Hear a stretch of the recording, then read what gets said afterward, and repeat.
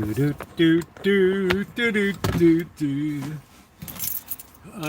To be, I asked to be or not to be. Do do do. Party rule in this country, dominated by the Republicans. Boo boo boo. Another day, another Greta in the USA. Do do do do. It's Greta girl. She's out there on a boat at sea. Do do do do. And now I see she's in Israeli lockups. Will she be a pen pal with me? Ba-doo, boo, boo, boo, boo, boo, boo, boo. Oh, Greta, my girl, you're such a doll. Do, do, do, do. I see that Swedish face all over the place. I want a Swedish meatball. Get me the hell out of this place. Do, do, do, do. Oh, Greta, girl. Ba-da-ba-ba. You need to get laid. Do, do, do, do. You need a man.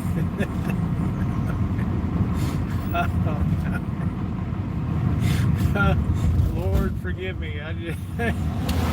I'm no beauty king. I'm just saying that page boy is a brute. That page boy's a little brutal, man. I don't know. I think I'm back in King Arthur's quarters. Man, oh, it's awful. You say that. Please hit the thumbs up button, guys. If we can't have a sense of humor in 2025, what's the friggin' point? Happy Thursday. Our weather is finally starting to clear off a little bit. Very unusual the last couple days to have cloudy and a little bit of rain spots and everything like that. So I will say my highs in a little bit. I got Greta overload again today. I thought the first flotilla, I thought it was saturated the first time, but today we had the mega flotilla over there. And I guess the question is, do you really think that these people care? And I've got some pretty good grounds for things that I've seen over the years on social media, and this desperation for attention into matter in the social media world. And you don't want to do like a Shirley Temple, right? Please hit the thumbs up, by the way. You're like the the pudgy little cute little child star, and then you grow up and it's like, we've already dipped that, so let's get rid of that one and on with the show we go. And then it's like you're struggling, and then if you're Shirley Temple Black, you end up as the ambassador to Nigeria or something. I don't know. That make sense to me. I have no idea. Nigeria, the land where 500,000 Christians have been slaughtered, right? But you don't hear a word about that. I wonder if Shirley Temple would be out of her mind, right? She'd be like, what the heck is all this about? All right, let's get our coffee here. Let's stop babbling. And the thumbs up are appreciated. Let's say hi to Tommy, Ronnie, hello, Boy Blue, Catherine, how are you? Daniel. We can have our laughs in. Kelly, how are you? We have our laughs in before Amanda Hug and Kiss gets here. And she takes all the fun out of our show.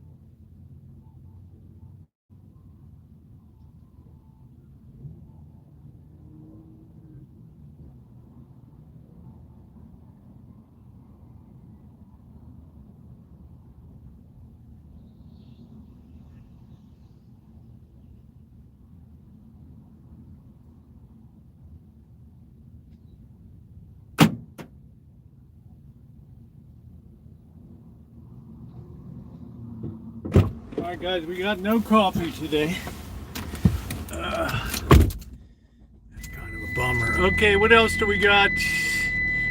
Bot heaven. We got some bots today. Yeah, man. Seating looks good. Yeah, I didn't get it. There's too much going on in there today. I can't ask the guy to stop and do the coffee. He's got like a zillion people in there. I don't know what's going on. The circus must be in town or something. There's Angus Kisses. So, yeah, we have to have our laughs before Amanda Hug and Kiss shows up. It kind of takes the fun out of everything. She's good people, but yeah, I think she's Greta's cousin or something. No, it's just he's too busy to make some right. There's too many people in this store. You could be there all day. I think we're going to go down to the Shell station here and try it. Like I said, my title was going to be Greta gave me gas today. I don't know. That might be a little much. Angus Kisses, always an honor to see you in my chats. I know I'm still on the right side of stuff if I see Angus Kisses. He's like, yeah, I got a limit, but I'm still hanging with you. I'm still hanging.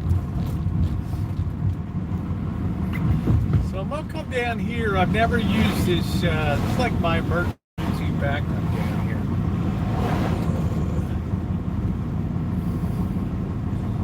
here. Get a coffee, and then yeah, all my news feed's been clogged up with Greta today, and I thought, you think y'all get tired of looking at my face year in and year out? I'm Greta'd out. I'm Greta'd out, baby. Greta has given me gas. Let's see if this Shell station, Royal Dutch Shell Petroleum, has any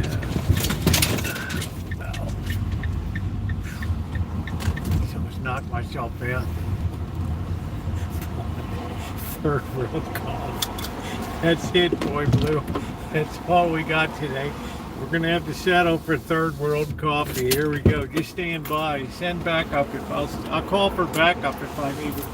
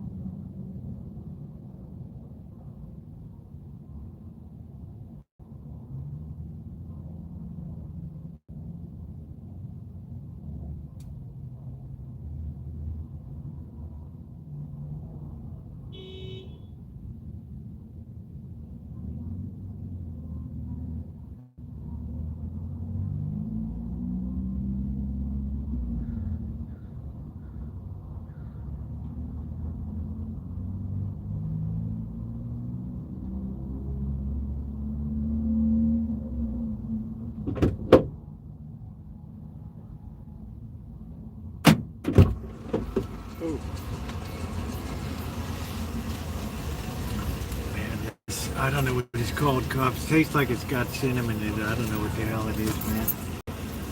Sometimes you're just gonna have to work your way through it. It might not be your first choice. The outside roadway seems tame. Hey, Miss Tree, how are you? We're having a Greta day today. Please hit the thumbs up. Nikki, nice to see you, Miss Tree. We're going to try to head out. I don't know if we're going to be able to get back on their street there. We're going to try. All right. Maybe we can get up there. I don't know. Let me make sure I don't hit Throckmorton here. There's always a lot of moving parts in this neighborhood. You always got a good chance of hitting somebody around here. Great chance. Sirens and gone.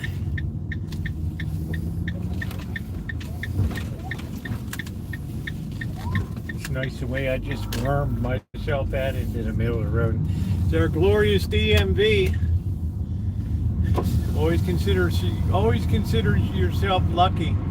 Hey Willa, that you don't have to spend a day in the DMV. If you don't have an appointment, you best pack a lunch. You're looking at a 4 to 6 hour waiting there. You'll get in there, they'll give you number B56 and they'll be on B1, but they also have to work in A1, F3, G4. By the time they get to your 56, you got cobwebs on you sitting there. And you might even fall asleep doing it, I don't know.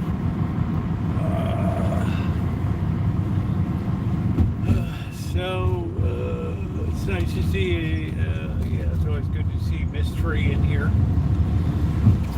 So it's kind of a busy day today.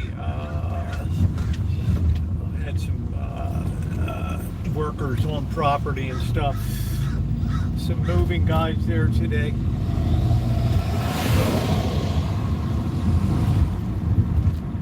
Finally, the weather is clearing a little bit,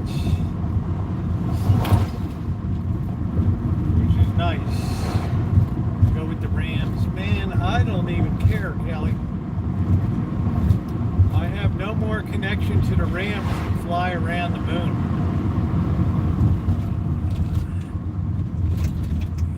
My love affair with pro football is over.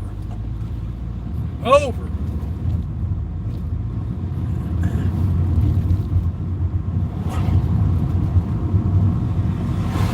I don't know whether the human species is weakening or whatever, but there's just too many injuries these days. There's too many people walking around lame and injured.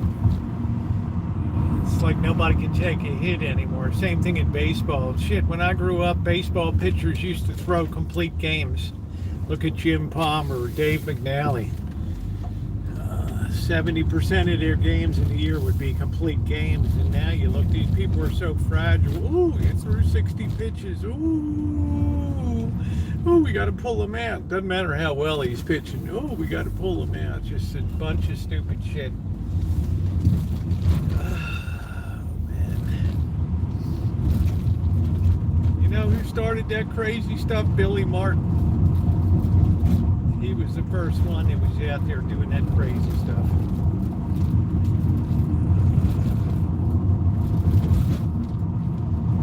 Growing up, I never heard it. Nobody ever talked about the pitch count. Bunch of dopes. So we got that. May the Red Sox win tonight. I don't know. Hey Cindy, how you doing? I have more people here that are for the Red Sox, I believe. You have to go very far to find somebody that likes the Yankees. They're another team that believes that you could just buy a baseball championship just like the Dodgers. So when they lose, I'm not unhappy. If it happens to be the Red Sox, not my favorite choice, but they'll do. They'll do. I like people to get defeated when they have big payrolls. I think it's beautiful. I think it's beautiful. Why does Greta keep on singing? Why does she like to go boating? She's on the big flotilla today in the Mediterranean Sea. She's got the cameras for all to see. Just remember, folks, when you do a good deed, always make sure it's recorded make sure that the world sees you do your virtue signaling and things. And this is why the theme today is, do you really think that these people care? At least the ones that are out there, cameras rolling and like Greta. If you see this video, it means I will have been kidnapped by the Israeli Defense Forces in violation of international law. And then at the end, you get that. At the end of her little speech, you get that little smirk. Wipe that smirk off your face. Tigers took the series today. Well, I didn't have any expectations for Cleveland. Right, I don't know. I feel Greta's an unhappy lad. Somebody put in a comment, man, Greta's got more balls than the guys out there. And somebody wrote in the reply, well, it all makes sense now. It all figures now. I don't know. How do you go from climate activist to international gadfly about the world on some boats that can hardly carry anything at all? They got more people than they got provisions and things. The thing that always kills me, and I always see this on social media, is this need to broadcast to the world your good deeds. I see this in people that do ministries and things, that the camera's always got to, every time that you always got to be out there with the cameras rolling. You got to go out there. Same way that they exploit people that are on drugs and mentally out of their minds. The guys will walk up and, gee, you look like you're hungry. Do you need something to eat? Yeah, we don't have anything to eat. Well, I don't have much, but I'll give it to you. And it's just like, and these saps that are watching are just like, oh, this is so wonderful that you do that. And it's like it's like it's a killer to me. So of course I get disrupted this morning. Boy, I hit that baby hard. I get disrupted this morning in my sleep because I've got the alerts going off that there's news, and there's Greta aboard. What's going on, Ilva? EPA blog for Energy Star. How you doing, Ilvia? My good deed here. That's my reward. Yeah, that's it. Well, I'm just saying. It's just, how you doing, Naomi? To me, it's like, what's the importance here? Is the importance to provide the aid, the importance is to have a big PR moment for us going in? And they had, hey Tina, they had a camera on every single boat, and they're just slopping along real slow in the water for real drama. And AP News is out there, has the live streams on, and they're going like a half a mile an hour, so it builds up the drama. And then all of a sudden, ooh, here comes the IDF forces, and we're going to be kidnapped. Meanwhile, they're giving them bottles of Coca-Cola and sandwiches and raincoats for kind of took the edge off it. Yeah, what's the importance? That's it. What's the importance? Nice to see everybody today. Billy had help from his bottle.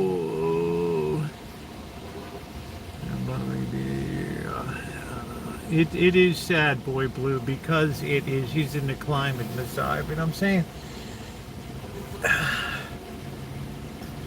You know, all of these people have professional agents that they sign with, and the agents manage the business, and the agent's job is to continue to ring the publicity bell for these people. The main job is to keep them relevant in the public eye, because if they keep them relative, well, the ladies league or whatever might make Greta their humanitarian of the year award, and she comes in and she gets her $20,000 for giving a speech or whatever, and everybody's like, yeah, it's a beautiful thing. I agree with you, but yeah, they're softer, Willie. Can you imagine that? What are the movers moving?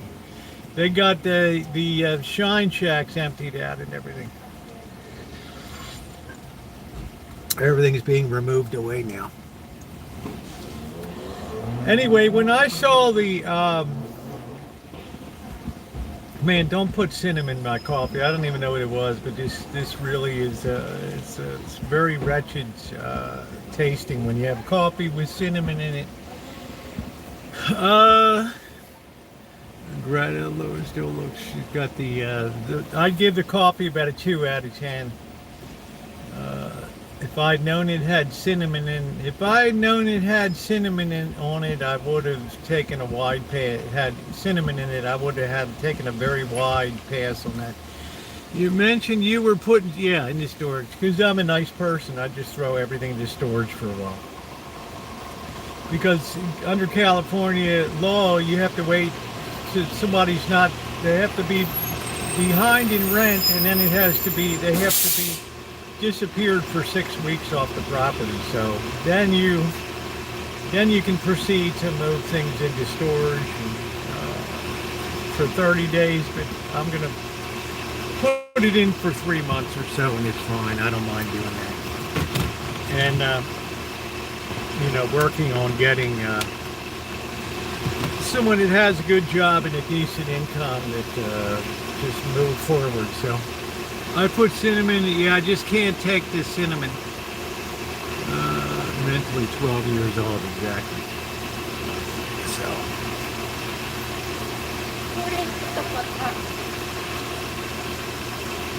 I mean, 3 months is a long time to go without rent. So the chances of getting back rent are about 0. So 4 years is great. I did my duty. I was been a nice person for years. It's time to move on. And happy. Yeah, got to do what you got to do. Exactly. So it's with no sense of pride that you give every opportunity. And,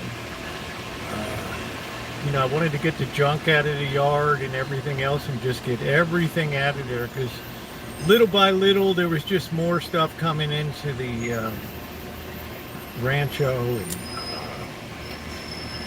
it just reaches a point where I really want to have my property back, and that's kind of the end of it. So my new rule will be whoever comes in has to keep their crap confined within the shine shack. There'll be no more. He can have a chair outside,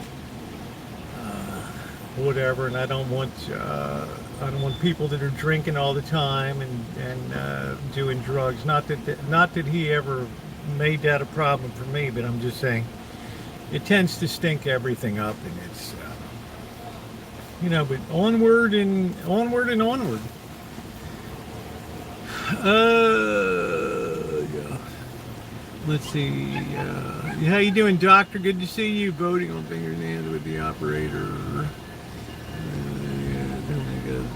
It's always noisy. This is the most pumpkin spice fentanyl just came back in Kensington. Oh boy. Oh wow, pumpkin spice, huh? I can't imagine pumpkin spice fentanyl. It's crazy.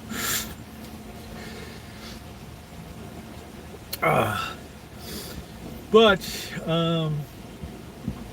still going to be nice to have somebody keep an eye on stuff and somebody with a steady job, and it's out every day working is a good thing. So it's going to be good.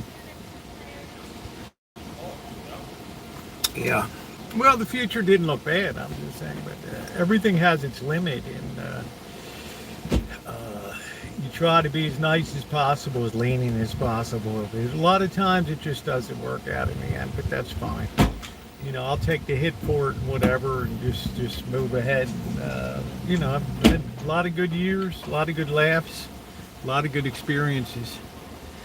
They say you should try it to die for, I'll bet. Yeah, so it's been really, yeah, it's been a really busy day today, so.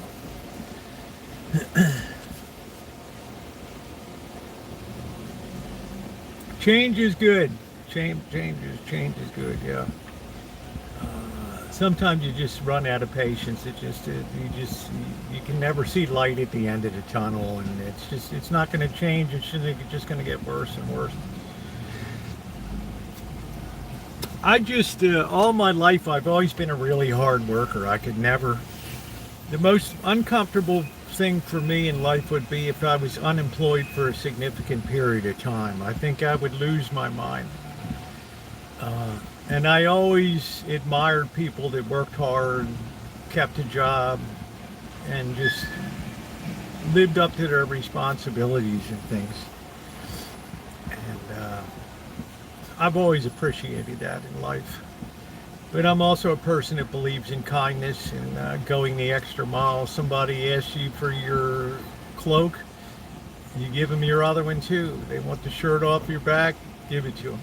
No problem.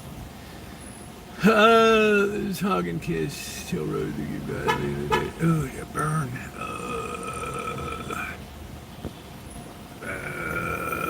Best advice, get out there. Yeah, best advice, get out there and hard work.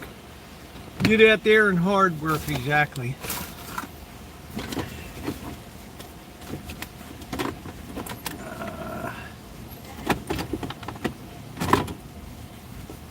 Yeah, I had all the whole plague of the cats had to be dealt with. All the stuff on the property, it just gets to be a little much at the end of the day. I don't know where in the hell. I thought I had some lip balm. What is this? Graphite lubricant? That's not going to work. I always say get out there and work hard. I don't want, if somebody's bound and determined to collect unemployment and avoid working, yeah, that's not going to go down real good with me. Especially as a taxpayer and in life and stuff. I like people that work hard. I don't want my place to be a junkyard of accumulated stuff that never gets fixed, never gets assembled, and wire stripping and all this stuff now. And then, I'm running around delivering stuff, and it just becomes too much. Yeah, still the same. Yeah, well, it's exactly. You got to make hay while the sun shines. Well, I've also taken responsibility for overseeing the spaying and neutering of the cats, and that's not been a simple job to set that up and deal with getting the traps functional and all that. That's not gallivanting around the state. I'm taking responsibility to make sure that the cat population stays under control and get some of the cats situated elsewhere. Yeah, it's a lot of work. It's a lot of work. So, no regrets.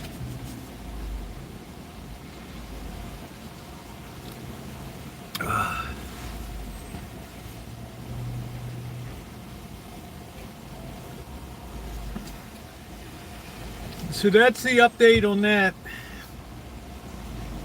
So the good news is storage is really cheap now because so many people have left town. There's so many empty apartments and quite a few empty houses now that a lot of the storage places have a tremendous amount of vacancies, and they're nice ones too.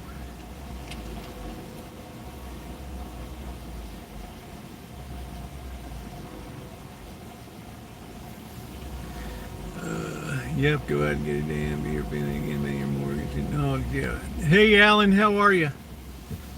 Yeah. You always like to think in life that people perform on the same level you do and have the same, like, at work ethics and things like that. But the world's not made like that. And I learned that. I got taught that by people in life.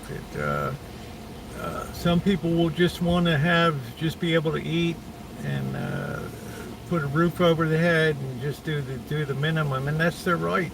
There's nothing wrong with that. Nothing wrong with that. Would have been,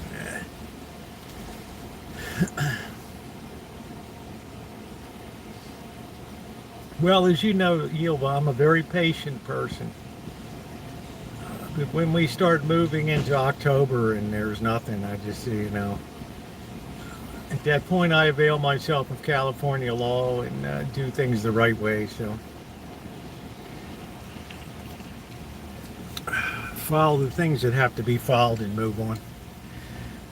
Yeah, thank you. Good to see you too. Good to see you too out. Calm seas never make for a seasoned sailor. Exactly. Well said, mister. Anyway, I was looking at Greta today. She was coming up in my morning feed, and I click it on. There's all these boats with cameras on the front of them. And they show where they are on their GPS navigation and their ship's charts. If you are familiar with boating, you'll know what navigational charts look like. And they're just waiting for the IDF to come out there and intercept them. And the thing that kept crossing my mind, they're all out there, giving their victory speech. They're giving their pep rally, right? They're getting the troops fired up. And I just kept thinking to myself, you're going to be intercepted. That I kind of wish that they just let them land their boats in the middle of like a zillion people on shore, right? And just have a total melee. By the time it's done, the people on shore end up eating the boats, and I mean, it's just like there's nothing left at the end of the day, right? And people are lucky to get out of there with their clothes on and stuff like that. And I just thought,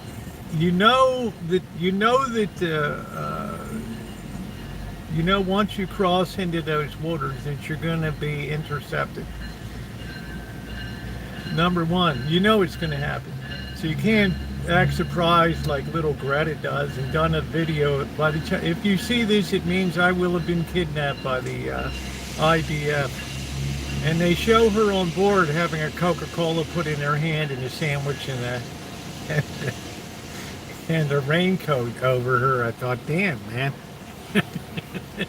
Yeah, it's virtue signaling at its finest, and I've seen that so much on YouTube. I would have so much more respect if there was just a still photographer there taking some photographs or something. But to broadcast that flotilla live, what was the purpose of broadcasting it? The purpose of broadcasting, nobody was going to attack the boats and sink them with torpedoes or beat anybody. The purpose of that was to put it out so that the AP could pick it up on their YouTube channel and then broadcast the live stream over there. Boy Blue, I'm not sure what she needs, but I'm just saying, how do you jump from climate activist to being in the midst of, she wishes she was in the midst, being involved in the Palestine-Israel conflict and Hamas conflict over here. Because she'll be gagged now until she leaves, until she lands in wherever she's gone, back to Sweden or whatever. You won't hear a peep out of her, and then they'll all be waiting at the Stockholm airport for her feedback. But this is the kind of stuff we're reduced to in the world today. Everything has to be for optics. Everything has to be live streamed over the news.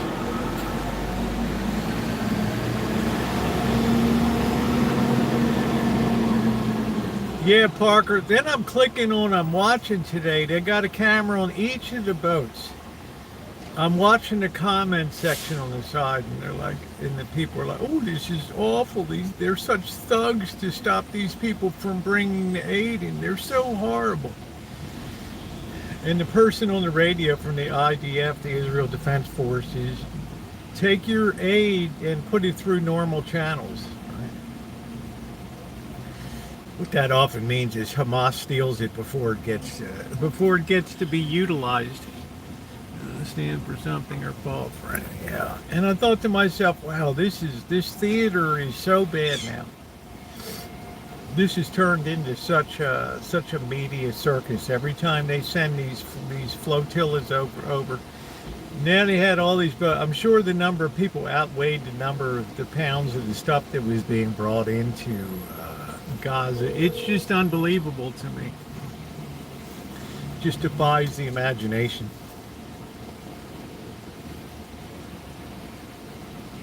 And then all the saps on the side chat think that they're watching some real encounter here with, that this fur is going to be flying and the sticks are going to be hitting the skulls and all that. And, defend yourself. You should be able to have a weapon on board. That's the last thing you want to see. Hey, Ned, how you doing? And I see this. This always reminds me when I see those YouTube videos of Mr. Nice Guy will be out there on the streets, and he's got the camera rolling, and he walks up to a destitute-looking person on the street. Hey, buddy, how are you? I'm all right. Yeah. Anything I can do for you? Yeah, I'm a little bit hungry. Could you spare a little something? And it's like, well, wait a minute, man. Let me see. Yeah, I don't have a lot myself, but I'm going to give it to you. Oh, wow, dude, you are so sweet. And in the comment section is, what an angel out there in the streets. And I'm thinking, yeah, you got your 180,000 views, all right, right? It's like Jesus said, right, the Pharisees, yeah, they already got the rich, they already got their reward in this world, right? So I always have to laugh when I see that, I'm going to save them, yeah, laugh, well, I don't know, crazy. That's what so much of social media has turned in today. It's all for the glory of the live stream, to put these people's lives on blast. And the worst thing is, the absolute worst thing is, you're using the misery of these people in Gaza for your own gain, for your own economic gain, and for your own sense of importance. You're going to use these people as the stage, as the backdrop for your show. And I think that is absolutely horrible to do that, to make sport of something, to do something that you know is not going to be allowed, and then you do it anyway. You like that page boy? Yeah, shameless, opportunistic morons who are so ethically ungrounded that they're so far gone now that they don't even have a sense of their own goneness. Yeah, it's exploiting people. Exactly. Now, ask me. I haven't donated any money for relief over there because I don't understand a lot of the moving parts enough. And I mean, who do you trust? Do you give it to the Red Crescent? Do you give it to the Red Cross? I don't know. I like to know that what I give, it can actually see what's going on and see that it's being utilized. I don't need to stick the camera in people's faces.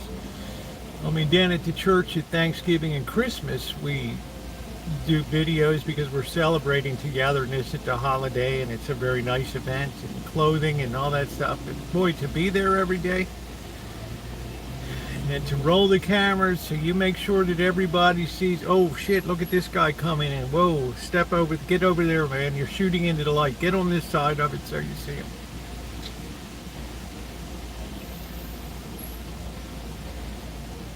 We all have a heart. I'm not happy about what's happened over in Gaza.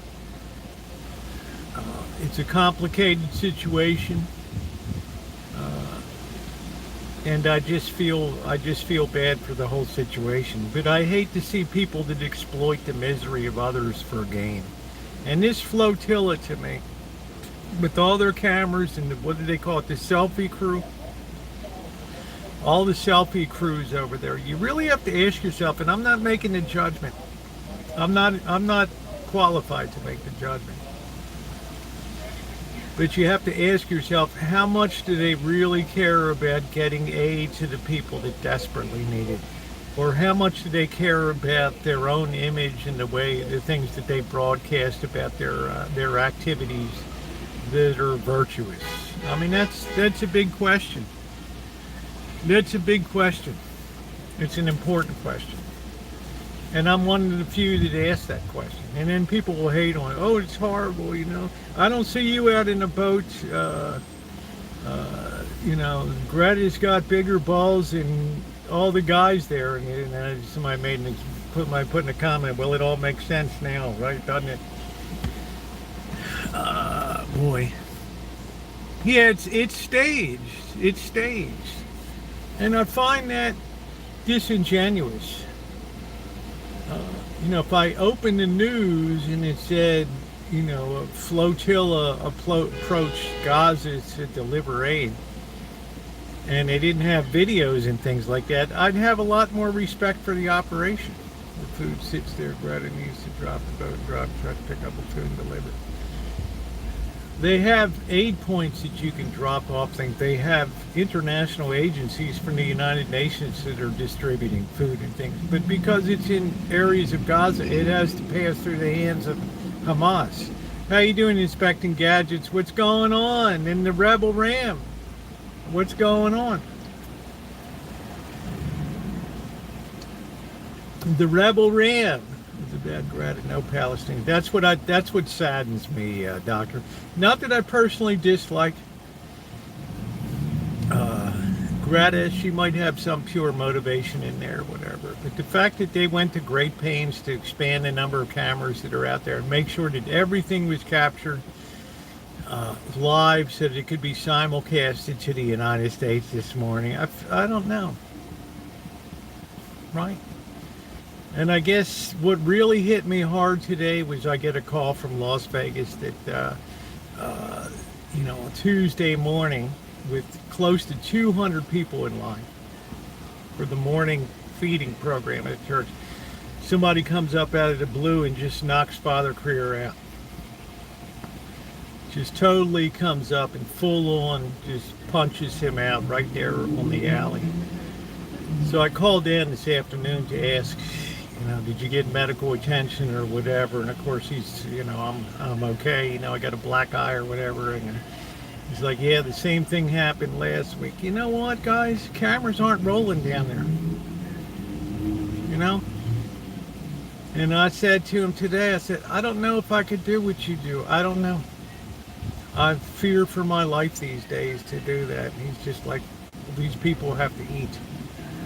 And, you know, if that's the price to be paid so that the other 199 can have something to eat on the day, then that's the way it is. And I thought to myself, what a contrast between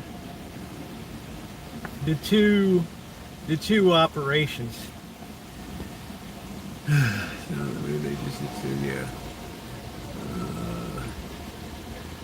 and forth, games west. Market basket. Thank you, Duncan. I appreciate it. I've had a lot of people have joined the chat. So I just thought, what a difference in methodology and what a difference in approach of doing something good for a community. And I thought to myself, you could imagine if somebody assaulted, if an IDF officer went off and full on cold cocked somebody on that boat. The world would have gone absolutely nuts. Absolutely nuts on that. So I thought that I regrounded myself today. I regrounded myself in the important shit in life, and I said to myself, yeah, there's people out there that do things selflessly every day that nobody will ever know about. that are out there doing the work every day that really, really care about people, even the worst of the worst of the worst. I've had people out there standing on that alley taking lighters and lighting their hair on fire. Yes, Parker, the Father Creer was, somebody came up and uh, uh, almost knocked him out all the way on the alley. Lining up in the morning. He goes out first real quick to distribute a snack in case people are super hungry. And some guy just came up behind him, spun him around, and just full on did a Muhammad Ali punch. Now, mind you, he's had hot coffee poured on him multiple times and things, and I contrasted that with the flotilla going to Palestine today, and I thought to myself, we have so much need here. And we're all diverted by these sideshows overseas and things.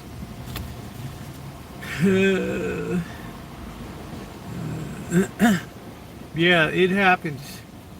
It happens a lot. He's been physically assaulted a lot. Bad burns, second-degree burns on his arms before. But it's the nature of where you are. It's like, yeah, it'd be nice. It's easy to run a soup kitchen in Beverly Hills, or, the ladies can come out in their finery and stand there on Rodeo Drive and hand out some sandwiches. It's another thing to be doing stuff when the cameras aren't rolling and things aren't live streaming, and still doing that every day. I said, I don't know if I can do that. I didn't say, if I come down, I'm going to be packing a heater. But I said, if I'm down there helping, I'm going to have pepper spray in the morning. He said, that'd be all right. But no knives and no guns down there. Because I'll tell you what, from Baltimore, I stick somebody. Let's see. Did the folks in line help? Yeah, they tried to run after the guy, but he was too fast. He's too whacked out of his mind.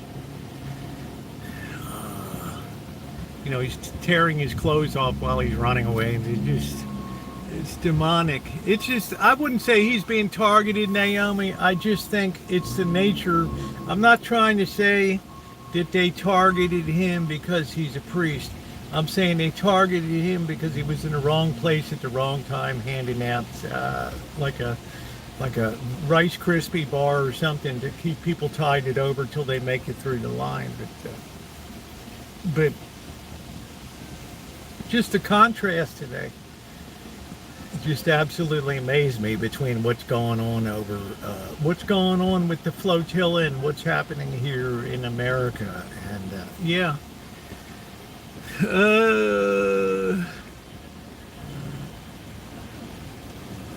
so they helped out.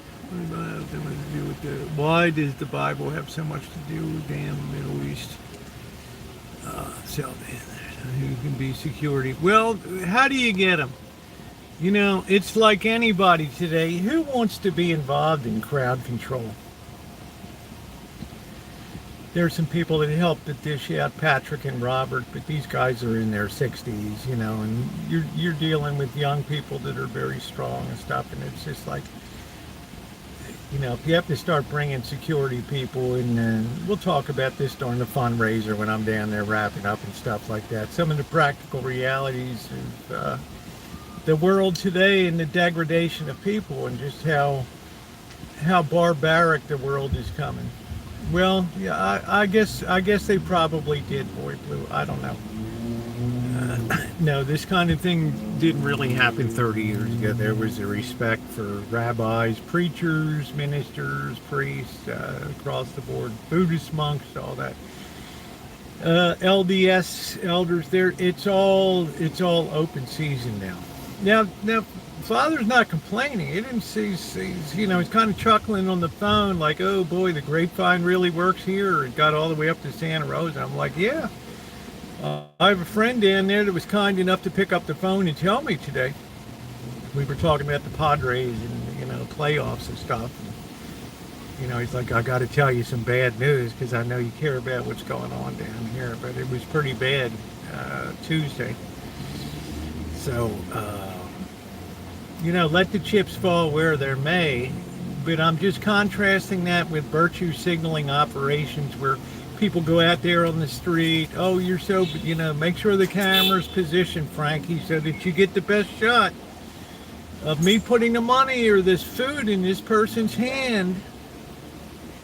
It's like, who does that glorify? You? Right? Don't let the left hand know what the right hand is doing. People here have already gotten their reward. So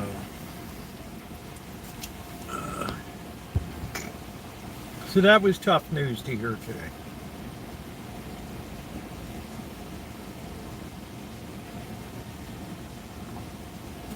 So you just never know. That's why the flotilla really kind of irritated me today. I mean, it's if they had the really pure motive of wanting to help people, they could find an organized way with all their celebrity and things to do a higher profile delivery in, take their truck or whatever. Have an escort maybe go in and hand out your Christmas stockings or whatever you're doing for the people. I don't know.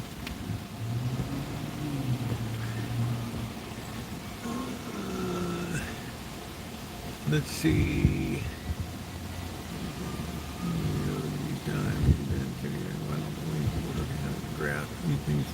I do think social media, Mindhunter, thank you. I think social media is the cause of all of this.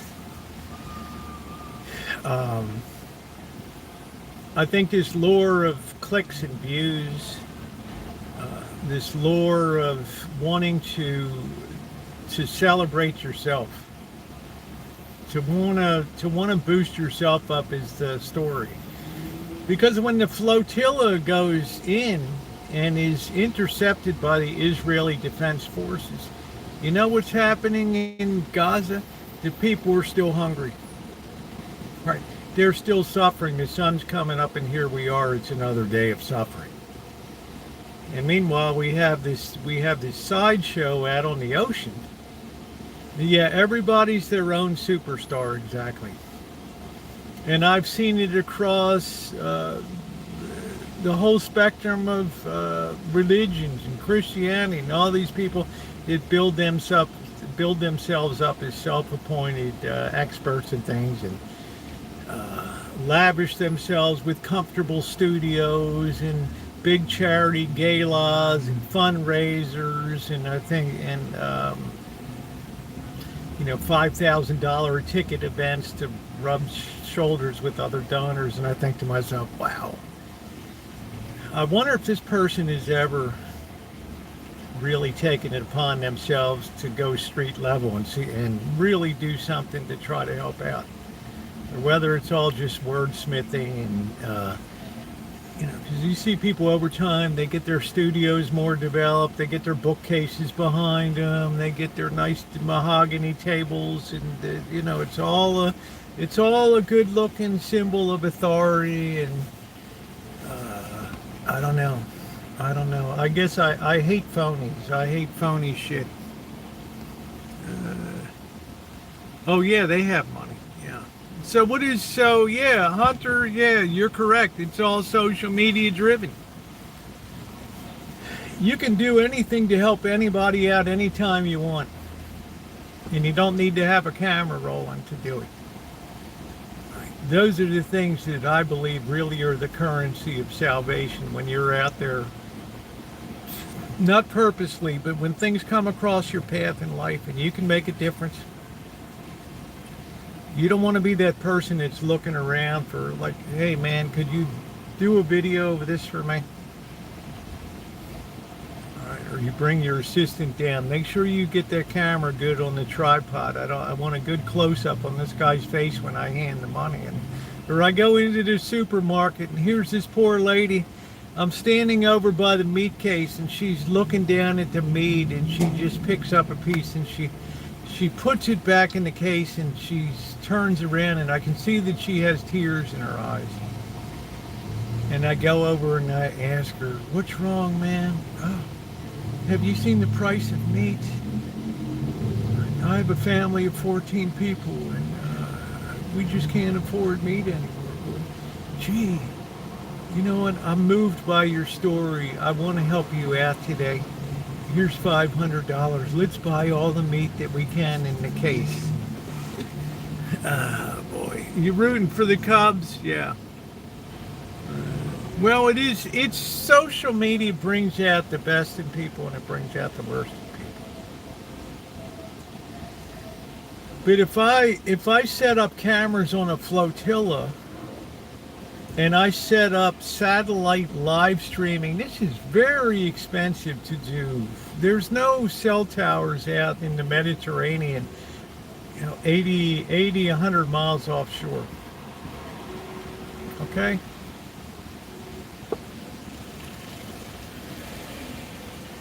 So it takes a lot of money to have an uplink and broadcast this stuff in real time. Really heavy duty equipment so you don't get the lag and the spinning circle of doom that we don't have good connection to the satellite and stuff. All perfectly positioned so when the IDF boards, the cameras are in a good position, you can click the switch and the lights all come on and it lights up the scene and everything. And it's just like, wow. It's like you knew this was going to happen. And yet you want to try to make fools of the people that are coming here to intercept you.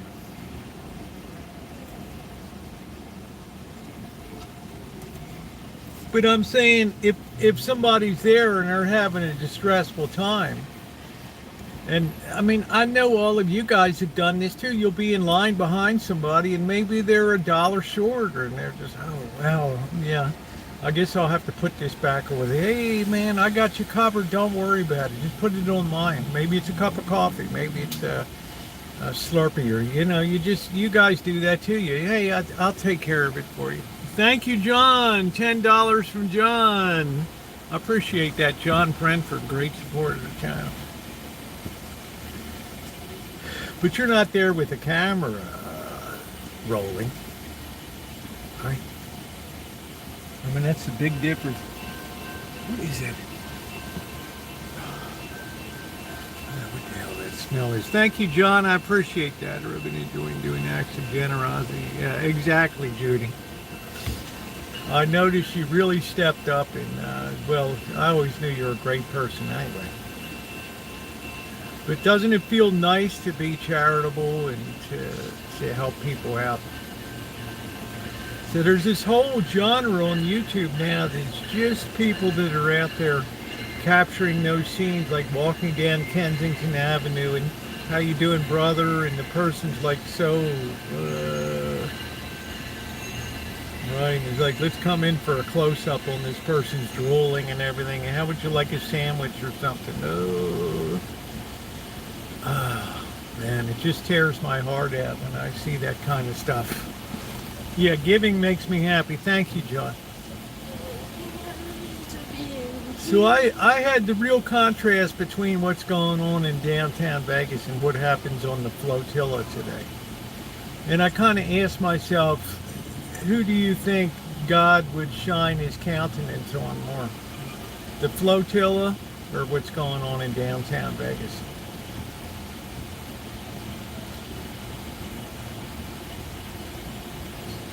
Big difference between it. Yeah, what happened to humility? Exactly. Exactly. Thank you, John. John's a great supporter of the channel. So we are in day 2 of the shutdown today. I don't see any end in sight on the shutdown. As I said, this time's a little bit different. Wow, Teresa Martin, you're a million. You're so kind. Wow, wow, Teresa Martin just comes over the top, like boom. Thank you, Teresa. You didn't have to do that, honey. You've been such a wonderful supporter of the channel. You sent the beautiful crab shirt and the hat. We just need the nice weather so I can wear it and not get goo all over it. So thank you, Teresa. I appreciate that. Thank you. Well, giving free needles and things.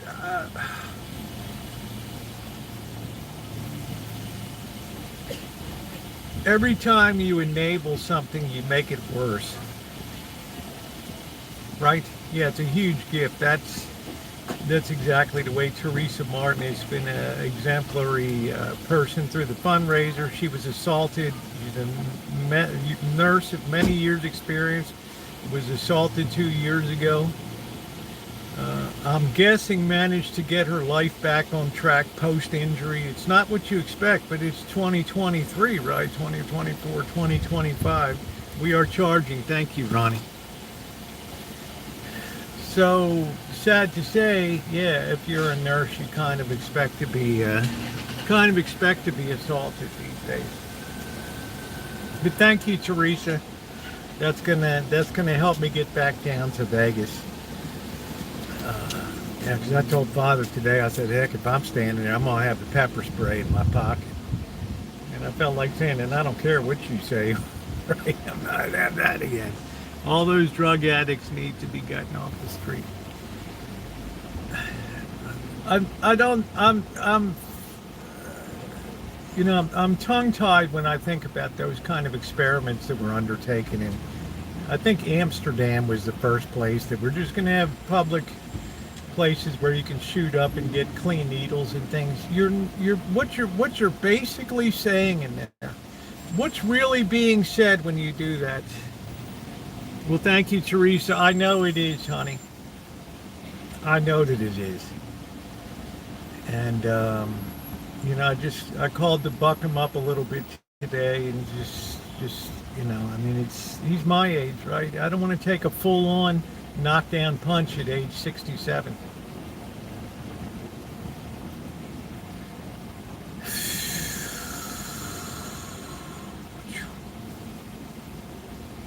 Hey, Michael, how are you?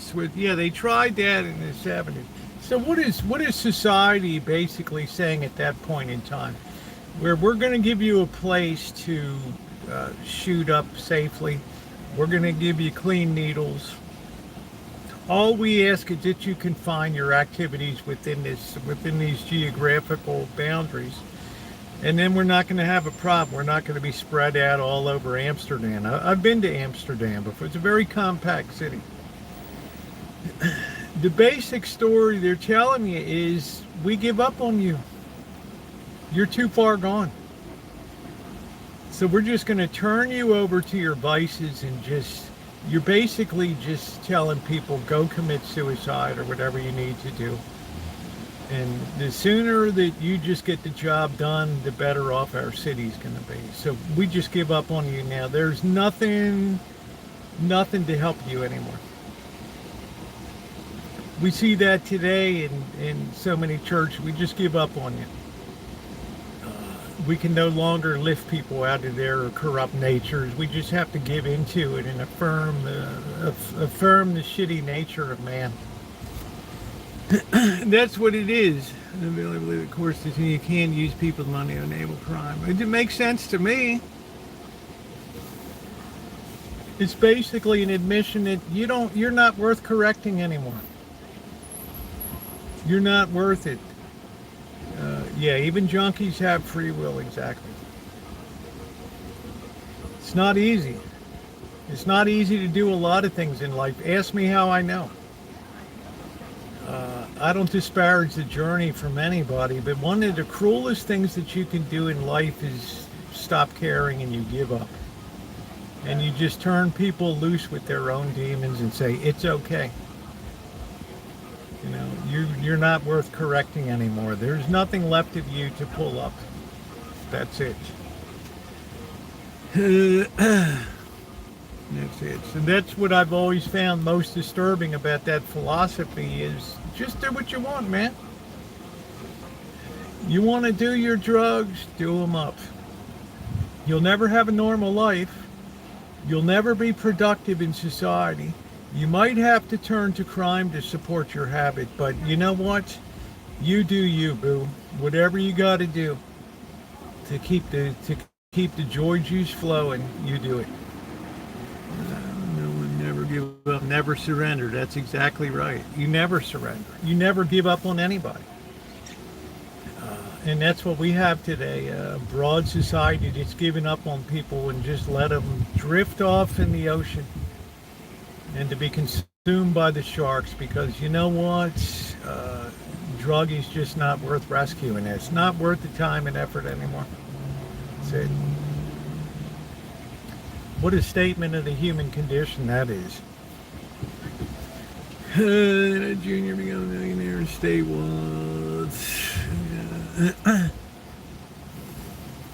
This is what I'm talking about today, this contrast of using social media to celebrate ourselves, to put ourselves out there as a story. And it doesn't matter if it's on the streets or in a studio. You know, I see it all the time in the channels. I'm doctrinally well informed, and you know, I have the truth. And look at the bookcase behind me, and look at just look at the image that I portray here of truth and reasonableness. And by the way, make sure to subscribe to my whatever it is, Substacks, and make sure to subscribe. Make sure to have a channel membership. I got all the merch down below, mugs and t-shirts that you can wear. And I thought, oh, shit.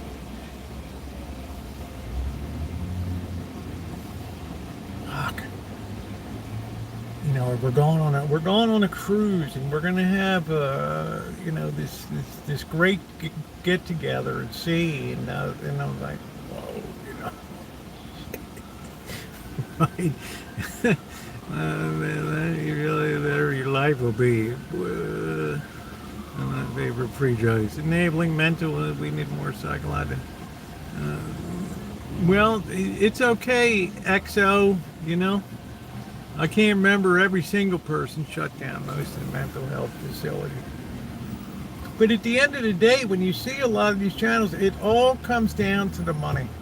It all comes down to the money. It's like, oh, make sure to subscribe to my locals, just in case YouTube takes the channel off the air or whatever. Then you'll still have a place to follow me and get the good news or whatever. Make sure,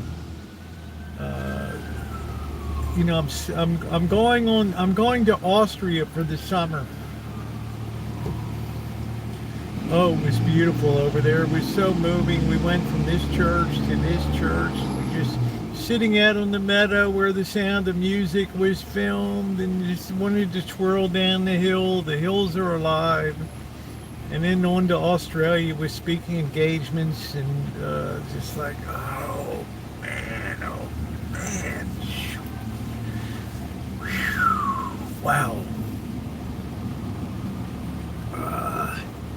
Talking at after, yeah, Pure Greed podcast, exactly. They're wealthy, good-looking young people showing riches. I guess it's rankled me more these days, and a lot of people say, "Well, you're just an old bitter dude. You know, you're past your sell-by time." But I just think if these people really stepped back and thought about what they're doing and what their motivations are, they would have to be honest with themselves. And I see people just building empires. And I see very few people out there with the shovels actually digging. Actually doing. And the ones that are doing the shoveling and digging are the ones that are being full on assaulted on the streets, risking their lives to do the right thing. Amanda won't go on cruise. I say let's raise money, send her on a Carnival cruise. Put her on that. Yeah, it's beautiful in Austria. It's bliss and flow. The stupid XO comments. Okay, I've been out. Well, it's good to see you here. Yeah, the state of the steering wheel address, we call it. It always makes me question the motivations. I appreciate people that just have regular YouTube channels and they want to have their memberships. That's cool. I mean, that's a pure motivation. Bing. But when you're out there telling other people how to live their lives and what's important in life and what's not, and you spend you spend the first 2 minutes flogging some kind of phone service, for phone service for Christians or whatever. And remember, every time you sign up, $5 will be donated to this or that. And we just released a new mug design for the channel, and I'm just like, ay caramba. Yeah, I feel sorry for the people but a lot of people are influenced by that, and it's not their fault. People are hungry for stuff these days. They're starving for truth. They're starving for the real truth about things in life. So of course it's easy to draw people in, because people are almost desperate now to find order out of all this chaos that's going on in the world, or just try to make sense of it. So they're kind of sitting ducks in a lot of ways for this. And if you can cause division and you can cause angst among people, then so much the better. That you get a full-on battle going, and then there's as Amanda Hugginkiss would say, get your theater popcorn, kick back, get a glass of Chablis, and enjoy. Juggalos at sea, with crappy lies and sell more watcher time.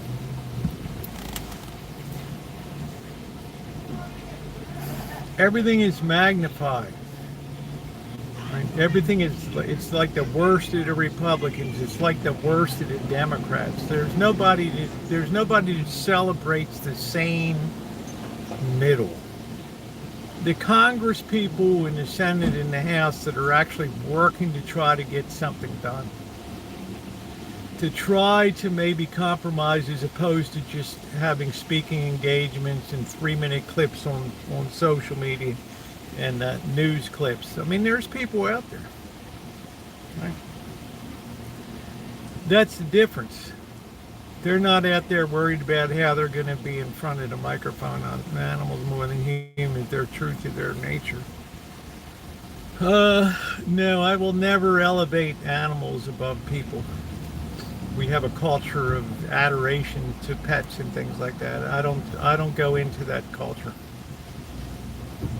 Our first duty is to our fellow human beings above all. In my mind, you feel differently, that's cool. There's nothing wrong with that, but I don't feel that way at all.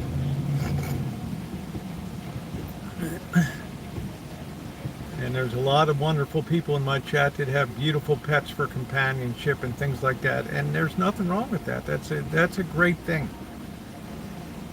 But we can't always direct our lives to just that end. There has to be the human dimension to what we do.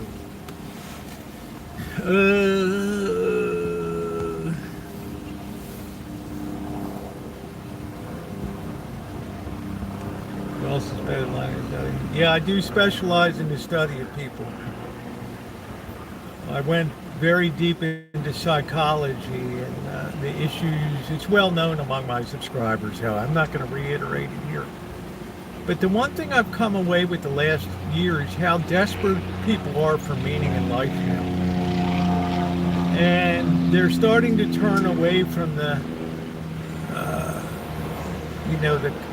cheap carbohydrates that they find on a lot of YouTube and politics and things. They need something deeper in there to pull them through. I see this especially among Gen Z, who really have nothing to hang on to now. When you think about it, they're going to have a very difficult time getting a house. A lot of them are going to have to live with mom and dad, which is okay. It's not the worst thing in the world. Not going to have nice cars and probably not have nice relationships. So they're really desperate for something deeper now. Something deeper. Because they know that brass ring is not going to be coming their way. Yeah, many lost souls, Boy Blue. Yeah, you empathize, Mystery, yes. How you doing, Josh?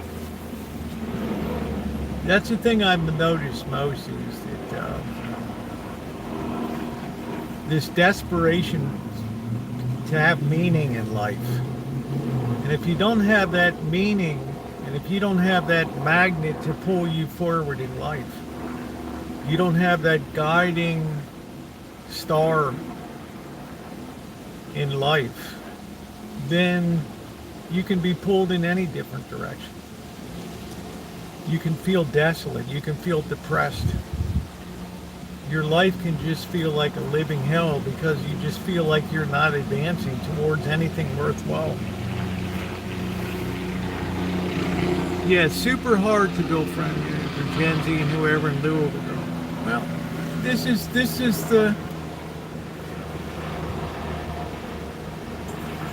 the corruption of man will develop something to come into place of a personal relationship. In other words, if you yearn for a relationship, they'll sell you on the fact that this AI, this chatbot or whatever is going to make you really happy. And at the end of the day, it might make you a little happy. Might make you a little happy. But religion doesn't have a space for most. I'm not sure what that means. Yeah, they already have all those dolls and all that stuff. But look at who do we blame on that? We blame social media and the rise of social media because it has pulled our attention from the world to the phone. People laughed at me when I said there's going to be a disease that they're going to treat in the future from people having their heads down all the time. Yeah, you can do it. Yeah, you can have a right to convert. You've got to find your own way, you know. But I think a big problem, there's so many people walking around with wounded consciences that they just can't find a way out of it short of psychology, psychotherapy, drugs, alcohol, cheap hookups. It's a very difficult thing. Very difficult thing.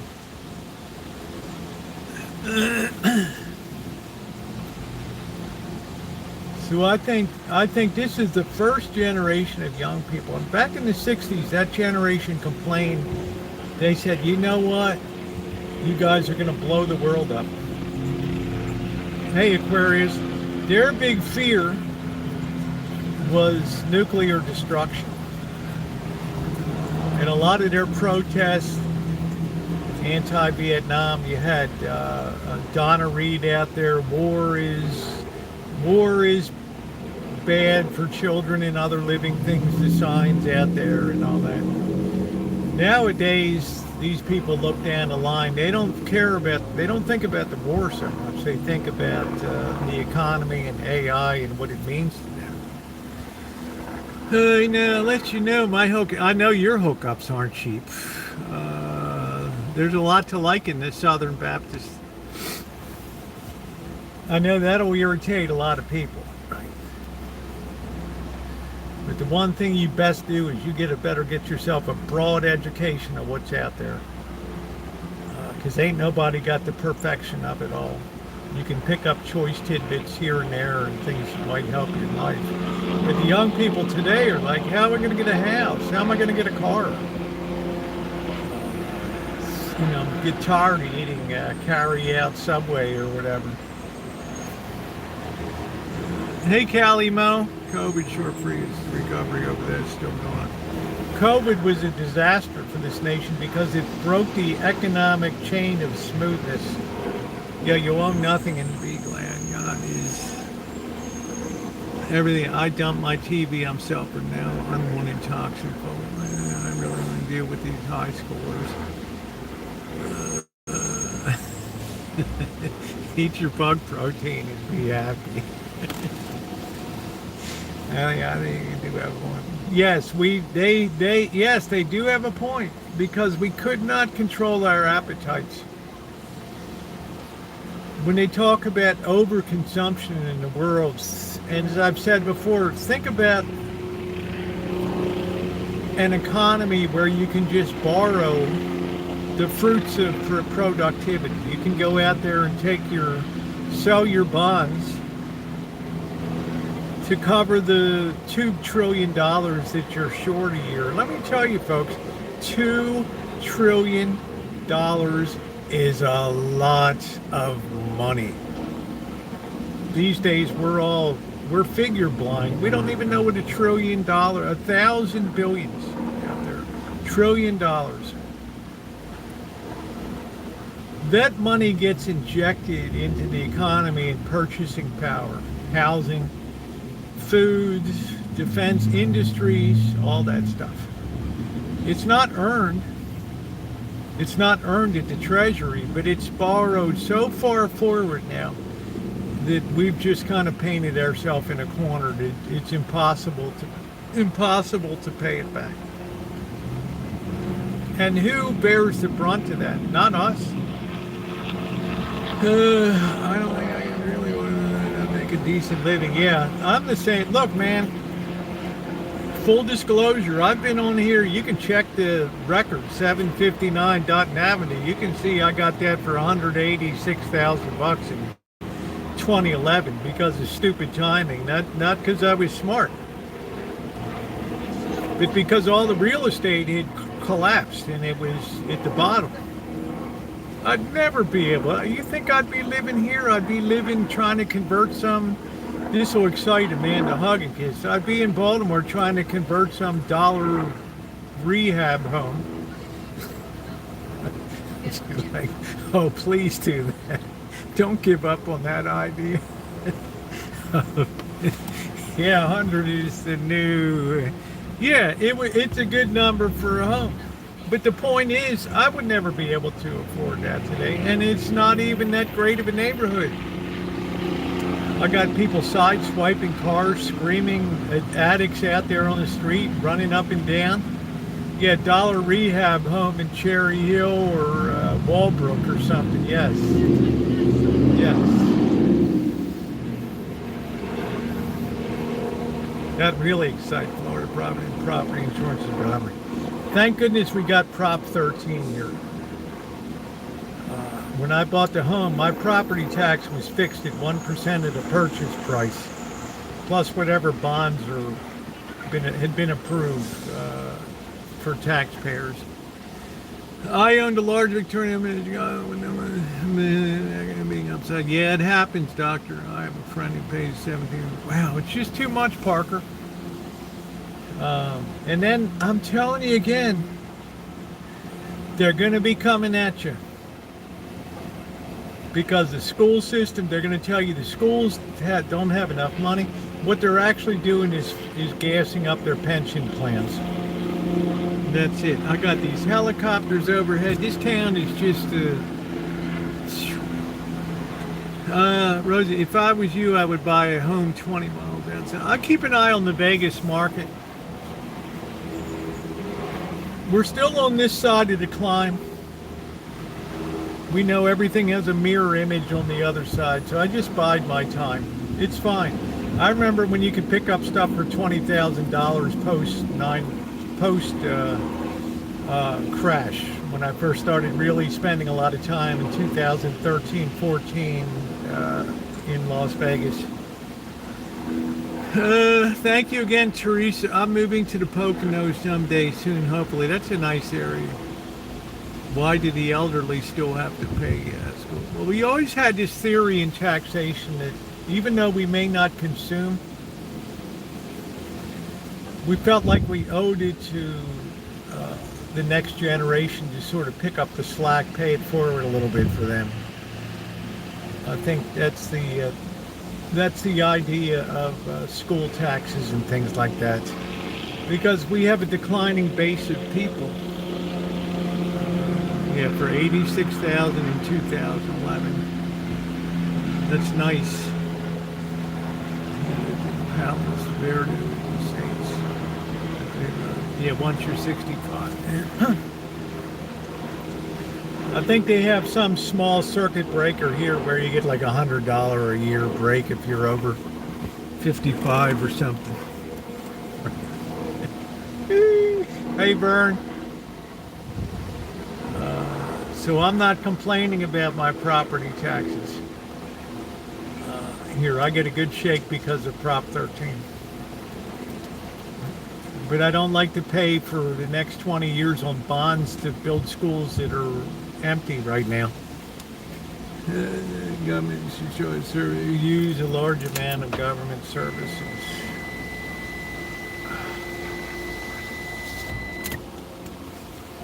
Make sure we're charging here. So you guys are smarter than I am. So I was lucky. I'd never be able to. Santa Rosa, Sonoma County is an extremely wealthy county here in the United States. The whole Bay Area. Marin County, Sonoma County, Napa County, Solano, Contra Costa, Alameda, San Mateo. Yeah, there's a hell of a lot of wealth here because wealth usually aggregates where you have a good climate.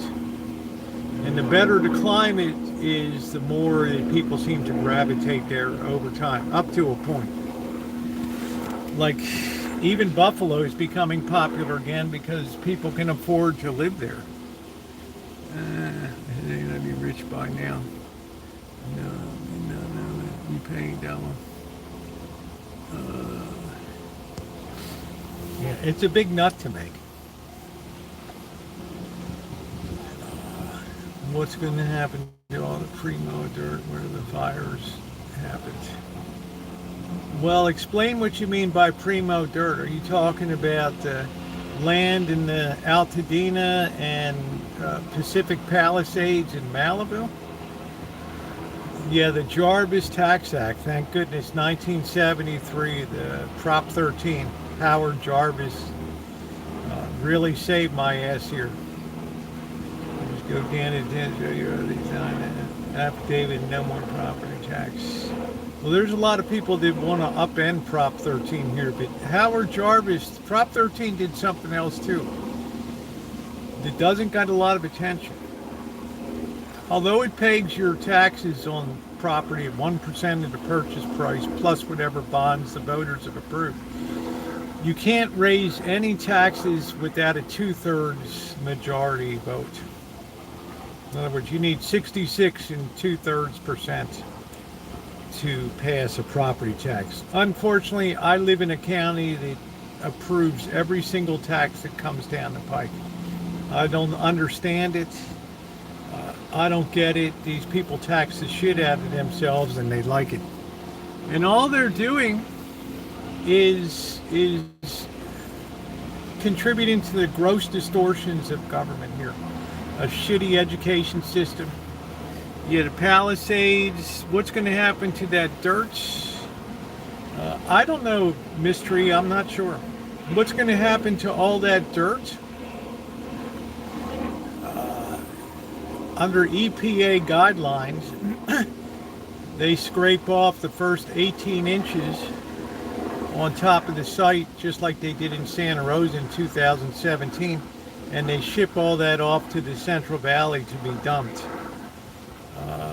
And you might think your foundations are still good. No, the heat destroys your foundation. It cracks it and destroys it. All the foundations have to be pulled out. Then you have to get the building permits. Now, I don't want to say, let's just say the people that believe in lower cost housing start running in, and now they demand that low cost housing be put up in these areas too. So you start to have these fights in the court system now. Start to have real estate for management burn value. Yeah, it is, but they've pulled very few building permits down there. Because if your house burns down over there, you have to really ask yourself, I'm assuming you're wealthy, and I'm assuming that you had insurance. You have to ask yourself if you really want to live back in Malibu or Pacific Palisades or Altadena. You really have to ask yourself the hard question, whether it's worth it to you to live in that area. I'm going to DeBoni's. I'm not sure what DeBoni's is.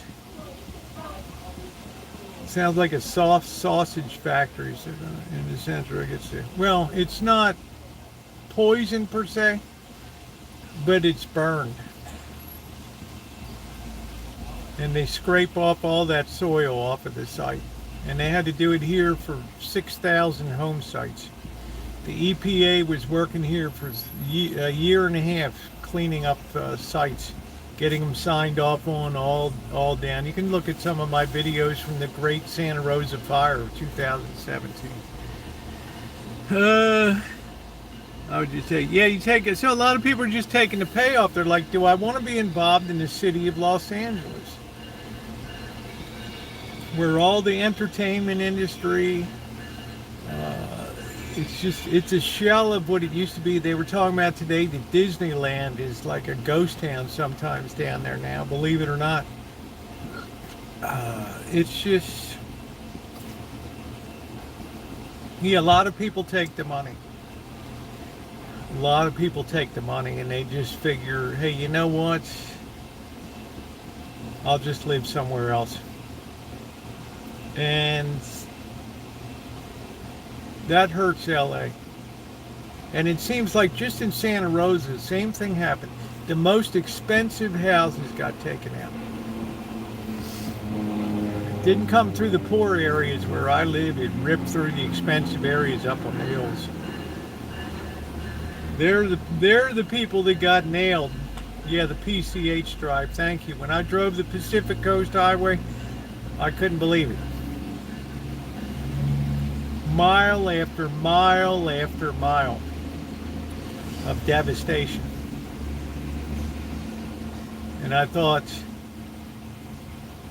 some people are going to want to have a say in what's rebuilt here. How you doing, Jennifer? How you doing, babe? Some people are going to want to say in government about equity, and that we have to share the wealth, and we have to have low-income housing in these areas. And the people that live there said, why can't we just have things restored to the way that it was? So they're having this fight with City Hall and all that. The state is still not issued building. Yeah, they're all mucked up. So what's going on now is cleanup operations. That's about it.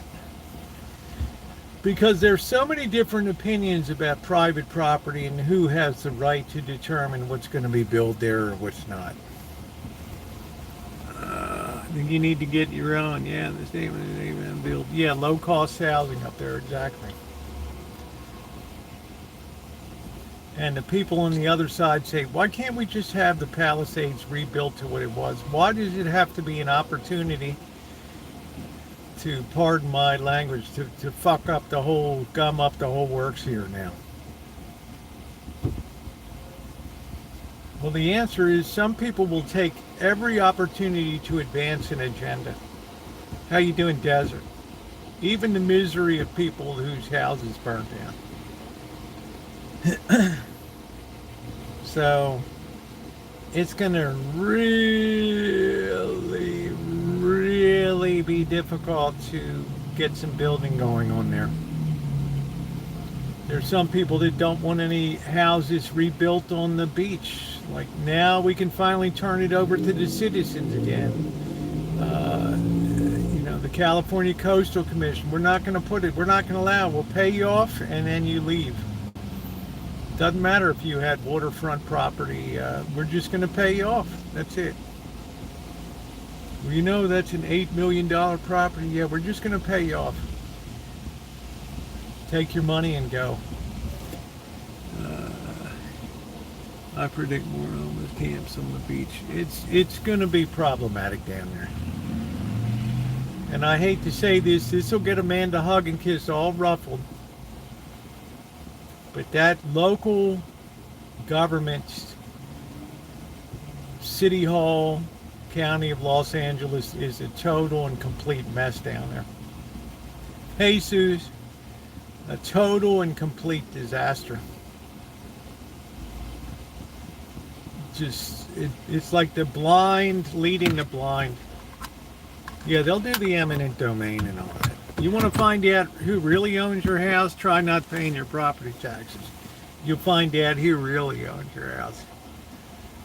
So you can never really own real estate, and I warned you guys in the 1930s, you couldn't give real estate away. I told you the You know, the example of when you watch It's a Wonderful Life with Jimmy Stewart, and you see Donna Reed and Jimmy Stewart walking back from the pool, from the dance, and they're throwing rocks at the windows in the old spook houses because it's empty.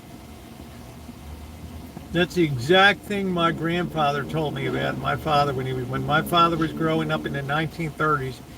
How many houses people just had to walk away from because they couldn't pay the property taxes. And they all just became very decrepit, blown out homes that we were able to take advantage of and get one of them. And Amanda Hug and Kiss knows the neighborhood that's in.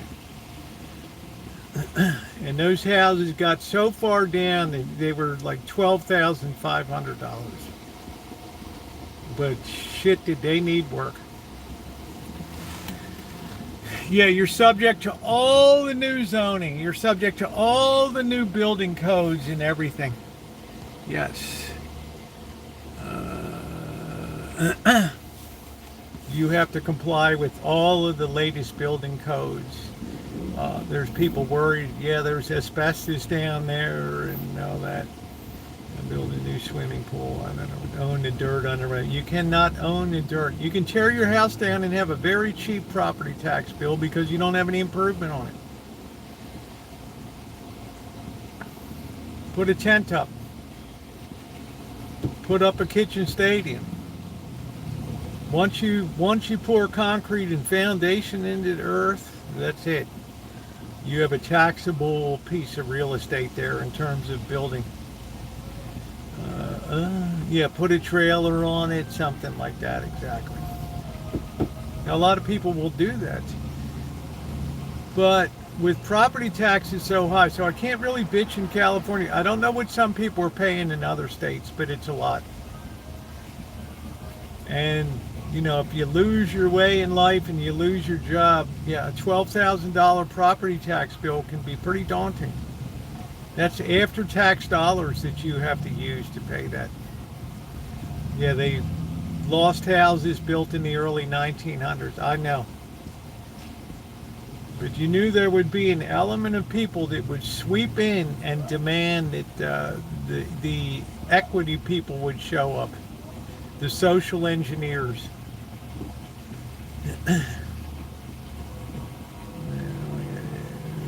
Who, what, where, what's going on, Tara? Thank you, Running Man. I appreciate that. Running Man, you look like something I stepped in this morning on the sidewalk. But you are loved.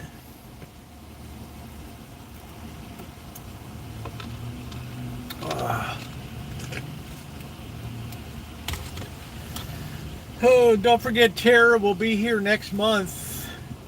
On the Rancho, more salmon. Yeah, I just can't do salmon unless it's fresh caught right on the grill, grilled up. I just can't. You know, it was around 4,000 per year. I'm lucky it's about 2,800 to about 2,600 bucks a year for me. I consider myself very blessed because the people that bought the $600,000 $1 million homes, yeah, they're $8,000 to $12,000 a year in property taxes.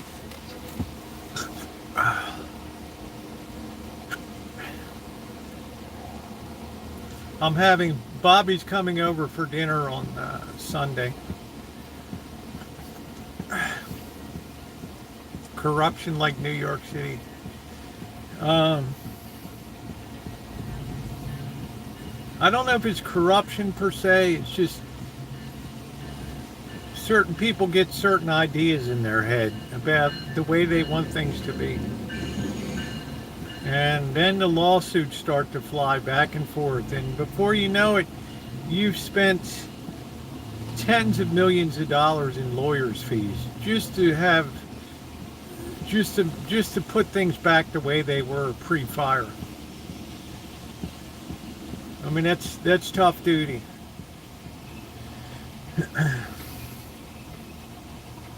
Terrors hope spring eternal. You got the Padres again in the playoffs here. Oh, shit.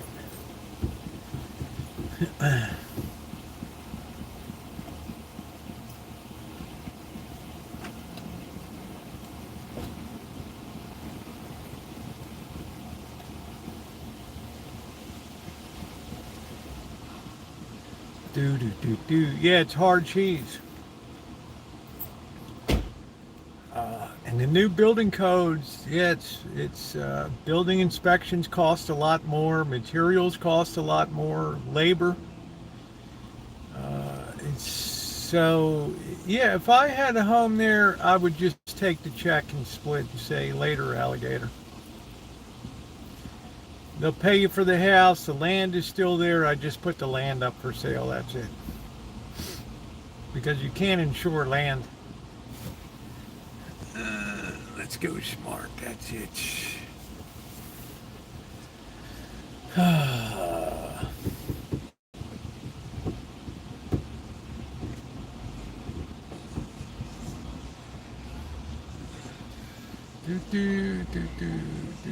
So I've seen this movie before of fires in California, devastating fires.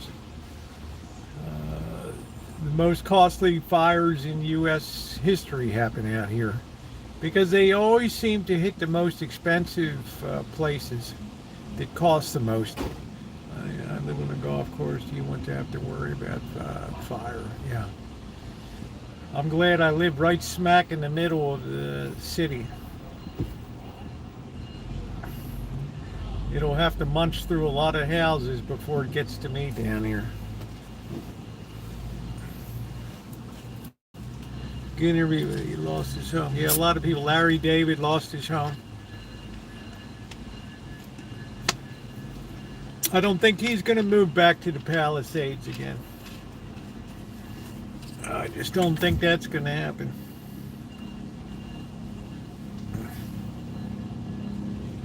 Thank God I'll never run the American dream for most Americans.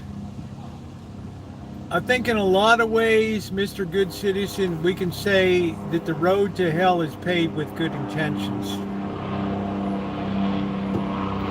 Paved with good intentions.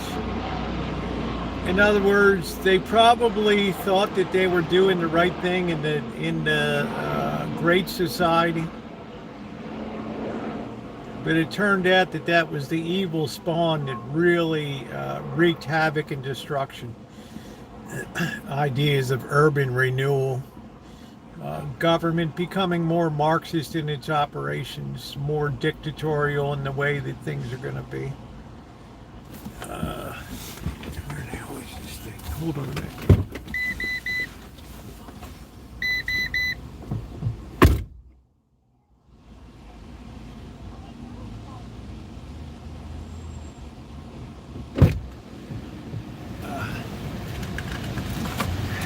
Yeah, Baltimore's Charles Center became the first real urban development area in the nation.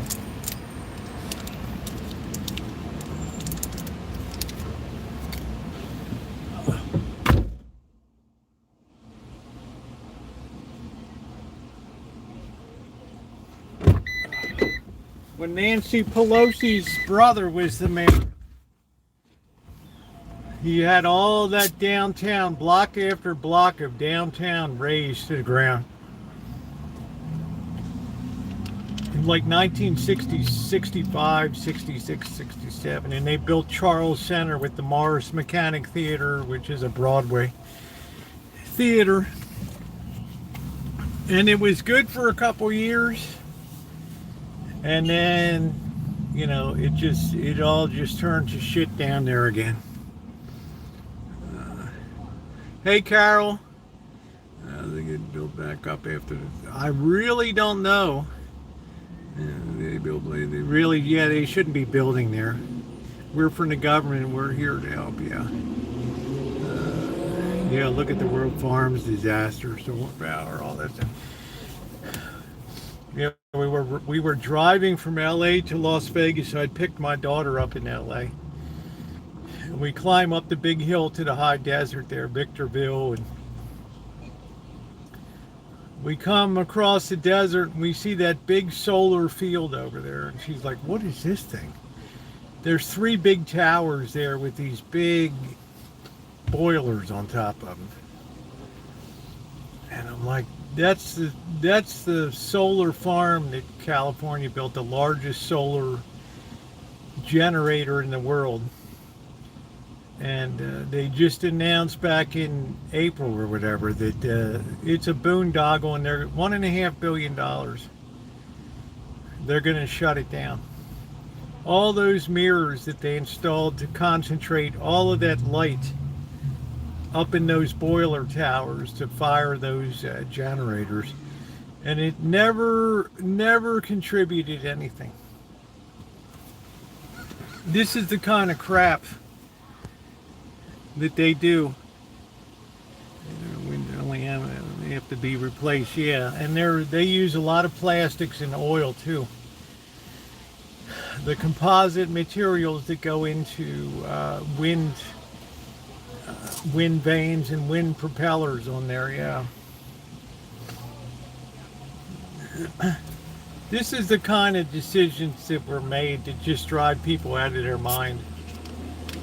It's like we didn't need government to have this boondoggle.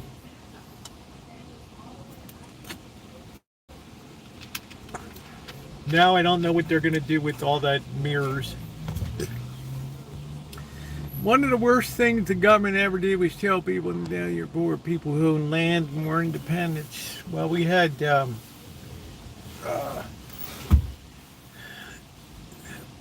this idea around college campuses in the early 60s, and a lot of this was correct thinking about voting rights in the South and integration.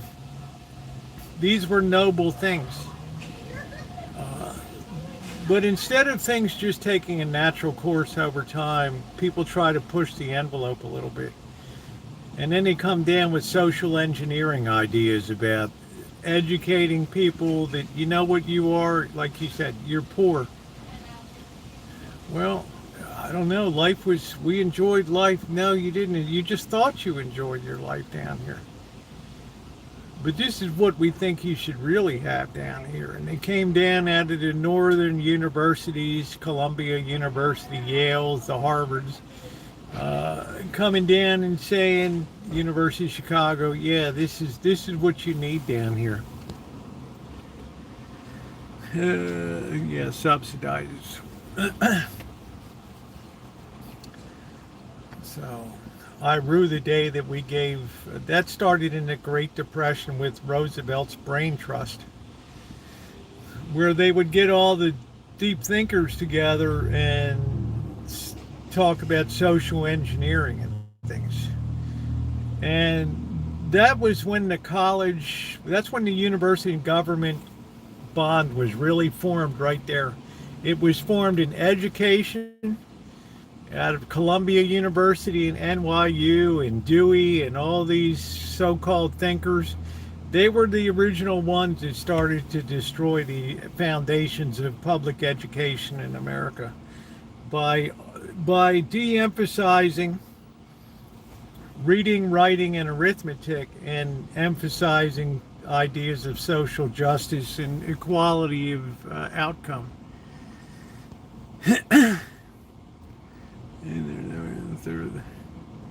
No, exactly. You go to the Philippines, you'll marvel in the city of Manila and some of the shitty areas how happy people are. They tried to sign a lot of them up, and they told them we don't take charity. It all. This is what I say. People had to be taught. They had to be taught that they were poor.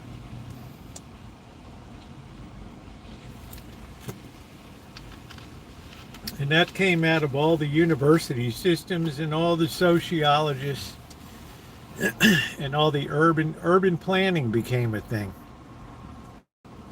You look up Charles Center in Baltimore, Maryland, right in the heart of the city.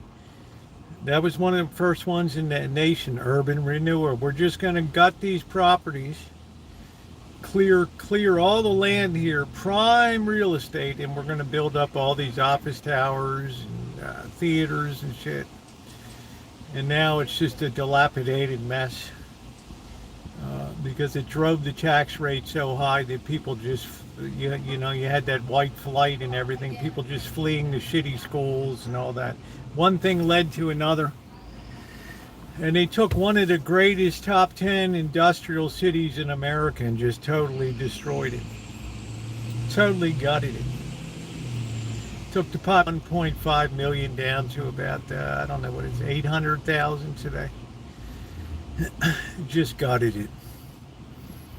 Just made doing business so prohibitively unbearable that they just left.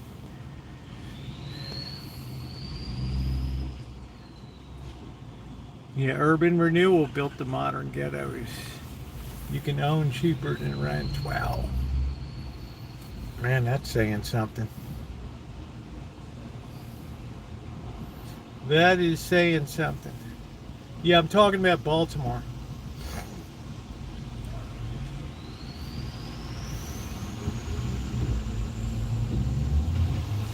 I had to see the whole city degrade. It was part of the whole, all the industrial cities, but it came down really hard there. Bethlehem Steel Sparrows Point Works was the largest steel operation by size in the United States, gone. Bethlehem Steel Shipyards, gone. Fairfield Shipyards. Western Electric, gone. Procter & Gamble, gone. Coca-Cola, gone. Glidden Paints, gone. The list goes on and on. McCormick Spice, gone. Bet the only thing left is Domino Sugar.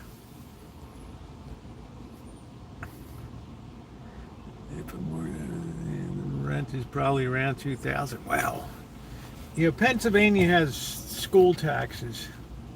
The Clippers, yeah.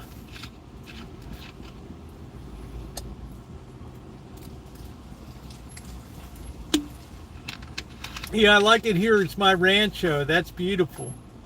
Yeah, it was huge, Bethlehem Steel. You had Glenn L. Martin. At one time was the largest sole proprietor in the United States. Glenn L. Martin signed all the paychecks. The forerunner of Martin Marietta Corporation in Baltimore, Glenn L. Martin, one of the aviation pioneers. Huge operation, building tons of planes in World War II.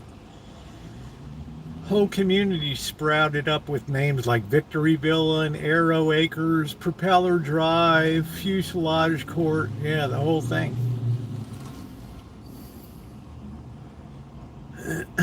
Shipyards, longshoremen. It was huge. It was prosperous. Daughter of a steelworker. That's cool, deja vu.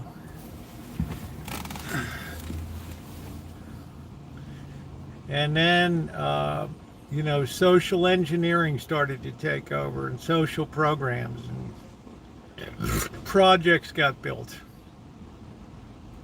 I was a child of that. I witnessed all that coming down the pike. The huge 22-story project towers with chain link on the front of the buildings, level by level, because somebody might get thrown off of the building. Elevators that were perpetually broken down. Yeah, they made a good living.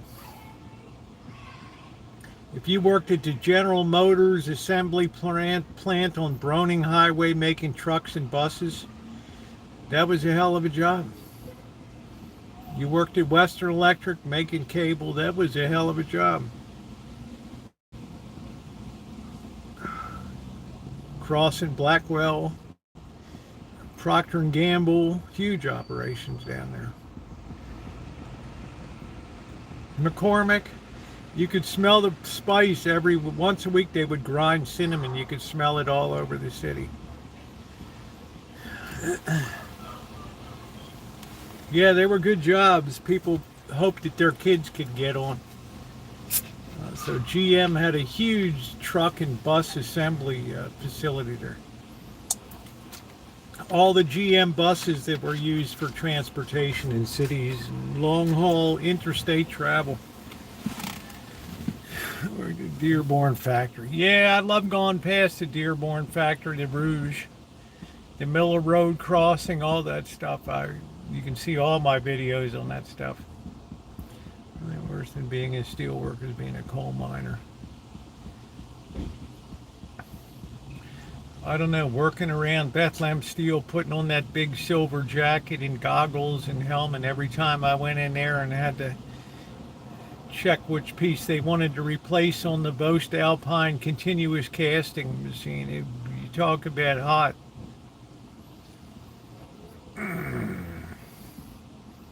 Sparks flying. You had to make sure your drawers didn't catch on fire. Yeah, afforded a decent living. Now I bet the only thing left is the port of Baltimore. Still a huge port for BMWs but the taxes got so high and the schools got so poor that people just fled the area. And if politicians could have figured a way to lock people in that they couldn't leave, they would have done it. They absolutely positively would have chained people to that city if they could think of a way legally to do it. But when the county tax rate is half of the city tax rate, economics tells you over time people are going to gravitate from high tax to low tax areas. Better schools, newer schools. Arc furnaces, yeah. How you doing, Robbie? You spent the mom got rid of mommy. I don't know. The group tribe would move to California.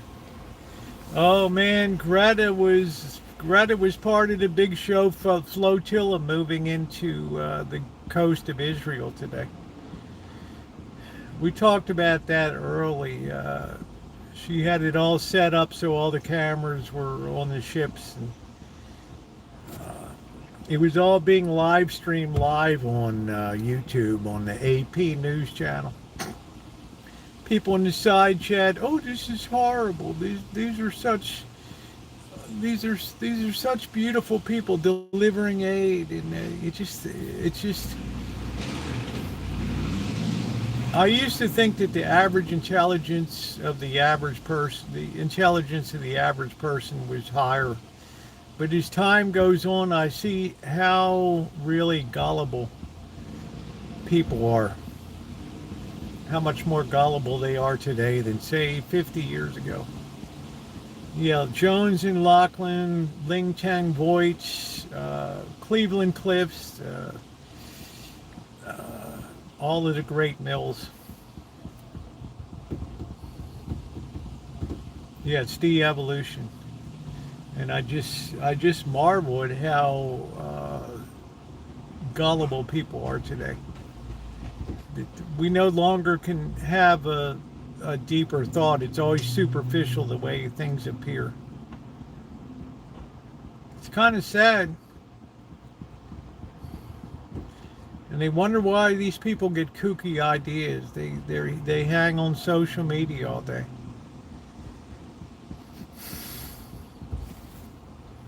I think people are becoming stupid. But that's part of the whole downfall of humanity from a biblical point of view. As the amount of vice spreads through a society, people become more stupid over time, because they can no longer tell good from bad anymore.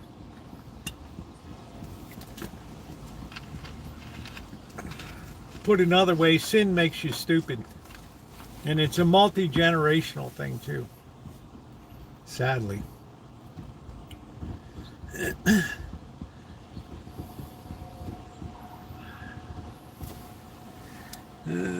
You think whatever you're told.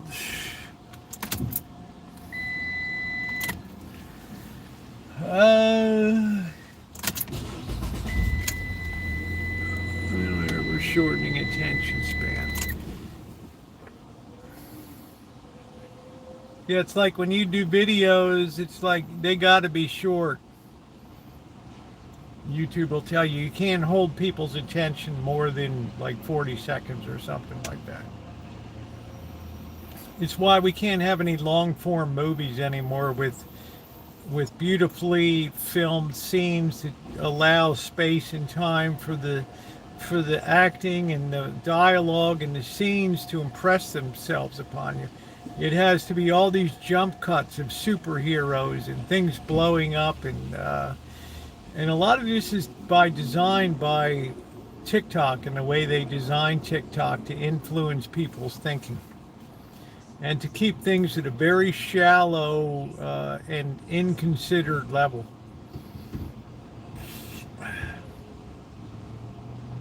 Kids also don't know what manipulation is. They don't know what manipulation is.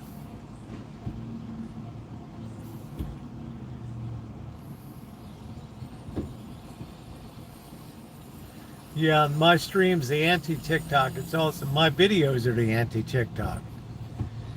When I do an hour and a half grand tour of Berkeley, and it takes 3 hours to upload, they're listening to all this crap because they were not taught anything. Yeah, that's correct, Catherine. You know it and I know it. But I go out here and I say that, and honey, I get blasted in the email. I get blasted in the mail.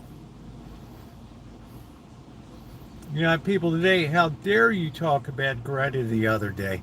You're a slob that just sits on your can in the car. Fair enough. Right. How dare you? She's accomplished more in her 13 years. Or however, 13, 14, however old she is, I don't know. I just don't like that page boy at King Arthur's court. I don't know. I'll get blasted overnight, Doctor.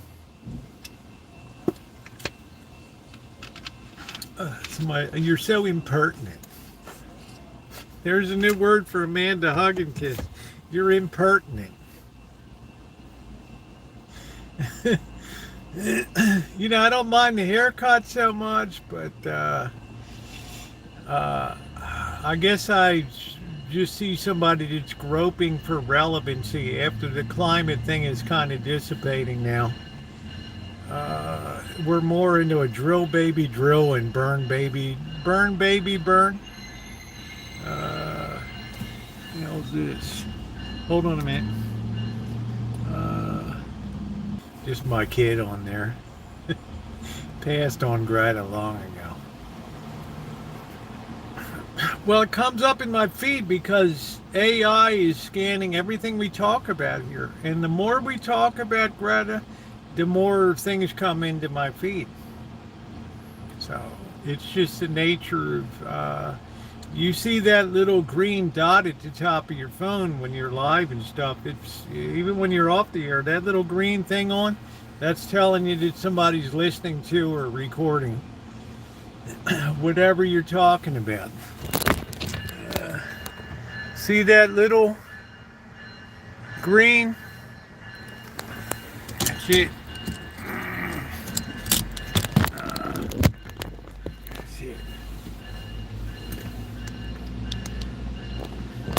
Either that or hug and kiss is snooping on me here. I don't know which it is. Oh, shit. Alright, there are no ports into dock boats. They're not possible. I don't know. So the guy will not offer to buy me. She looks like an alien. I guess I could appreciate her a little bit on climate, but I don't know how you get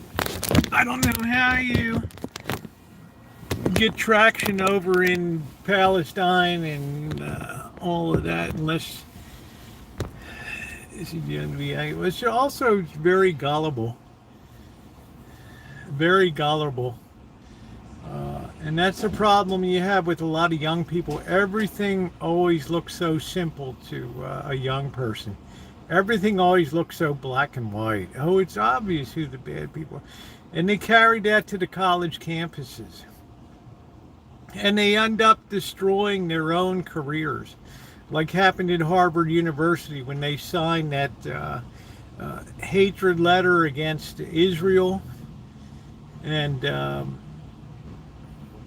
the rich guy, can't remember his name right now, that he called all of his Jewish friends and they pulled all of their job offers from him, all of them. And then they real hastily put this apology letter together. Oh, we're sorry. In other words, transactional people. Hey, Bliss. Okay, thank you. It's like we didn't really believe what we were saying. Hey, we're just college kids. Go easy on us. We want to have a nice career. Don't do this. Bill Ackerman, that's his name. Highly influential, multi-billionaire. Big hitter on Wall Street. Big in AI and stuff. And he said, you know what? I don't have to put up with your hatred. If things to you are that simple, you don't need to be part of my organization. And he gets on the phone, he gets all his Jewish club guys together, and they're all just, screw this, pulling their jaw, and then they write the second letter, we're sorry, we're just college kids, we're dumb, what do we know? Too late. And then they take the mobile billboard things like in Vegas, advertising the stripper clubs that run around, and they put all the kids' faces on there. Now the kids are really in panic mode, like, holy shit. We're on blast. Then we'll see who's transactional now. That's why I said the smartest thing to demand a hug and kiss when we had the whole thing come down with Target, and I could respect Target for standing up for the community, the LGBTQRSTUVWXYZ community. And then all of a sudden, once they sensed that the tide had turned, they backpedaled and moved away from that as if it meant nothing to them. And Amanda Hug and Kiss declared that to be a transactional corporation that didn't really care about what they espoused. Could care less. It was all about tapping a new market. Yeah, they can sell what they want. But it's amazing to me how fast they backpedaled and left those people hanging.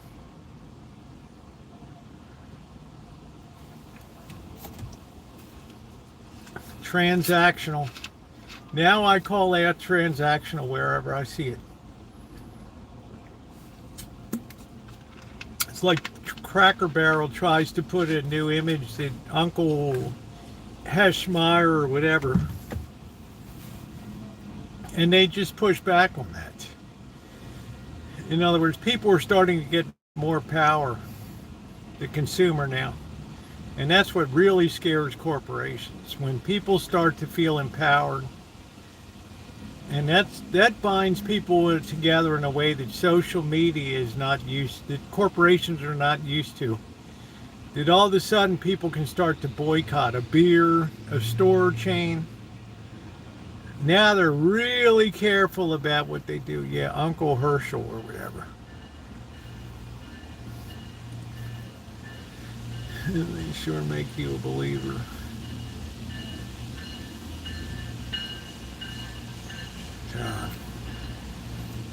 That's when Amanda Hug and Kiss said, I lost all respect for Target Corporation. They thought they could get rid of Herschel. I don't know. I've never stepped foot inside of, to me, I wouldn't have given it, I wouldn't have cared. But then you look into the life of the CEO and, oh shit, here we go. You look at the education, you look at the former jobs, you look at the social philosophy of Cracker Barrel. You look at the goals of the corporation. And all of a sudden it's like, it's not about the product, it's about the people. It's about the way we want to be perceived in the world. Forget about the biscuits and gravy and chicken fried steak or whatever. It's all about the message.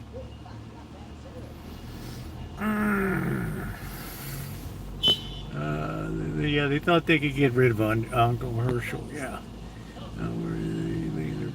Sometimes the only choice out there. Yeah, it's too expensive to do business here, so there's not much in the way of offerings around here.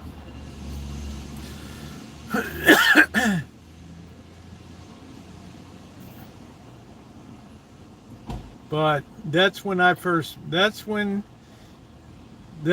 Hug and Kiss opened my eyes to transactional politicians, transactional corporations, and transactional people that didn't really give a shit about what they were espousing. It was all about making the dollar. It was all about the buck, buck, buck, buck, buck. Everything's a buck, buck, buck, buck, buck, buck. That was it. That opened my eyes a lot.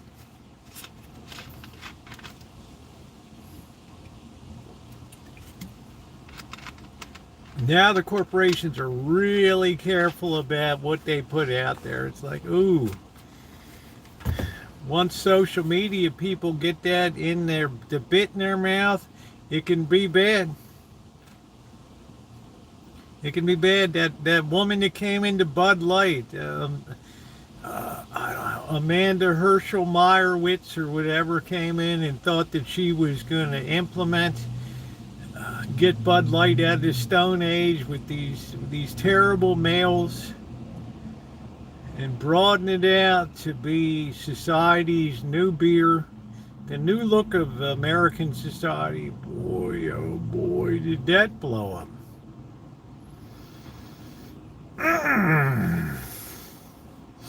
That kook is kicking around at another company now. And no one was asking for change. But there's always somebody who'll come along, Dr. Frankenstein, that thinks they have a better idea for how to make things more inclusive, more welcoming, more embracing of society today. And when you think about the cost to Anheuser-Busch of that woman going into Bud Light and sitting in that marketing position, the cost to that corporation is now in the billions. With that idea, it was so frigging costly. Terrible.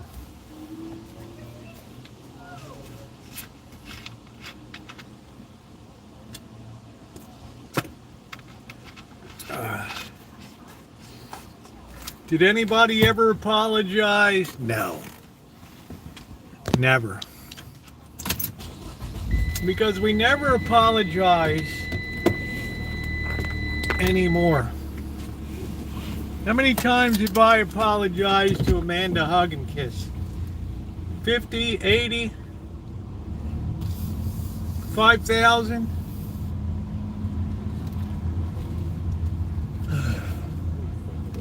We got young lovers down here tonight.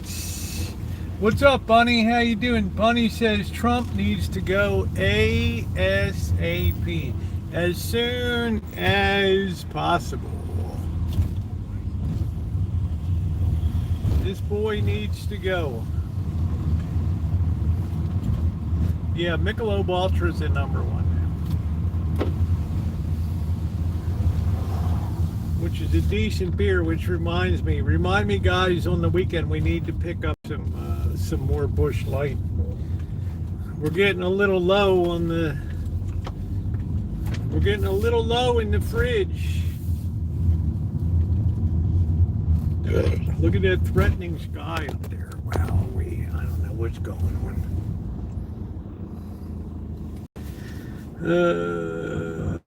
It is a noble thing to apologize when you're wrong, exactly. And I think we've lost that to a great extent. We have a very prideful society today.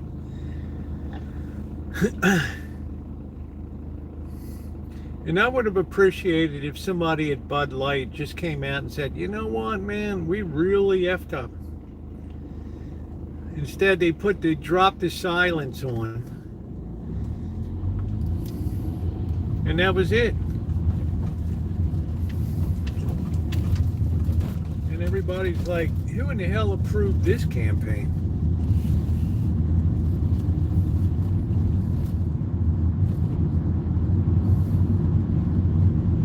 That was it. It became a textbook case now for MBA students to study in marketing. What not to do. How to alienate your customers. Understand who built the house before you go to set it ablaze. That was the basic problem with that.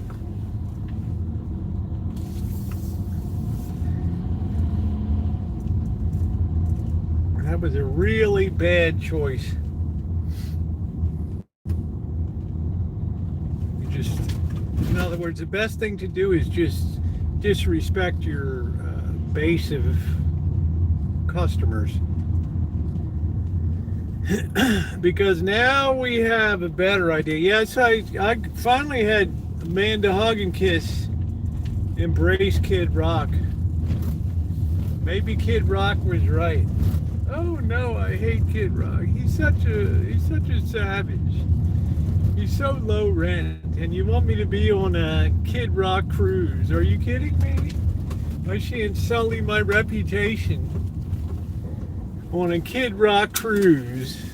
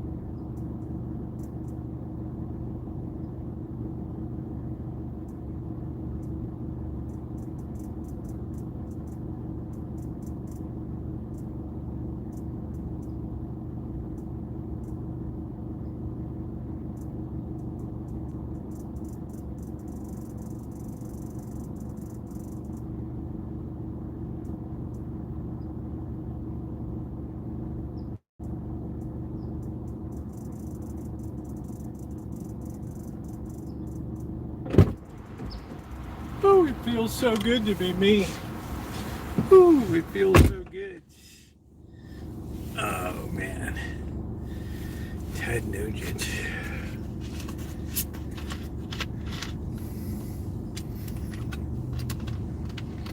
That's Amanda Hug and Kiss's idea of how is Ted Kid Rock cruise.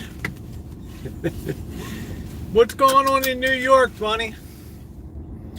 Bunny's like, I can't wait until Madami becomes mayor and I get cheap housing and I get cheap food and I got a dedicated fan base for sure. People love Kid Rock. You got ladies on cruises tearing their tops off, right? Bouncing around. People from Carnival Cruise running around. You can't do that.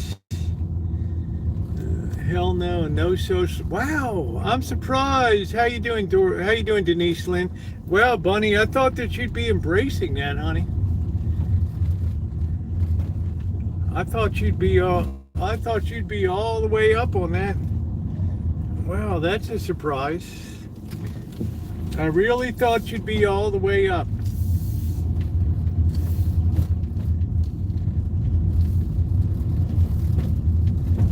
He's going to bring you cheap housing. He's going to bring you cheap community grocery stores, nonprofits. I think the people are going to have to sign a pledge when they come in. Be nice. Be kind. Don't steal. Like the old video game company, video rental places, Blockbuster. Be kind. Rewind.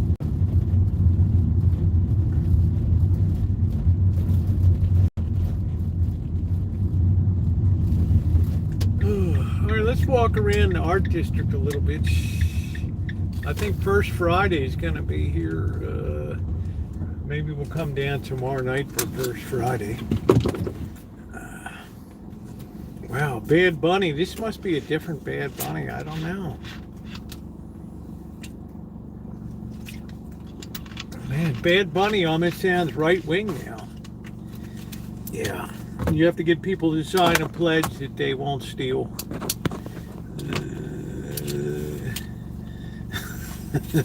That's not the real Bad Bunny.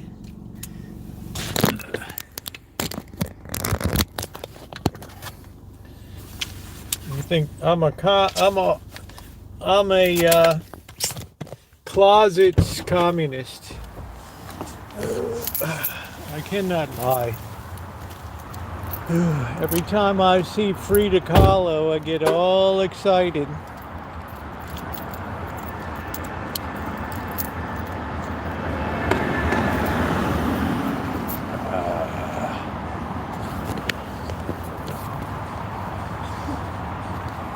Good. I hope the Niners win. Last week was a little rough. That's a good rivalry.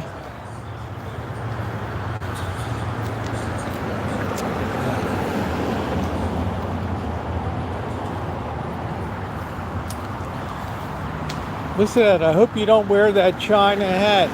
What are you talking about? It's a Macy's hat. Arts.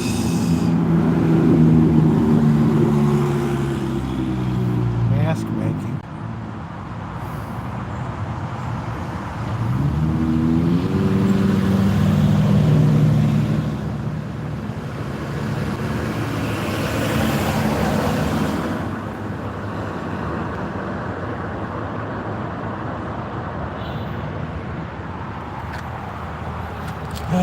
The words of music, John Lennon.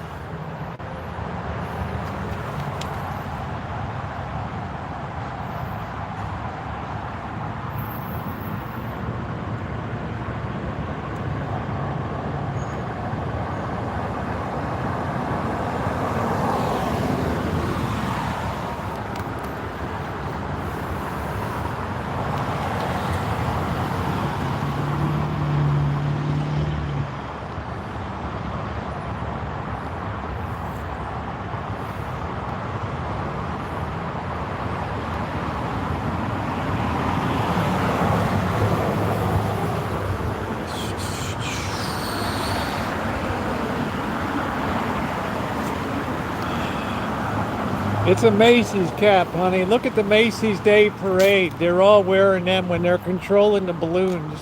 Dun dun dun, doo doo doo doo doo.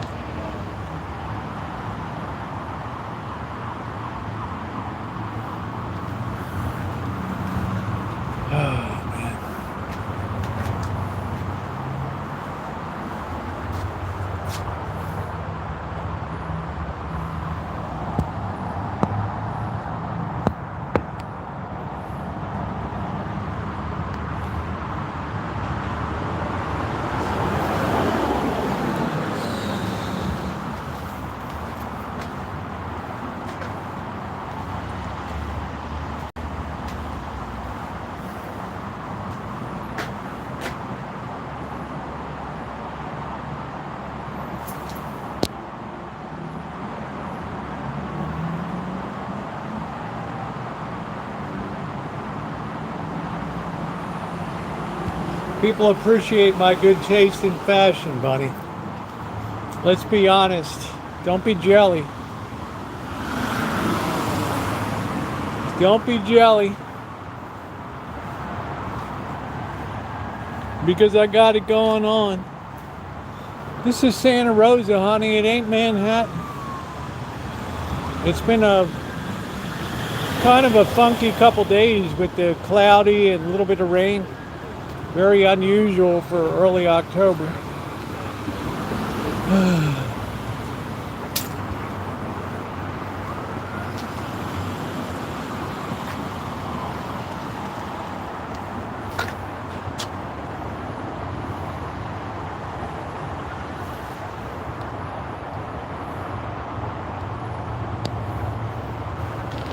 Spinster Sisters restaurant.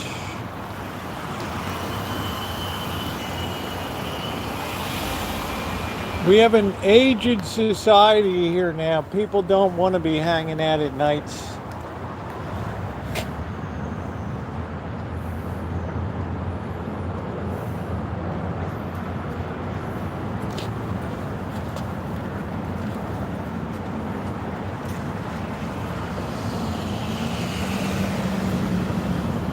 Yeah, they'll be coming up. Right now we're focusing on getting the book published. Waiting on these literary agencies.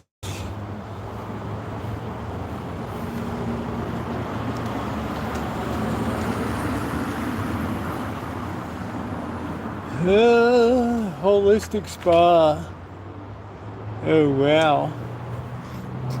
Beam me up. Beam me up. Look at that cactus. Remember the old guy who used to live here? That whole roof needs to be replaced. No, nothing new the last 2 weeks. No news is good news.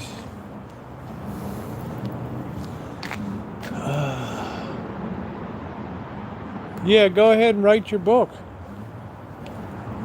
Not many children left in the world, but might be a few.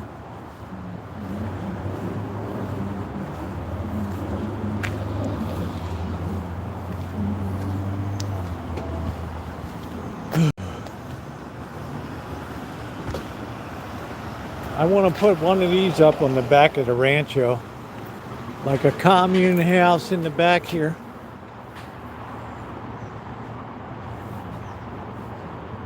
Yeah, that's a cactus, yep.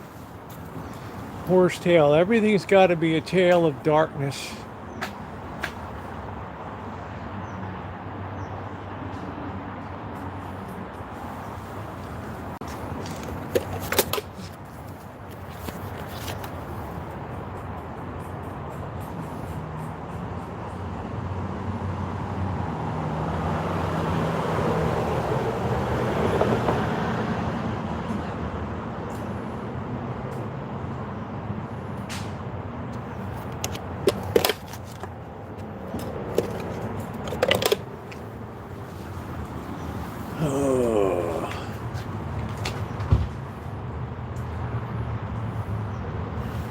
Sueños.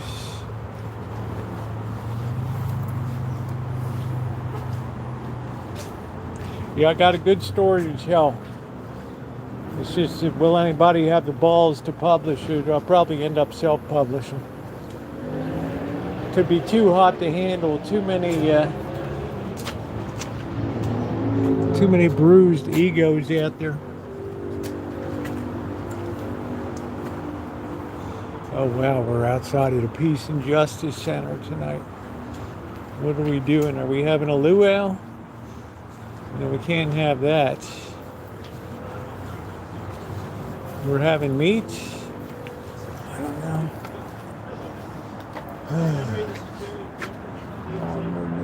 Apartheid free zone.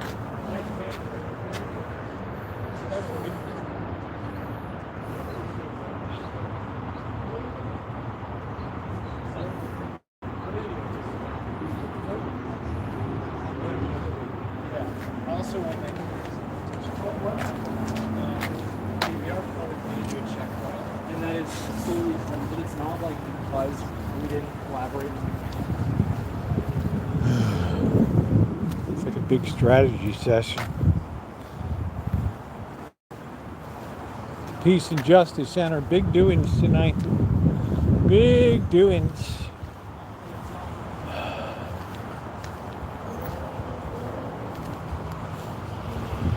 People have no interest in being outside. The summer's over.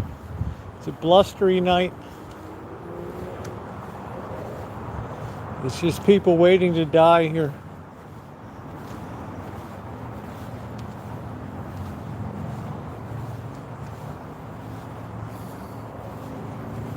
What did T.S. Eliot say? Most people live lives of quiet desperation. Look at that thing.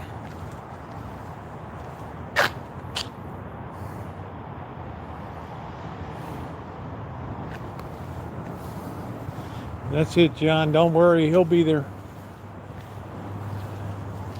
Goliath will be there.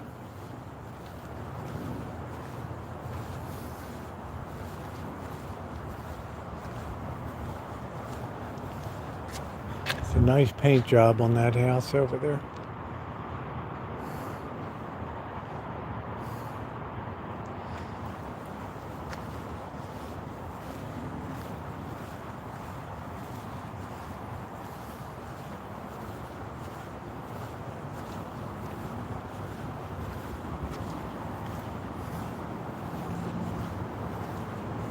Shank Brothers Garage since 1926. Can you imagine?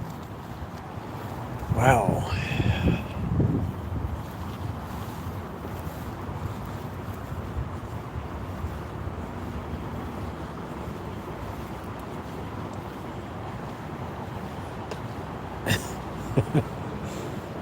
You will meet Goliath.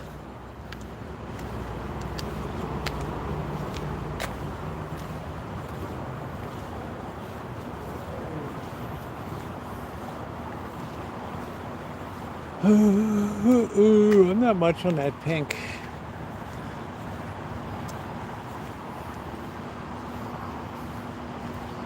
I'm already well into my second book.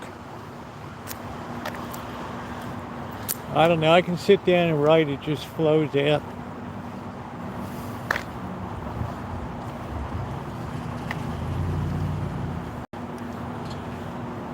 What's going on, WW?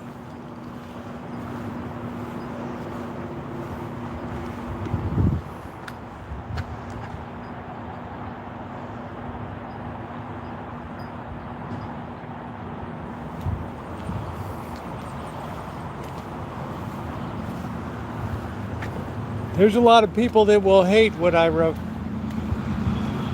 But that just makes me know I'm on the right path.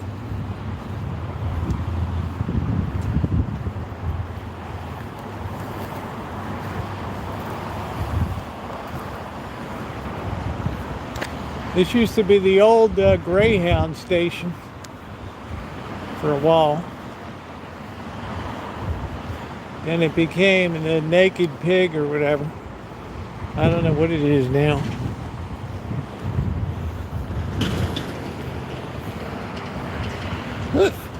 Yeah, I got it at the agencies now, so I said I'd give it to the end of the year and then I would just self-publish, which actually is more profitable. Put it on a 99-cent Kindle book and everybody and his mother will read it.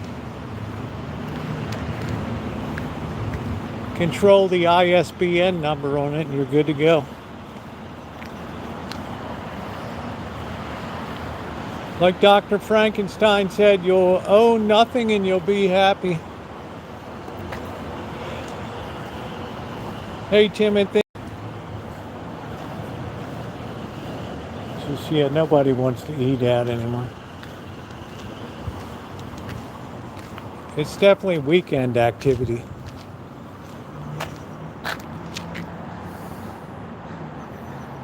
There's Shimei's new home. Your tiny home is here.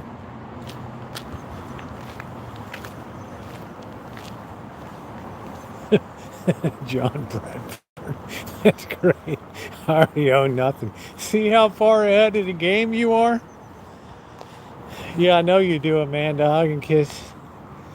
You particularly like what I say about psychology and everything. You're the #1 fan in that regard. That will be right in the fireplace.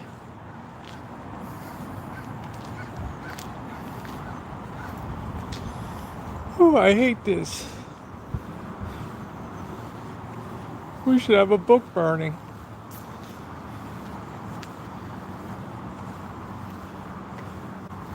I don't like these little houses. They're really spooky on an alley here.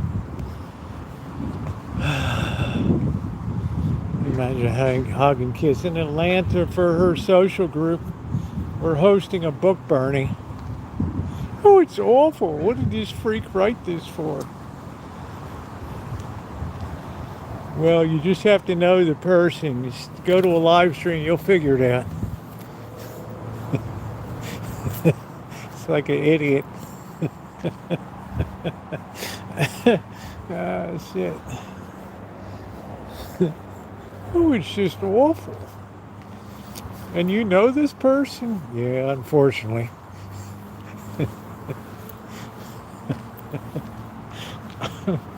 Did you know this was coming? Yeah, I kind of had a little bit of a warning, a little bit of a heads up. I know, but did you know it was going to be this bad? Yeah, I did.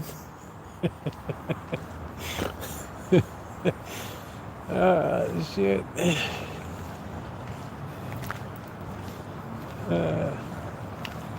Oh, my husband's a psychologist. This is awful. He's going to go nuts. Yeah, please let him go nuts.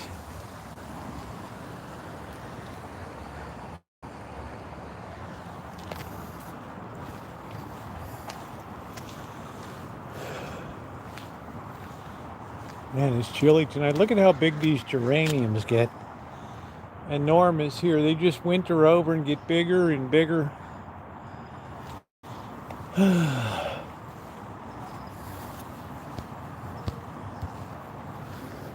got pounded today.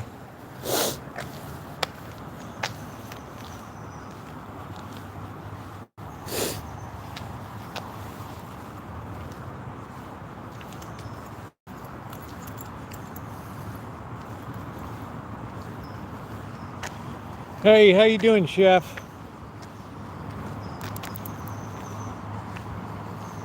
We're just rambling around the art district tonight. Hope your day is a little better than yesterday. And I know between the car and your daughter, it's get a little bit dicey. Ooh, that smells so good. That bakery.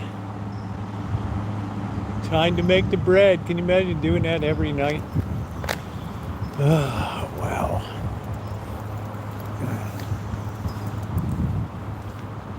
Art Heels. Home of the Winter Blast. That'll be coming up soon. No, you rarely.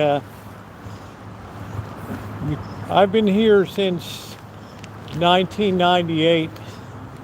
The coldest on the Rancho was 18 degrees in 2014 one morning. I don't think we've been below 30 degrees since. This is where the winter blast is. Oh, is it in December this year or is it a little later?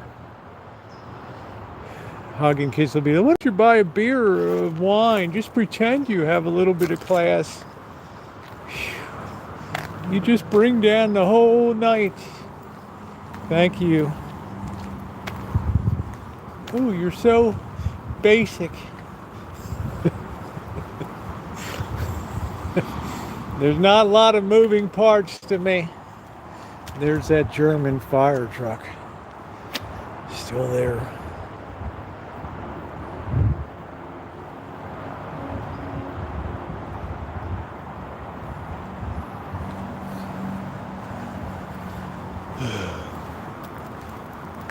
I have a feeling this is going to be a dry, cold winter. There's the sofa parade. Nice.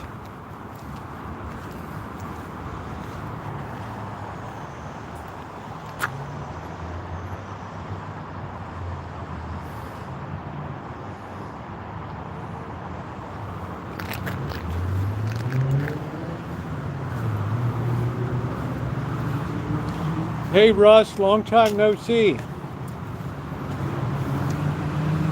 I don't know what it is. You just have a hard time finding anything normal around here.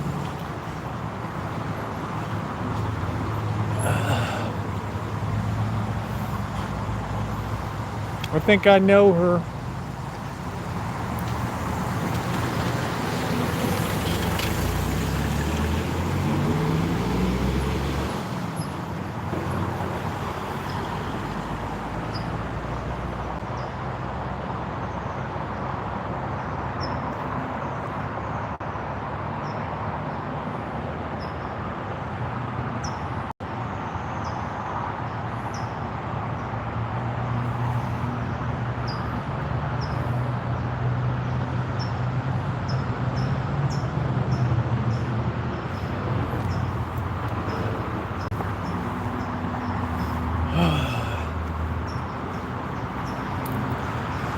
I love being cultured.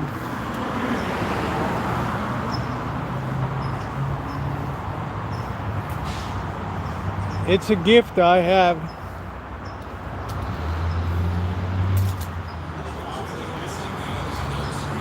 Y'all heard it first, sir. She does look like a little bit like that, doesn't she?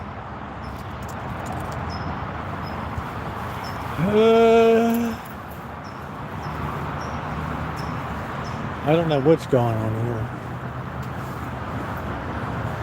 Somebody new is moving in.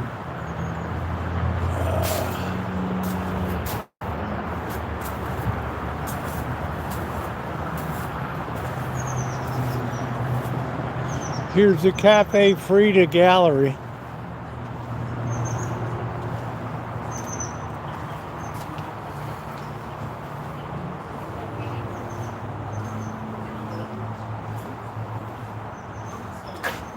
I hear some freaks back here, yeah.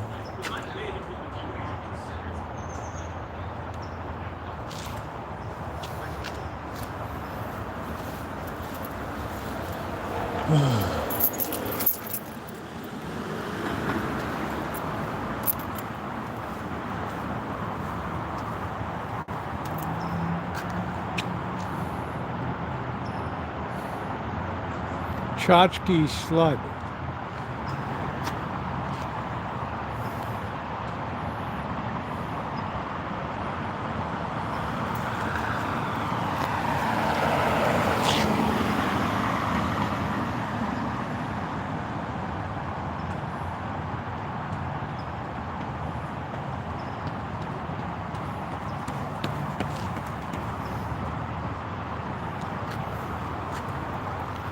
All I know is we got some very angry people around this place. All right, what does this person's sign say? Don't let your dog crap. Let's see. All deliveries to Little Deer.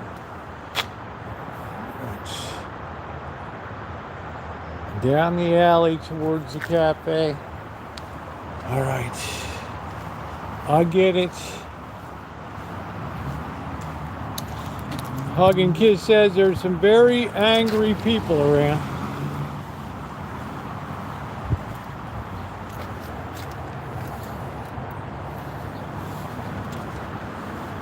Look at my van. All that joy juice from crabbing. Miraculously, it's all gone. You never have to wash anything.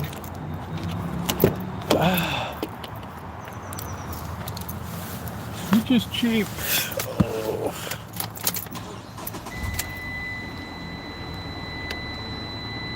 Yeah, there's angry people. Yeah, don't let your deer, the deer with the wolf dick and the deer. Exactly. To think somebody thought that was worthy of a gallery is absolutely phenomenal to me.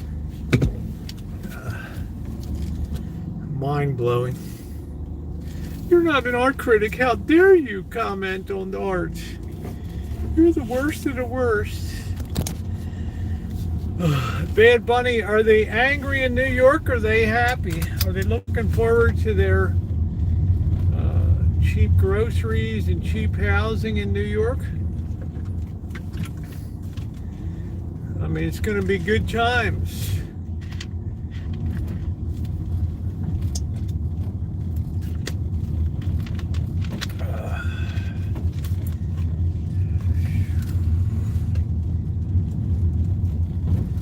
Yeah, a lot of angry beavers out here. Wake up, shaking my head. Everything here is a mess. Well, I didn't say everything was perfect. I was a little taken back up in the Bronx. The side of the ghetto tower fell off. Projects up there in the Bronx. I'd be a little nervous living in one of them now. The whole damn side of the building came down. That was a WTF moment for construction.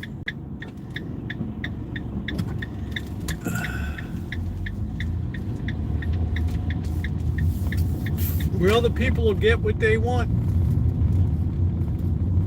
I guess you could say they'll get what they deserve. We always get the elected officials we deserve.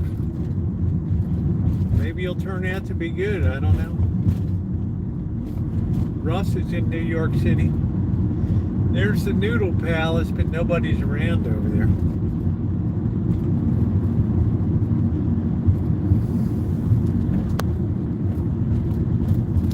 Call to prayer.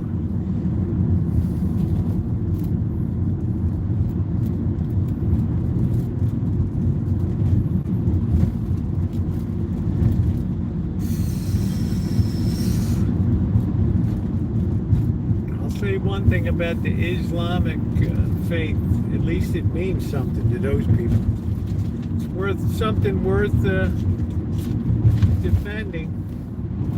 I wish I could say the same about Christianity and Christians these days.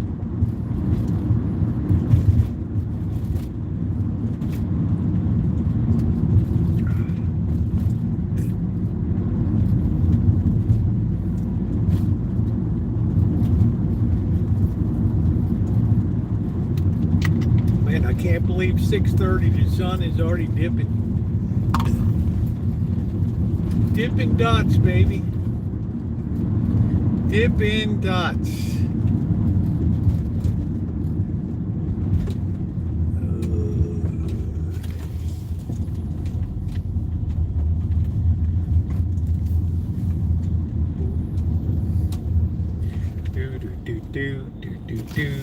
Do sugar pie, honey bun, so you don't have to know. I want to rear-end your truck, oh, don't you know, do.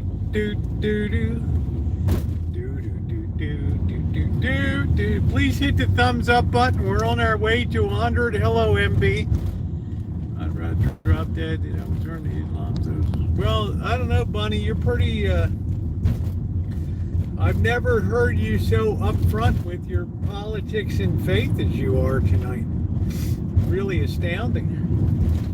I'm not used to this bad thing. I'm used to the shy, demure, retiring Bad Bunny.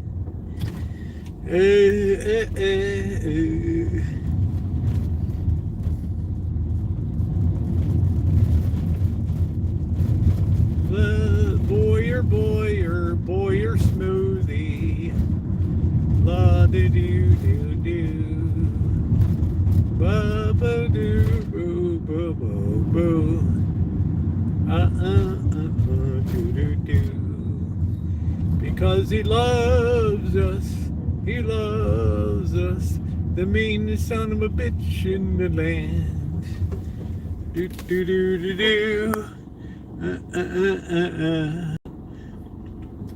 I'm very upset in my family and friends. I can tell, honey, you're a little out of sorts tonight. I'm a little concerned. We got to figure out a way to take that edge down a little bit. Well, this afternoon sun is brutal. I mean, I could absolutely hit a kid right here and not even know it. Yeah, I'm a little concerned about Bunny tonight. He's really a bit upset.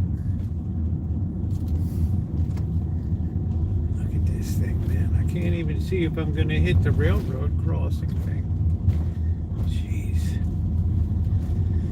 Oh, wow.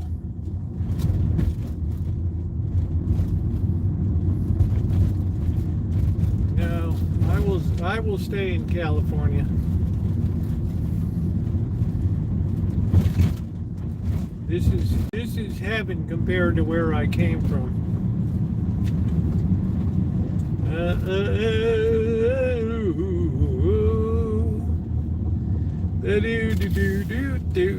Thought your tan is boring. I would.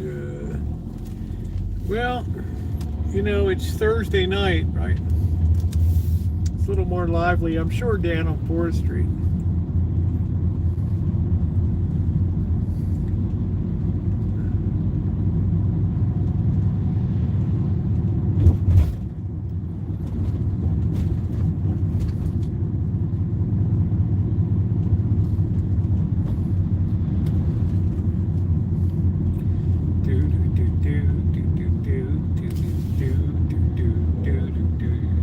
pie, honey bunch.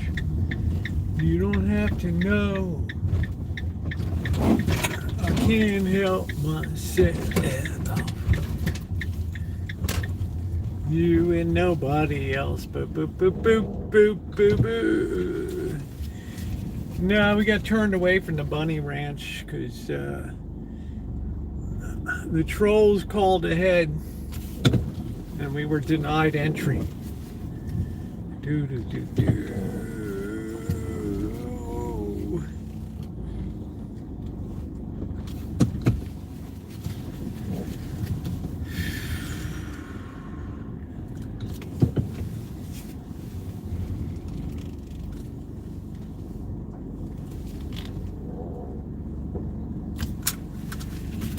Head on in.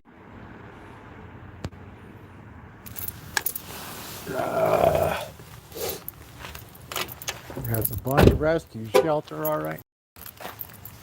Oh boy.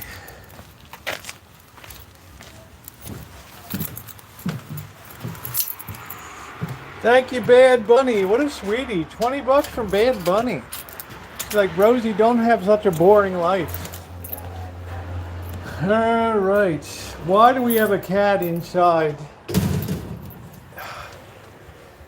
Did this cat roar through the screen here? Where did you come from?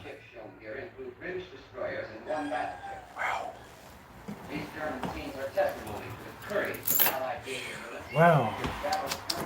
What are you doing?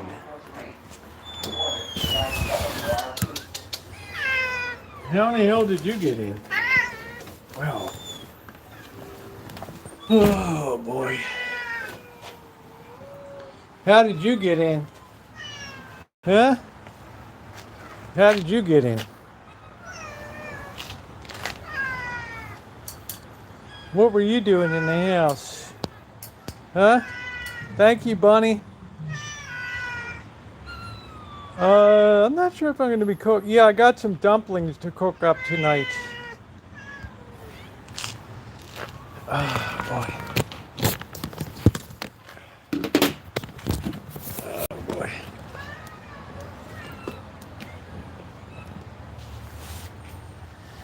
I got some dumplings to cook up tonight. All right, cat feeding time. Cat feeding time.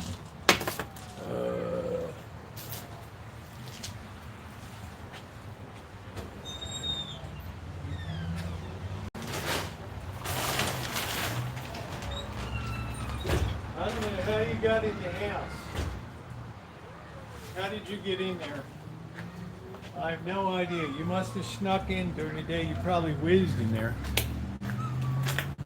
You probably whizzed in there.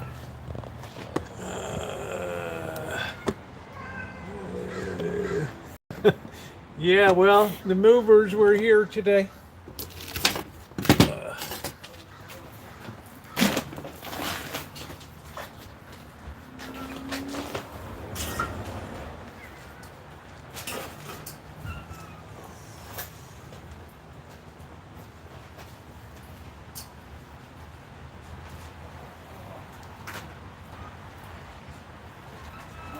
Who's hungry? You already ate. You were in the bag inside. How in the hell were you inside?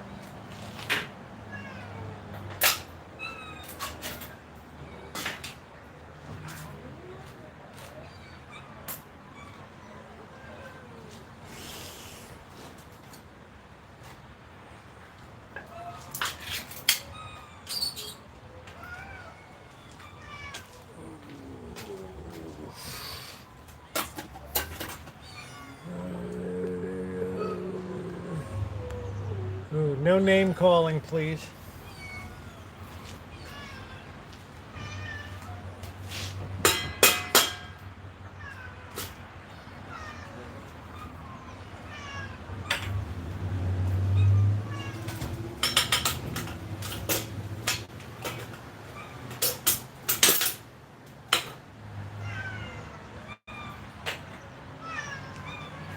Everything is very carefully placed into storage. I'm a responsible person. I follow California law.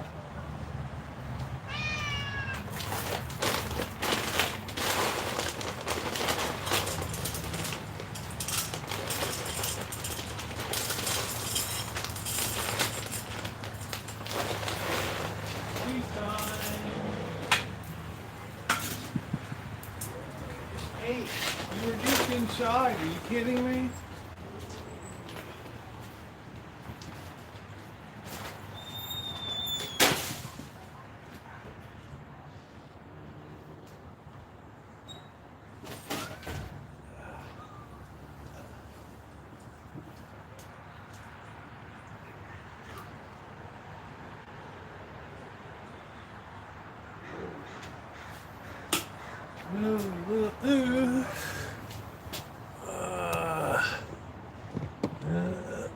Oh boy.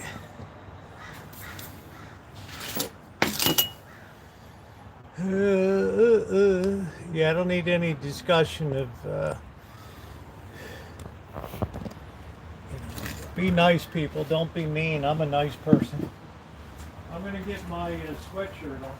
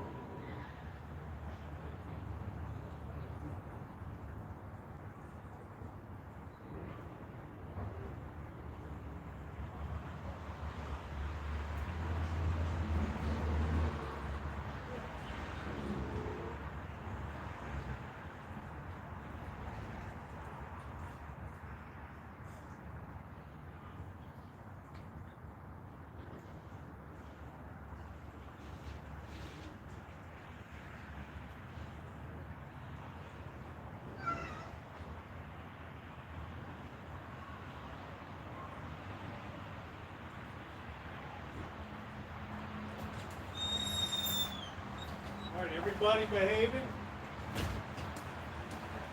Everybody behaving?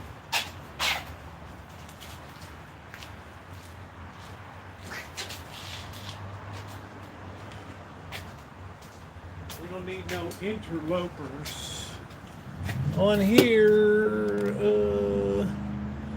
Yeah, I don't know how the cat got inside. I have no idea. Oh boy. Well, you know, when you don't get rent since July, there comes a point under California law, especially if somebody's off the property for 6 weeks. So I got somebody that's going to move in. It has a good job. Pay 50% more than I will what I was getting.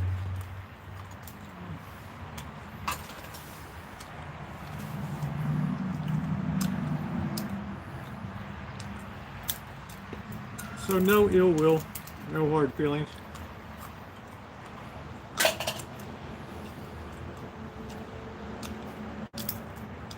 I just have to have the extra income.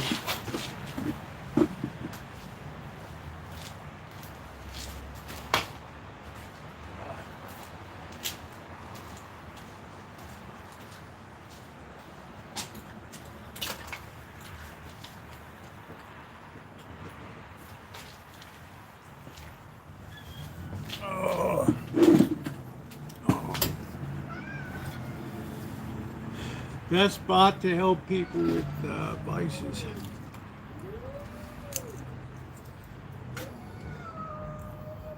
I always give everybody the best that I'm capable of giving. I've had a lot of people here on the Rancho.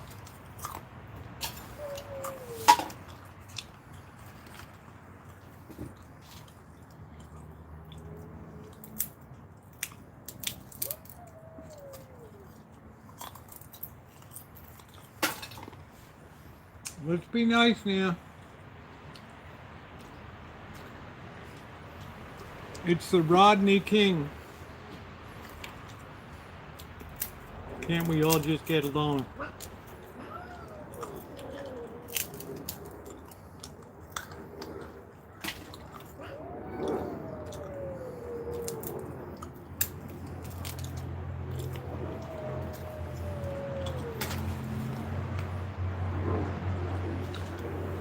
Simba's there trying to be a boss again. Wow. Hey, June. That's Simba making all that noise. Yeah, I'm proud of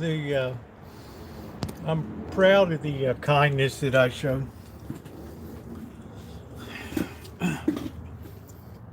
There comes a point you just got to cut your losses and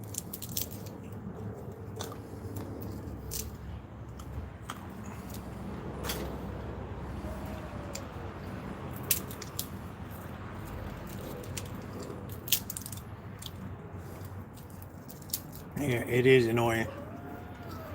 Yeah, somewhere around then.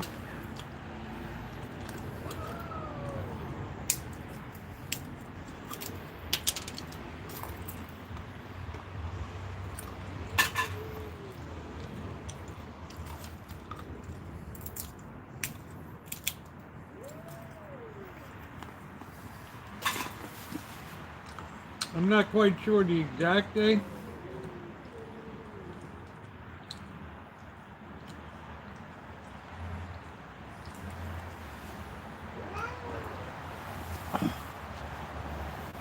It wasn't 6 months.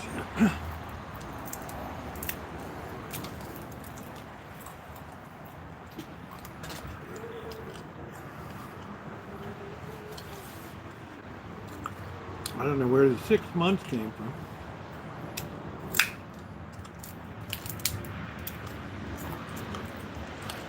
Yeah, it's life, we carry on.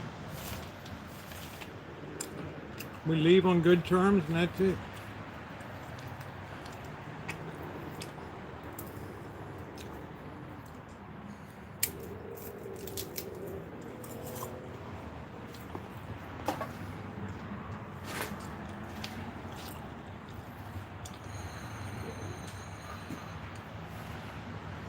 Yeah.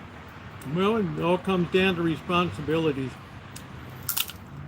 I've always been a super responsible person in life.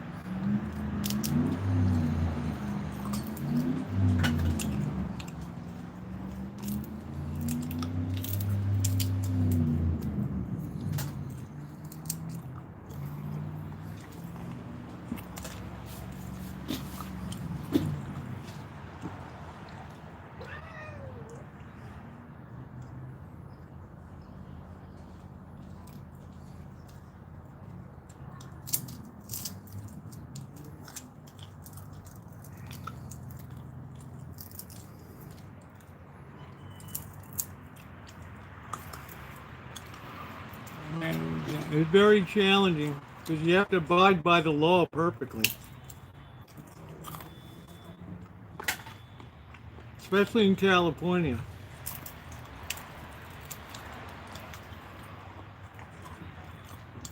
Hey, North. So you have to follow the right stuff.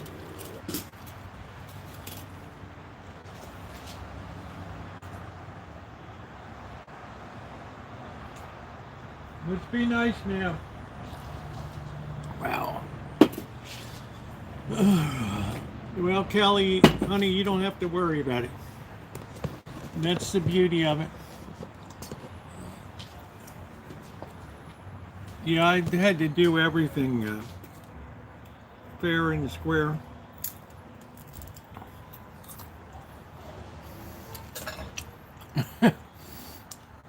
Wow, 700,000 bucks. What happened? Did the place cave in or what?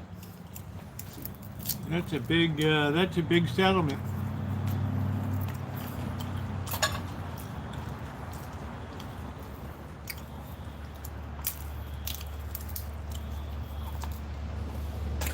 I mean, how in the hell did you get 700,000? Place collapse around here? Tiger! Oh, lead.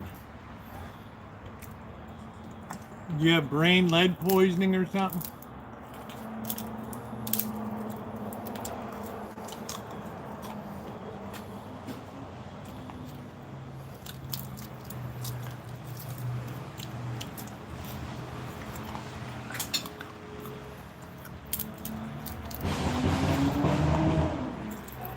Wow.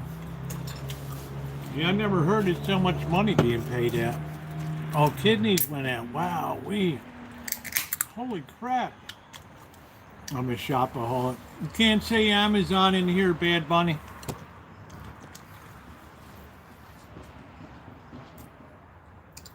There's people in here that curse. Yeah, I had to do everything to a T, Alan.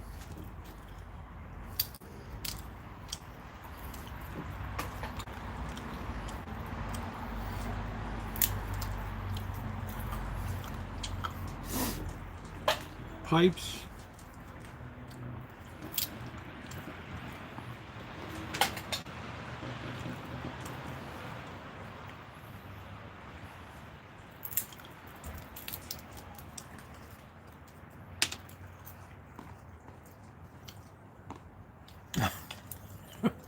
Bunny, you're really raging tonight. What happened to you? I thought you were more socialist.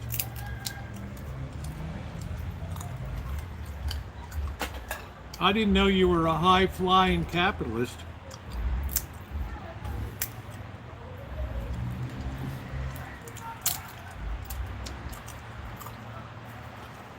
Oh, wow, okay. I have my period. Well, I guess that explains it.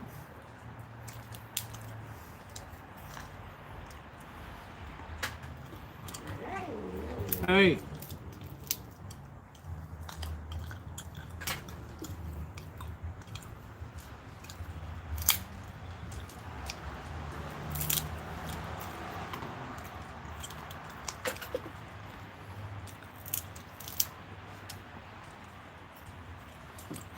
Oh, I don't know. We have a lot of good socialists in here.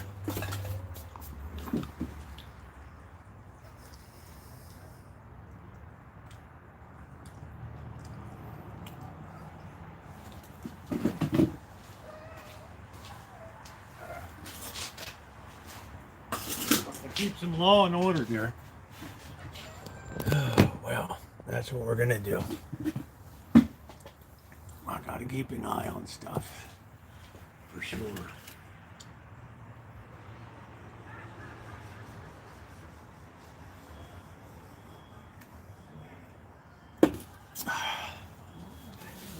Bad Bunny's really talking up a storm tonight.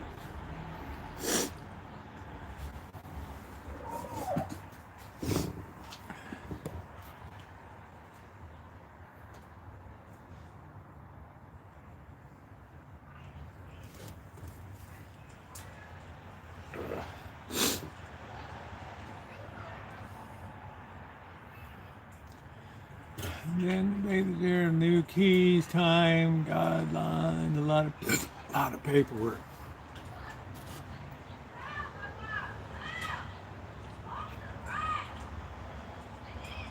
Yeah, you have a lot more leeway when it gets on to 3 months. Then it's a lot easier.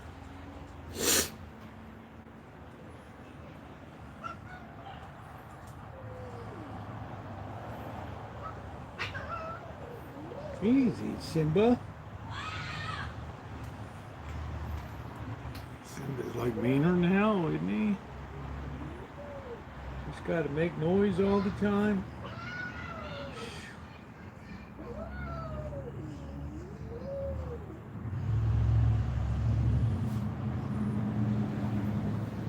Should be nice. You can't train a cat to be nice.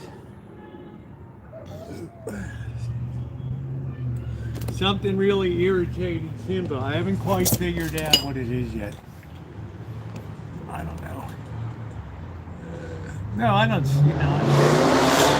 I don't harbor any ill will, but I can't support somebody indefinitely here, and it just keeps, piling in more junk and more junk and more junk, and it's just. I got somebody coming in that's paying 50% more and has a good solid job, and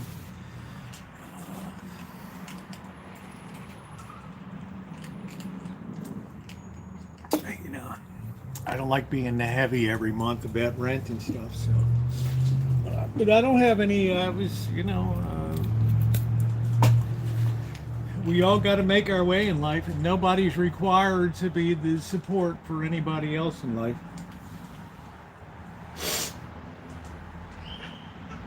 There's the other one I'd like to track.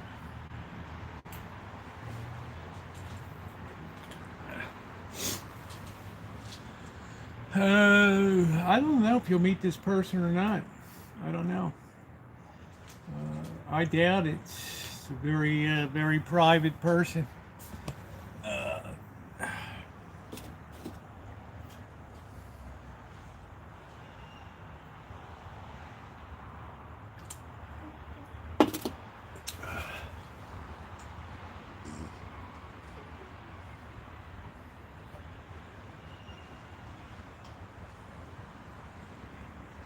Some people like to live like free spirits, and that's cool, but I'm more into the mainstream of society and stuff.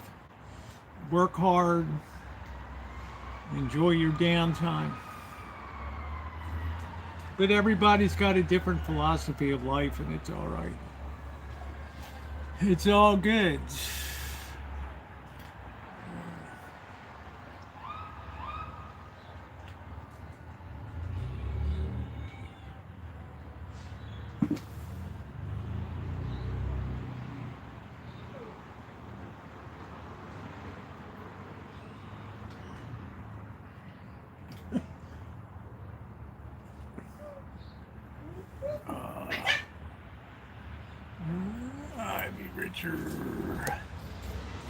I do not have to work hard the rest of my life. Well, that's good, Bad Bunny. It's nice to be independently wealthy. I'm not. You know what? I got a water bill and a power bill. No. Get this place cleaned up. Get all of this stuff removed. It's just more and more and more and more stuff.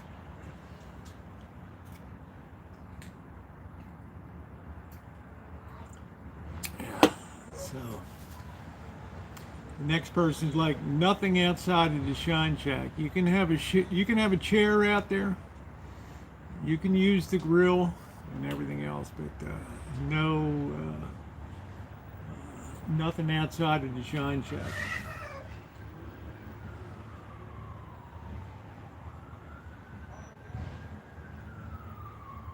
See how mean Simba is? Wow-wee. Yeah, I'm not into that. I'm not a hoarder. I don't need to have all this stuff around here.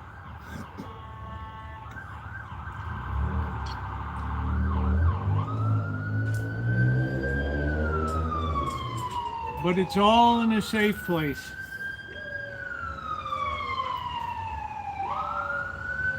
wonder if there's a fire in the neighborhood.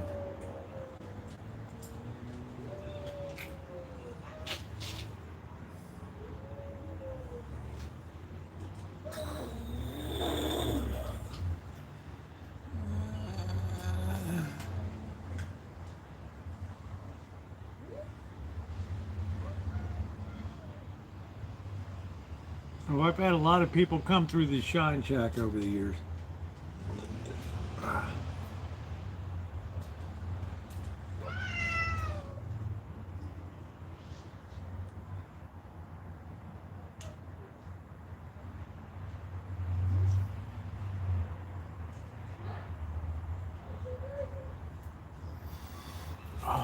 Plus, I don't like the idea of cats in the Shine Shack and all that. I don't go for all that. It just creates a dirty environment in there. And doors open in winter time and raining. You have to respect the property.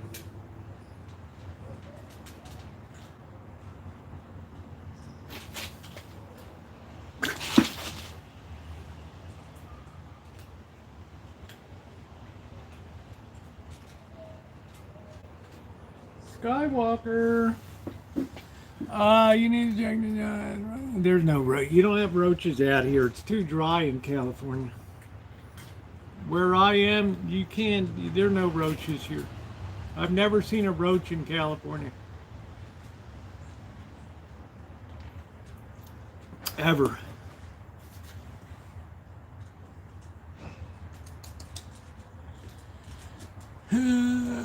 Some people get mad. Yeah, there aren't any here. It's too dry.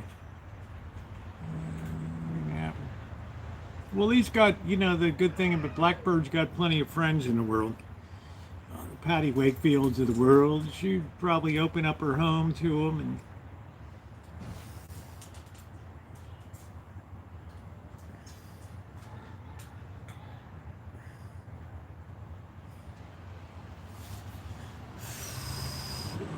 too much pressure, so it can happen. Yeah.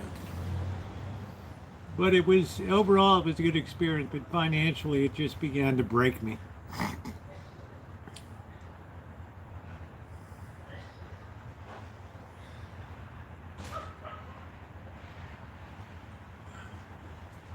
Especially I travel a lot, I volunteer, I spend a lot of money in other places to help others out. And I'd rather be able to continue doing that.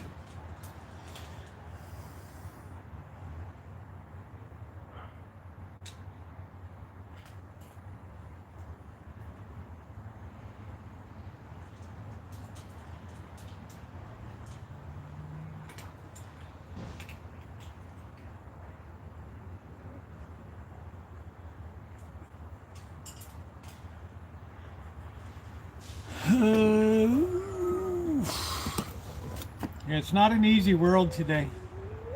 Simba's terrible. Needs a new roof. Yeah, I got Cindy Russo donated a whole new setup. So that's the beauty of that. Yeah, they had to pay utilities every month, refrigerator, hot water. It all adds up. It's just... when you're in your third month, it's California says that's the end of the line. That's it.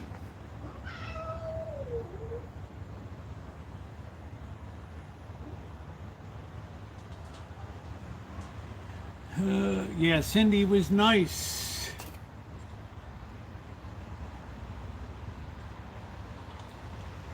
Yeah, you never see a cockroach out here. It's too dry.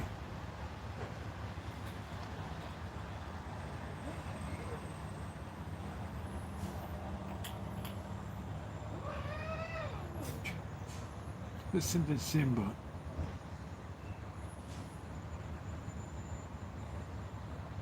Other of his friends have invited him to come and live there, so maybe he'll take them up on it.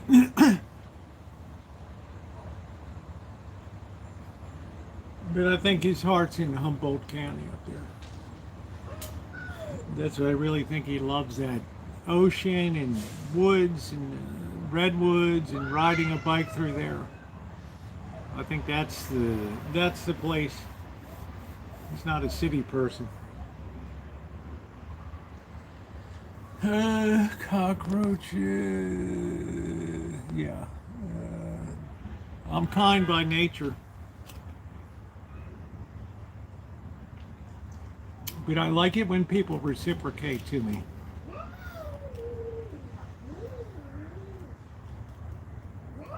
And that's the thing. I like it when people. I like it when I'm a priority to other people and not at the bottom of the heap. You know, behind beer and weed and everything else. No, there just comes a point where you have to look after yourself. It's like, what's most important in your life? To have a roof over your head or to have beer and weed and everything else? It's $30, $40 a day.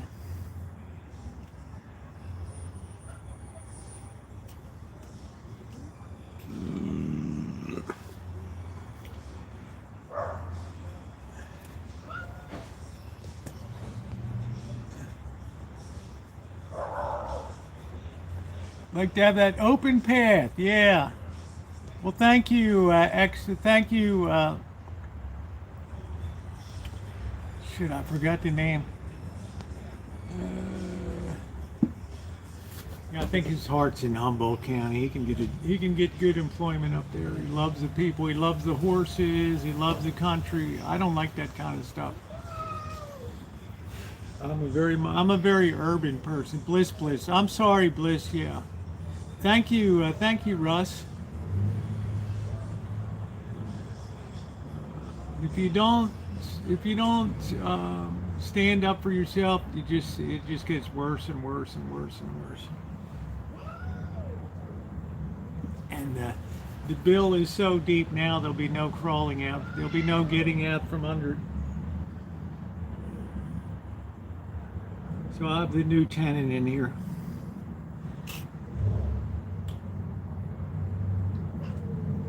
I think on Saturday.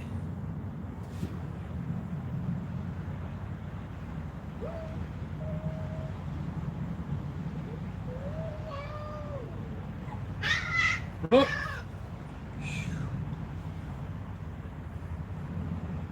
I lived in New Mexico many years, used to the suburb La Cruces. Yeah, how did you end up in New York City? That's interesting. How did you end up in New York?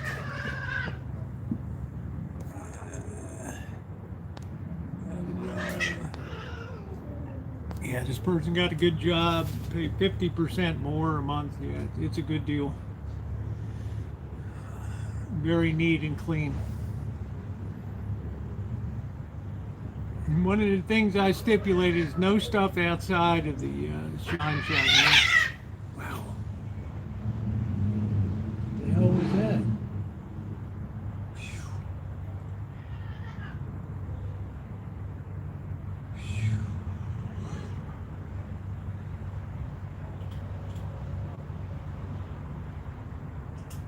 Wow. That was bad. Thank you, Alan.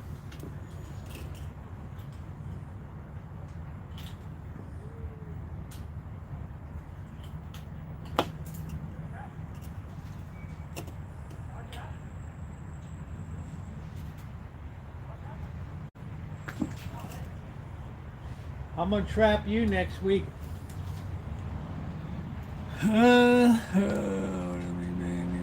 Yeah, it's a financial burden to me when I think about the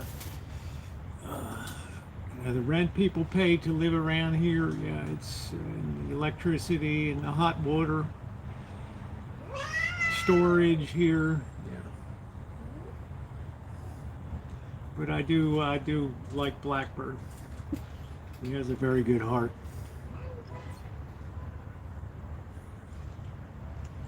That's why I take good care of everything.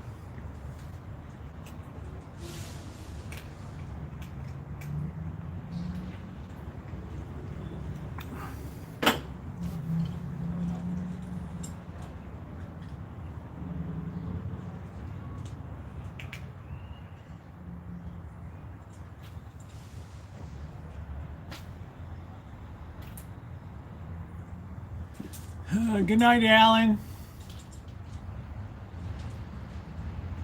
Thanks for coming in tonight. We're gonna let the cats finish eating, then I'm gonna get my dumplings to steam up.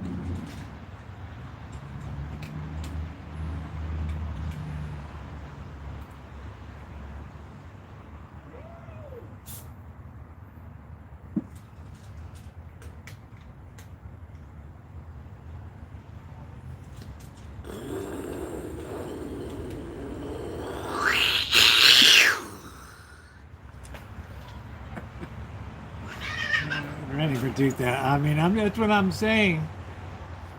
Sometimes people don't appreciate the deal that they have, and you have to meet somebody halfway. You have to, I don't expect people to be perfect, but I do expect people to be responsible. And the good news is Blackbird's got plenty of friends.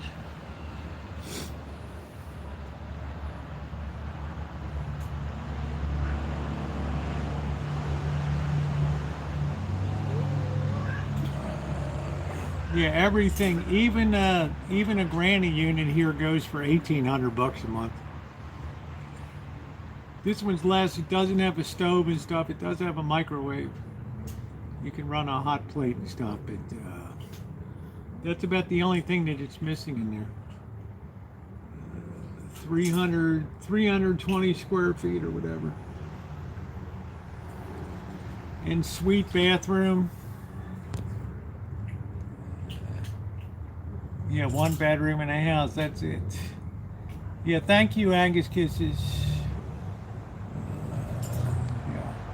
I'm near a train airport in New York City. A 1 bedroom would be about 2,000 to 2,200. Let's say 1,800 to 2,200.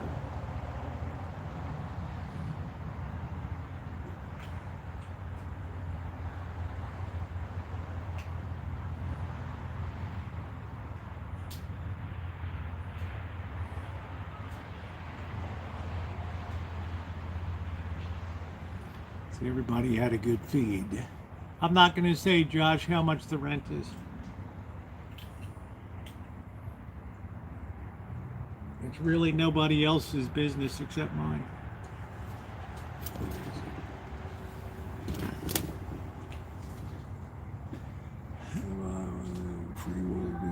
Pest control and no bites. It's nuts. This is a very expensive place to live. Using crass word, but I was irritated by the situation. My place is literally 500 square feet. I like a small place.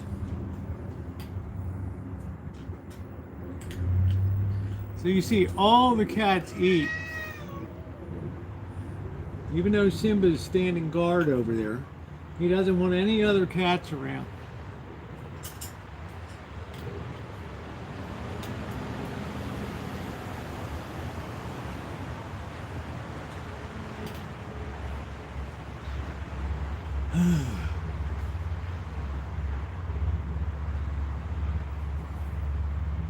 It's like a pit bull. You have more space, more than 2 house cats. Nice, Russ.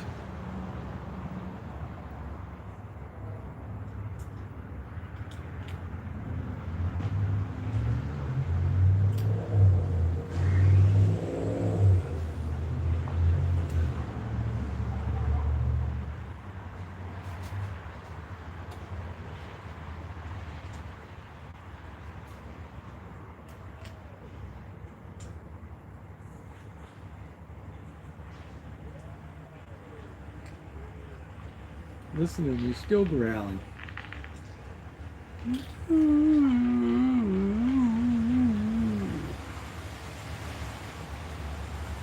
Still being a badass over there. Little arthritis. I think he's doing good. You got no problem getting around. When he wants to move, he can move. You'd be surprised how people compensate over time. You would be surprised.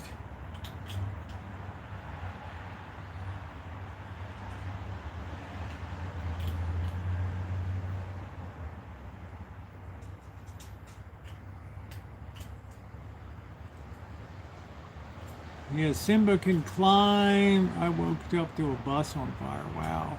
What was the June? What's going on with the ball game? You got the final like wild card, Yankees and Red Sox.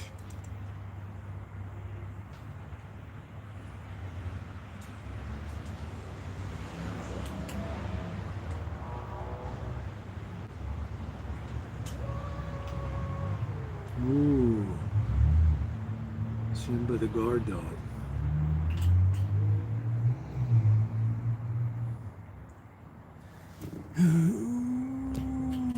Oh, 4-0. What inning is it? Oh, seventh inning. I guess it's about over then.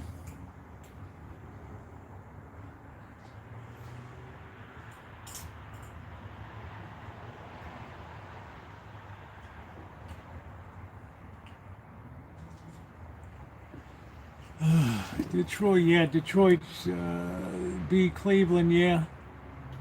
Poor Greta. What's up, Carrie class? Well, she made sure that she uploaded live to the internet her little flotilla today. That was her contribution to the world.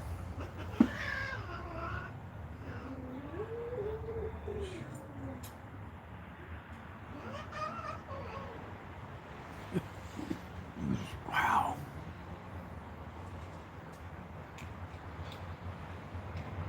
Like Simba exerted his authority.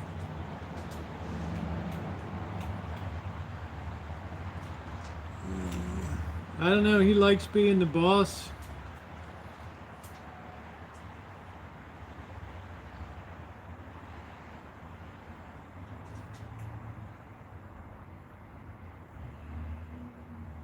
He likes being the boss.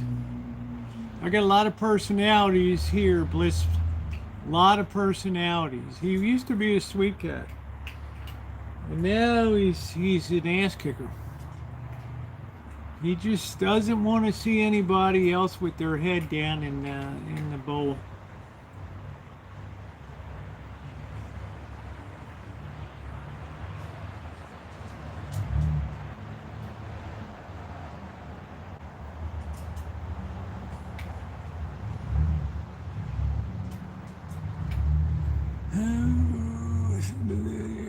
It's just I don't know, it's just so mean lately. We're gonna get some dumplings out tonight. Xiaolong bao. They have the juice inside of them. You put them in the steamer. I have to make sure not to burn up the steamer tonight. Put plenty of water in.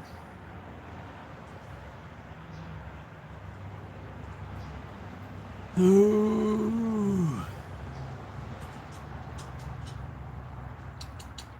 Skywalker, what are you doing? Huh? What are you doing? Huh? What are you doing? Are you coming up? Oh, look at that cat.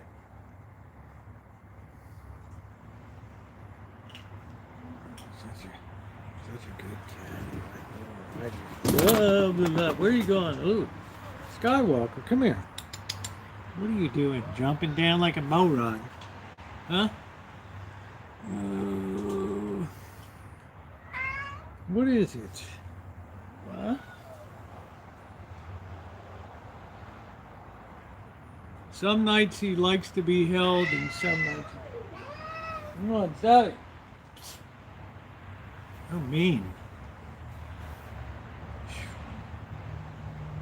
Wow.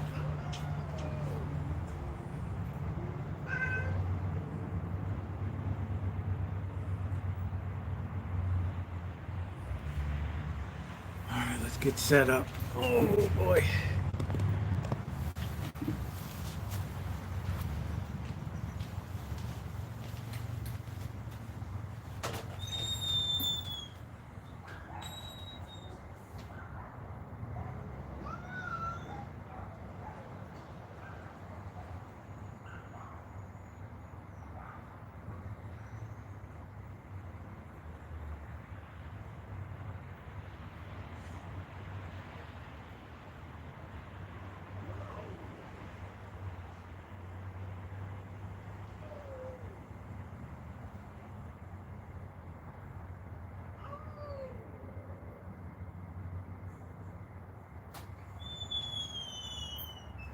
I don't know how the little cat got in the house. I have no idea. He must have snuck in. He must have snuck in.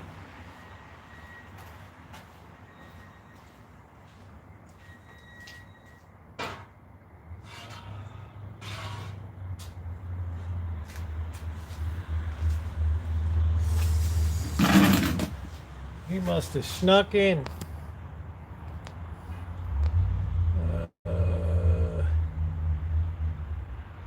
Yeah, ribs are terrible. I've been there, done that. Bad night drinking. Bad night drinking.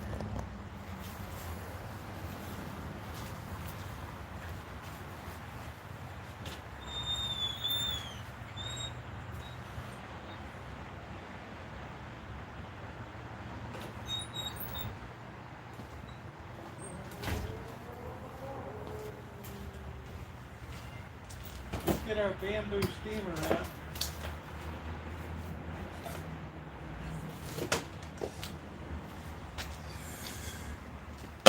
Yeah.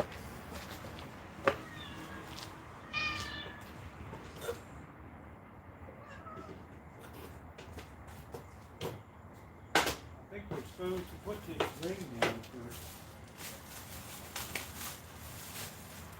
The bottom doesn't get burned.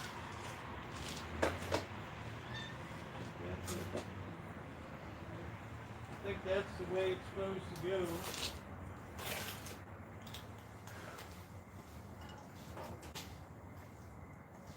Protect the bamboo.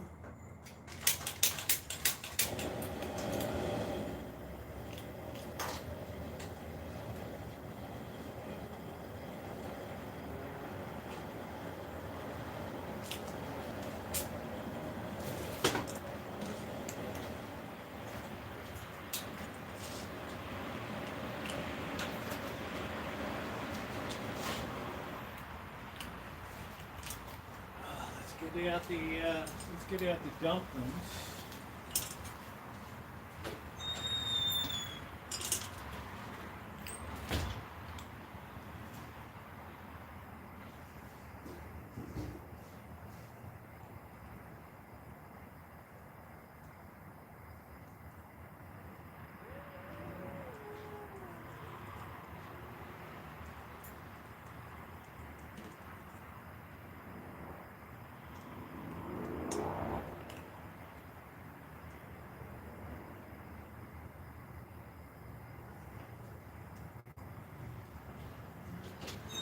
Got to go for 11 minutes.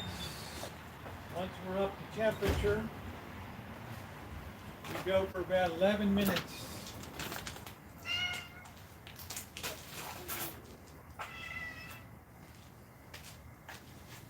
About 11 minutes.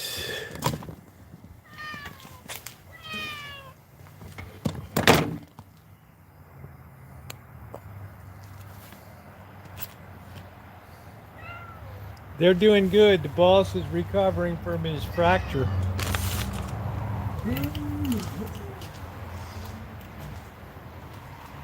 Not much left of Kitchen Stadium. It's like an open air venue now. Here.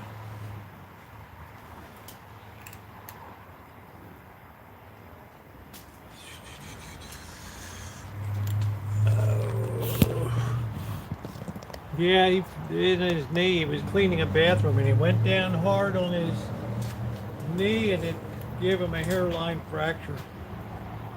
Terrible.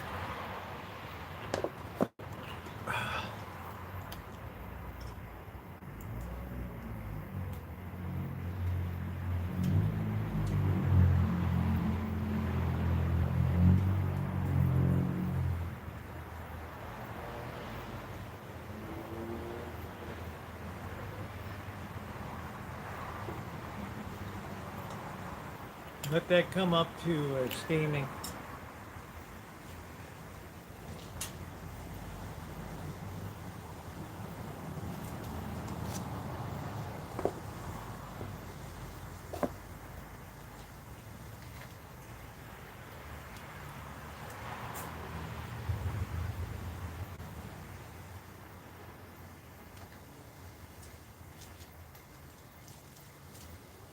Hey, Dory Lynn.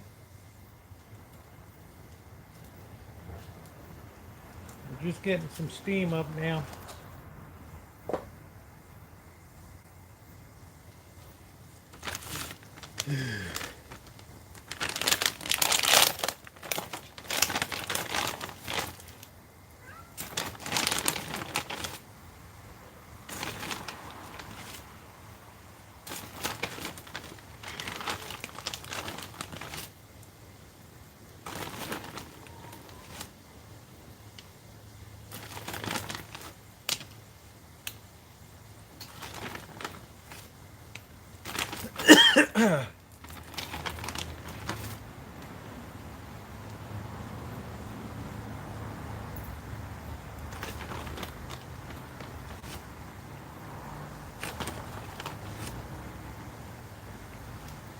That looks pretty good. Put that on top. We're gonna go 11 minutes here. Keep an eye on the water level. Last time we kind of burned the bottom of it.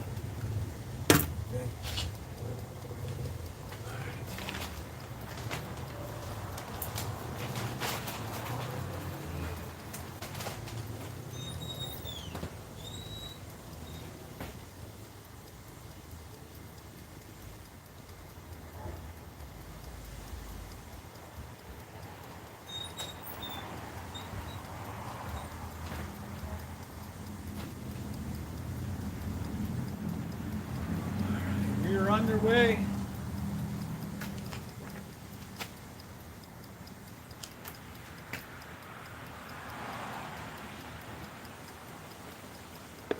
Yeah, that steam's coming in now. Ooh, that looks good. Ooh, that looks good.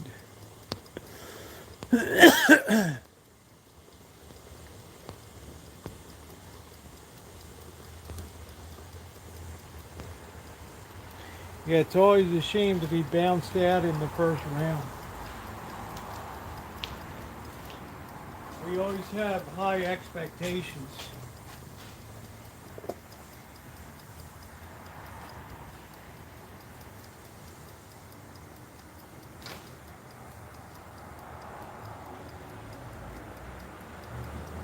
I'm sure the sports writers for the Boston Globe will be complaining tomorrow. You got one of those? These are great. Look at that steam. That's the way to do it. Steam cooks very efficiently.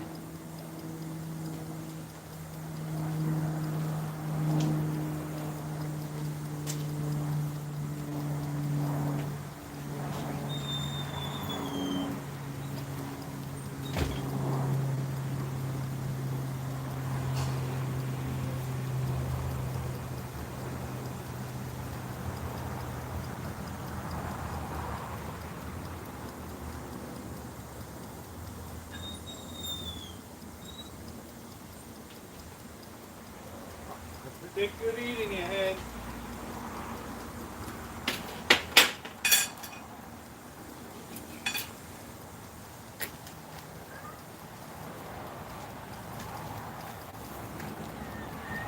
Good eating ahead.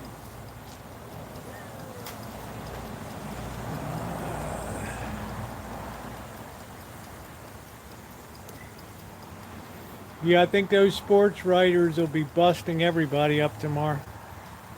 Coconut milk. Yanks pitchers from Massachusetts. How about that?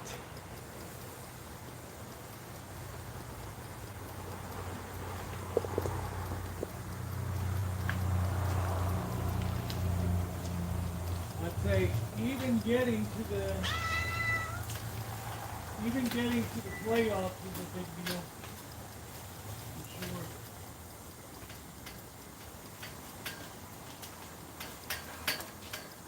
Raise that up a bit. This thing's a little woolly looking. Make sure we got that good steam.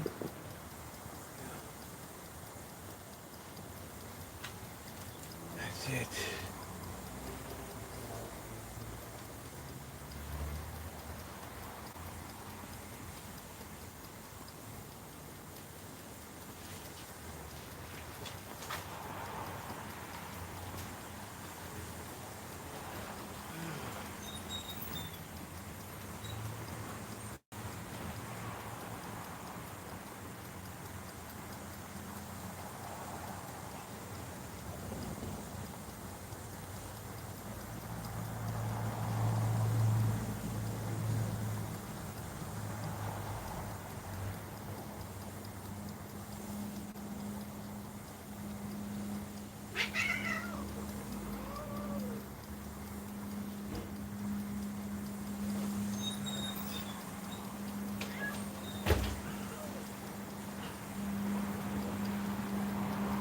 I'm gonna be. I think I'm gonna go crabbing tomorrow.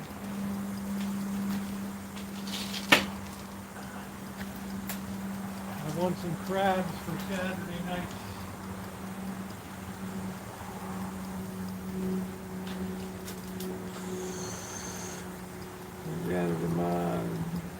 Hey, Supernova, how are you?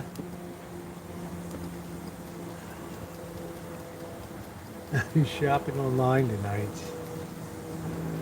Yeah, chat's been good. My guess was always the Phillies and the Blue Jays.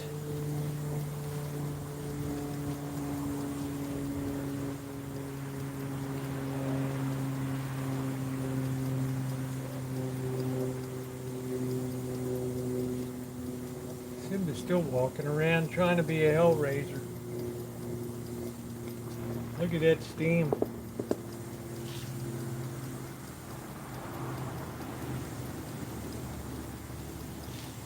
Man, that just works beautifully, doesn't it?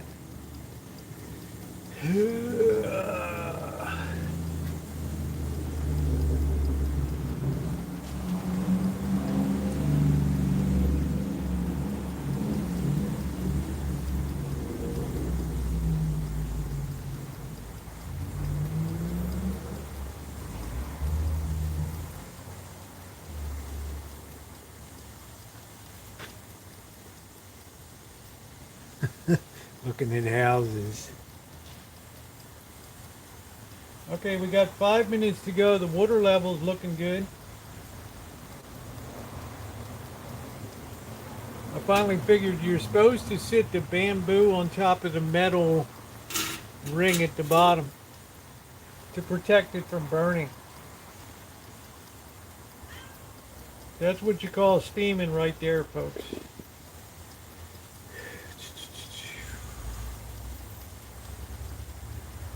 Dory Lynn's like, get me out of that crappy apartment.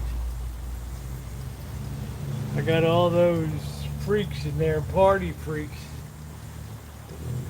They're still alive today. How about that?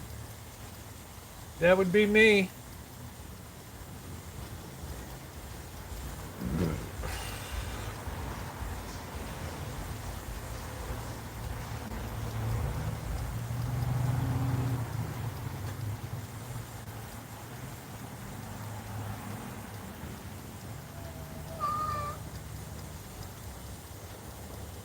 Try to remember the time of September.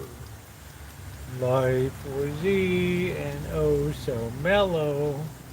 Try to remember the times of September. La-dee, ba-dee-boo-boo-boo-boo-boo.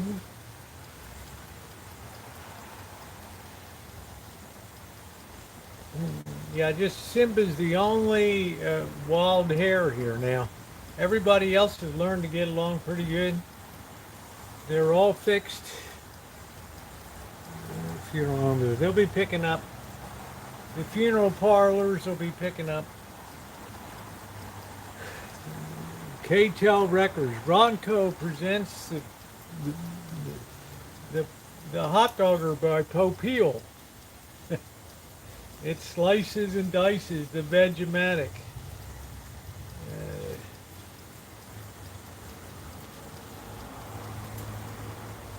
There's a group of cats in the can over there. Like some kind of damn raccoon over there.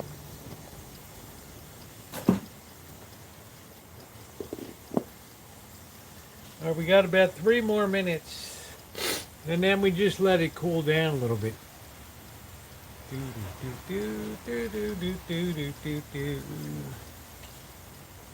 Future doesn't look real good. Make sure somebody has your 6.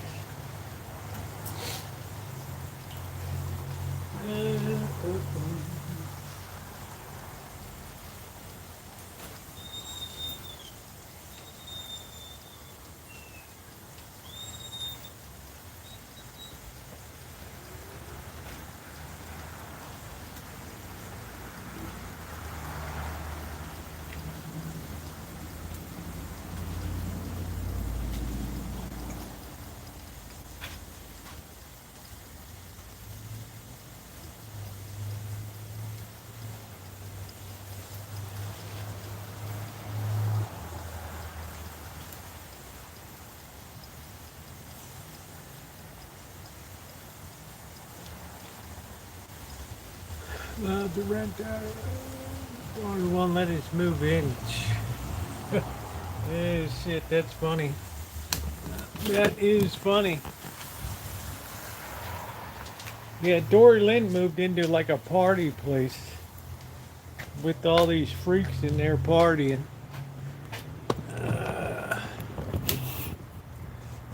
The Rancho is doing good. The Rancho always does good. The Rancho is doing good. Everything is beautiful.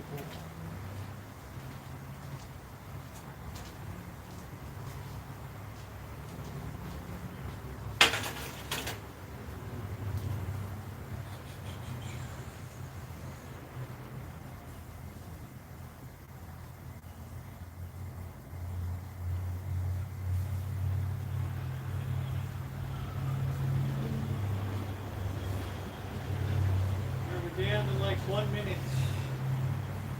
Seemed like the water was perfect this time.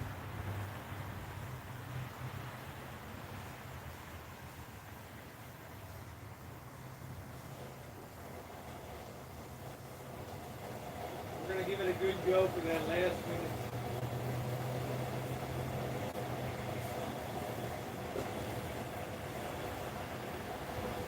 We're going to let it sit for a couple minutes, just to be sure. You can be sure if it's Westinghouse.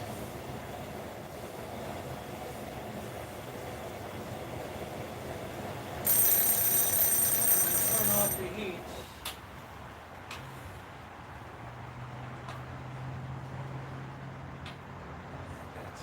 We're going to let that sit there a minute or two.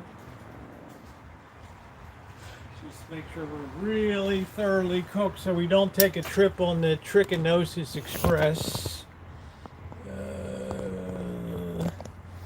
That's important. Well, I counsel anybody against having a big property, that's for sure. It's a lot of stuff to take care of. Dory Lynn waited 2 years for the paint job on the workshop. 2 years.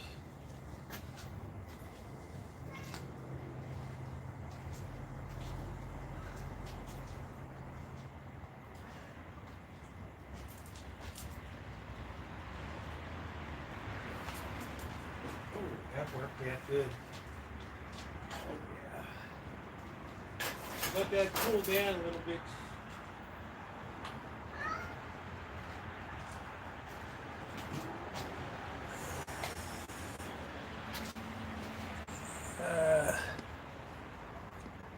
I hate the UN. Am I missing something? Nobody likes the UN. Except the diplomats that work around the UN.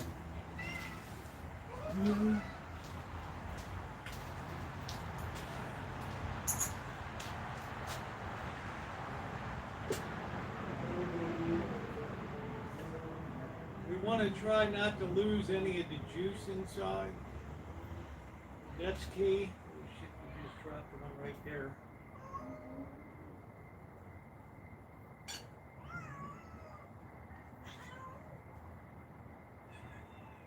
You dipshits mine.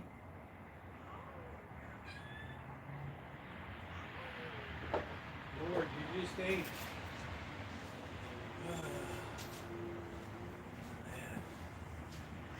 Alright, we got some Xiaolong Bao dumplings.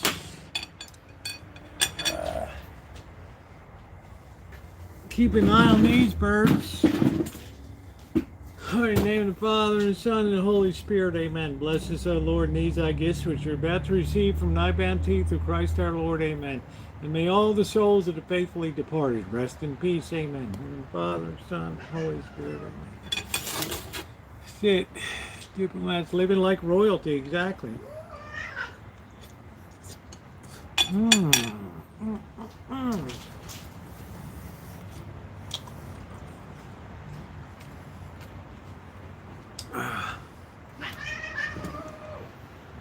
Well, Kelly, who did the Blue Jays play? The Yankees or Detroit Tigers?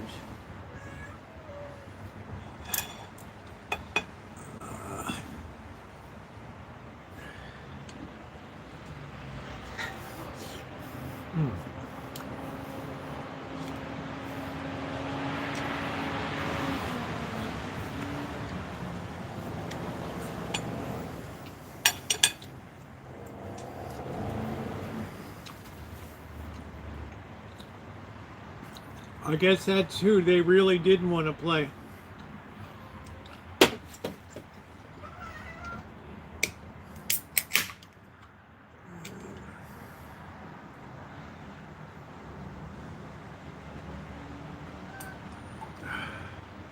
Yeah, my dinner.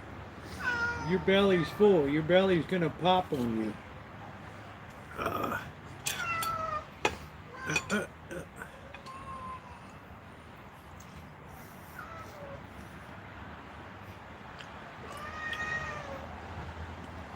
What's the score, Kelly?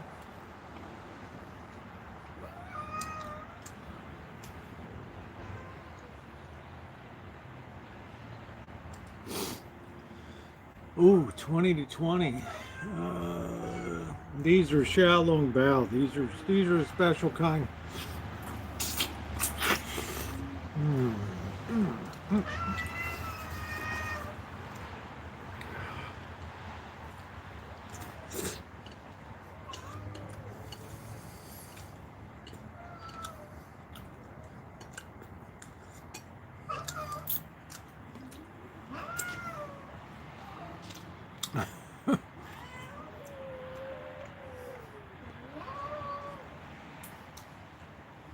Man, why do we have to always be so grumpy? Can I eat? Huh? Can I eat, Tiger? Old Tiger, you better believe he's always first to the chow line. Wow. Good night, June.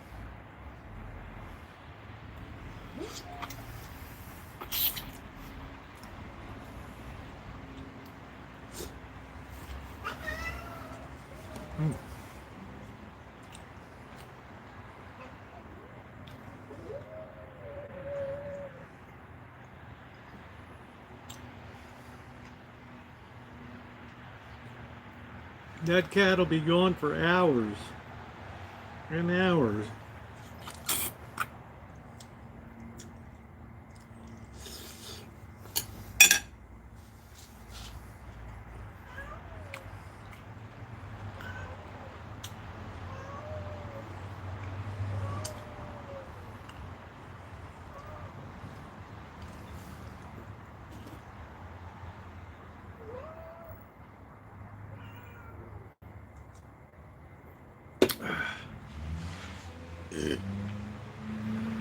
Oh, nice. Greta's Dutch boy paint haircut. I'm telling you, Tom Space, it's like being back at King Arthur's court again. I just, I don't want to say anything negative. I mean, that's not my nature. But well, you got to be a real desperado for attention. You thought I was an attention whore? Well, we.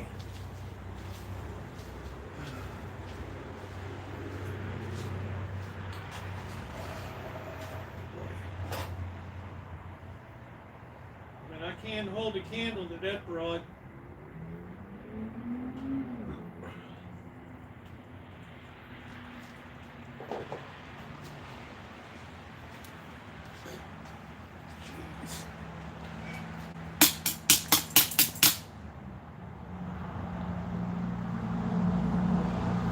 Well, you got some kind of nerves.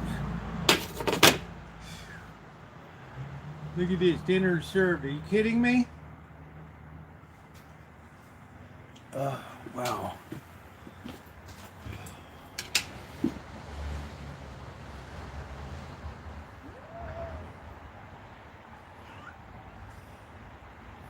It's going to climb right up my back.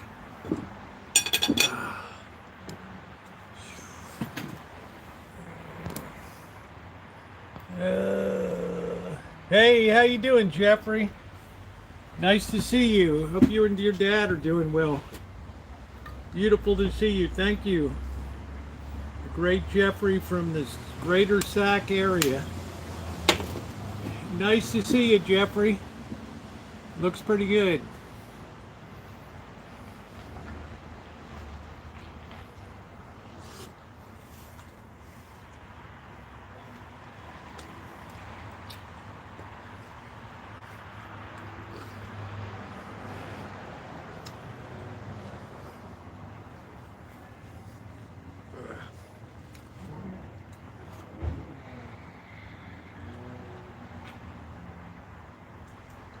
Thank you, Jeffrey.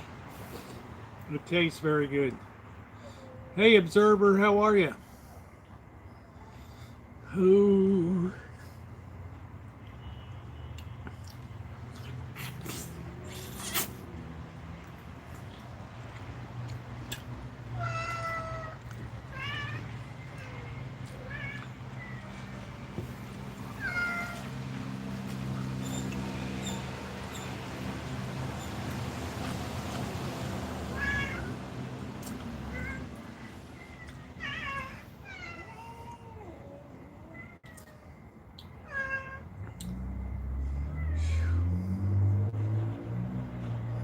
It's a little much to be trying to eat out here. Like this. You gonna go snoot down in the trash can again? Huh? Huh? Down, down, down.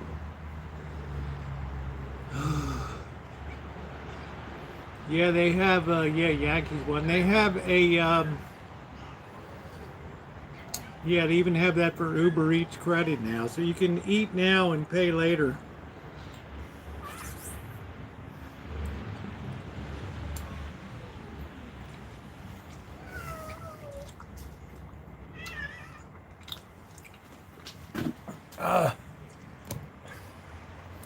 I think it's going to be like the 10th.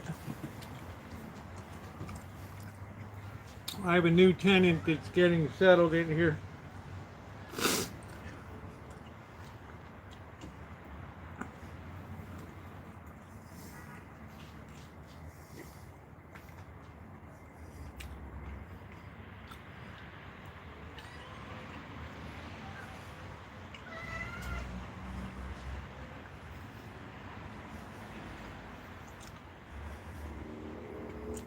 Oh, Greta Thunberg. Oh, well. Man, what a, I don't even know what to say when you tell me Greta. No, I've had people that,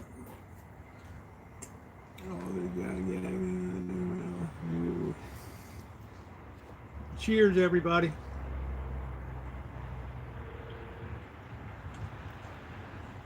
Oh, shit. When you have a place as cheap as this is, in this market,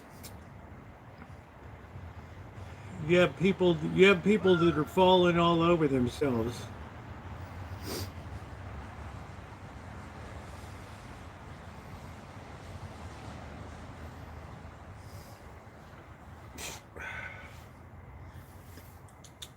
Magic. Magic. What are you doing? Huh? Magic.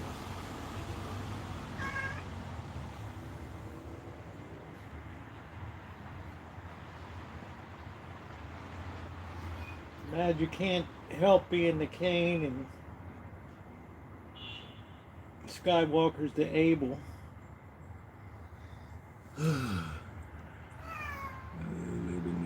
Yeah, everybody, it's hell yeah. Who wouldn't want to be back there? It's something that you would want to protect at all cost.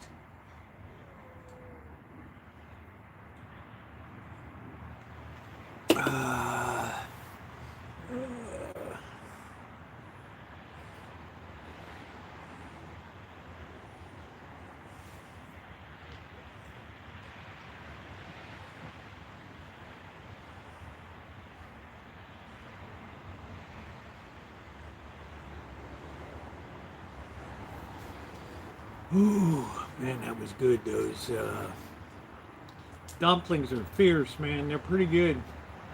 They're not as good as like the real restaurant Xiaolong Bao, but they're pretty doggone good. They're not easy to make. Nutrition wants vitamins. Once vitamins locked up, I don't know what that means. Or the dinner day extra and cat entertainment. Yeah, that's it. They're pretty well prepared. I don't know what's gotten into Simba wants to kind of be law and order. So I let him just go around and play little Napoleon here for a while. He seems to enjoy that a lot. He'll sit in the corner and just, it's like he just doesn't like Shadow. And Shadow is very unconcerned. Like you can swat, Shadow doesn't care. Just sit there and keep eating while you're beating on it.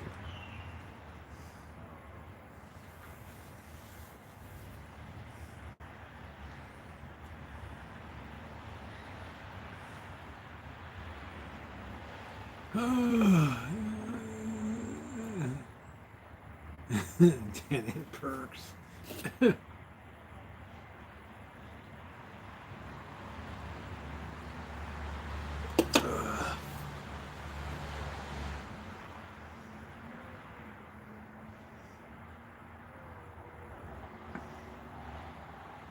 Yeah, it's nice when somebody just immediately puts security deposit, first month's rent in your hands. It's a pretty nice feeling.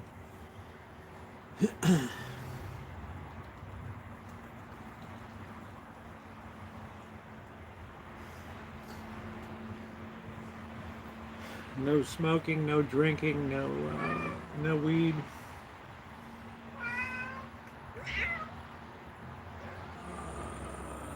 Oh, he wants control on vitamins. I wonder why. What the hell's wrong with? I wonder what's wrong with vitamins. I don't know. What's wrong with vitamins?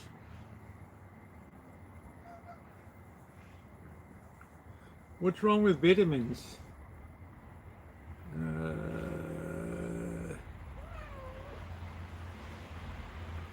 Ow.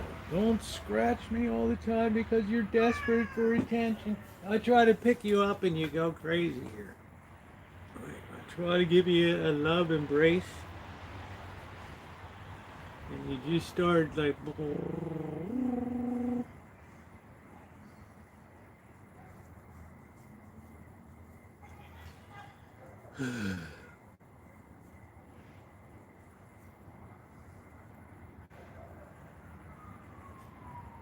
This one's like a little baby.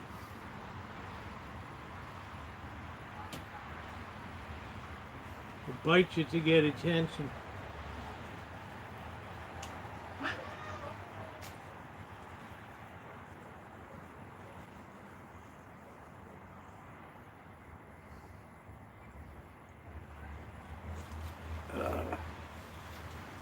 Oh man.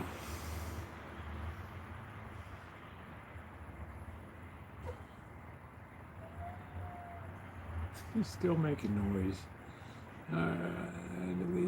Hey, no problem at all, Bad Bunny. Isn't that the beauty of being in Brooklyn there?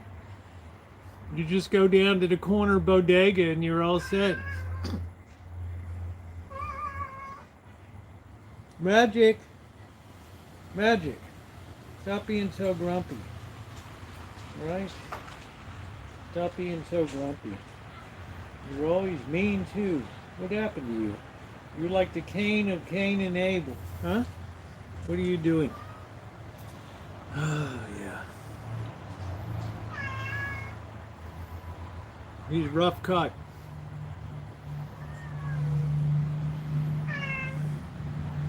He's like the Charles Bronson of the cats.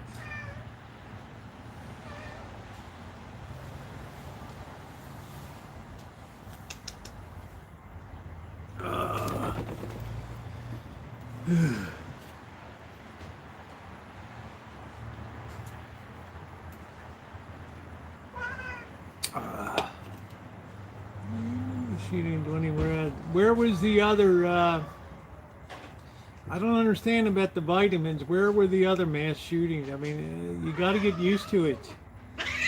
It's going to get a lot worse. You didn't mind me earlier. You know, I know you are, Bad Bunny. You're like handling nitroglycerin, honey. It's like boom.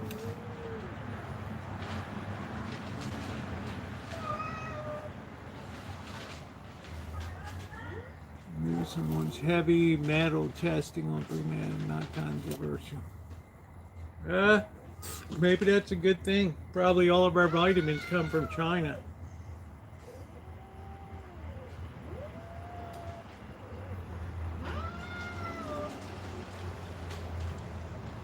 All the vitamins.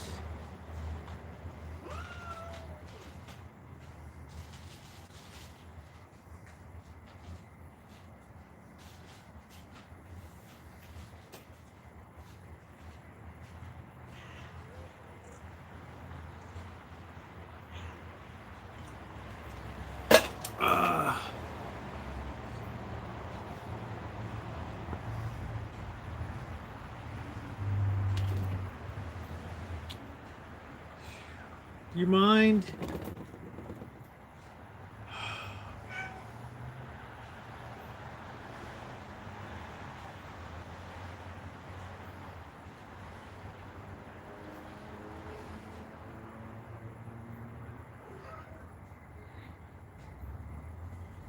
We finally started settling down a little bit for the night.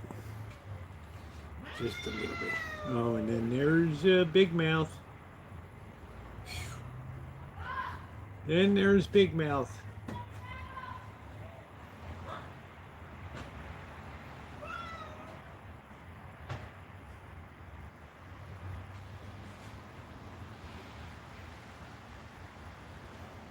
Boy, oh boy.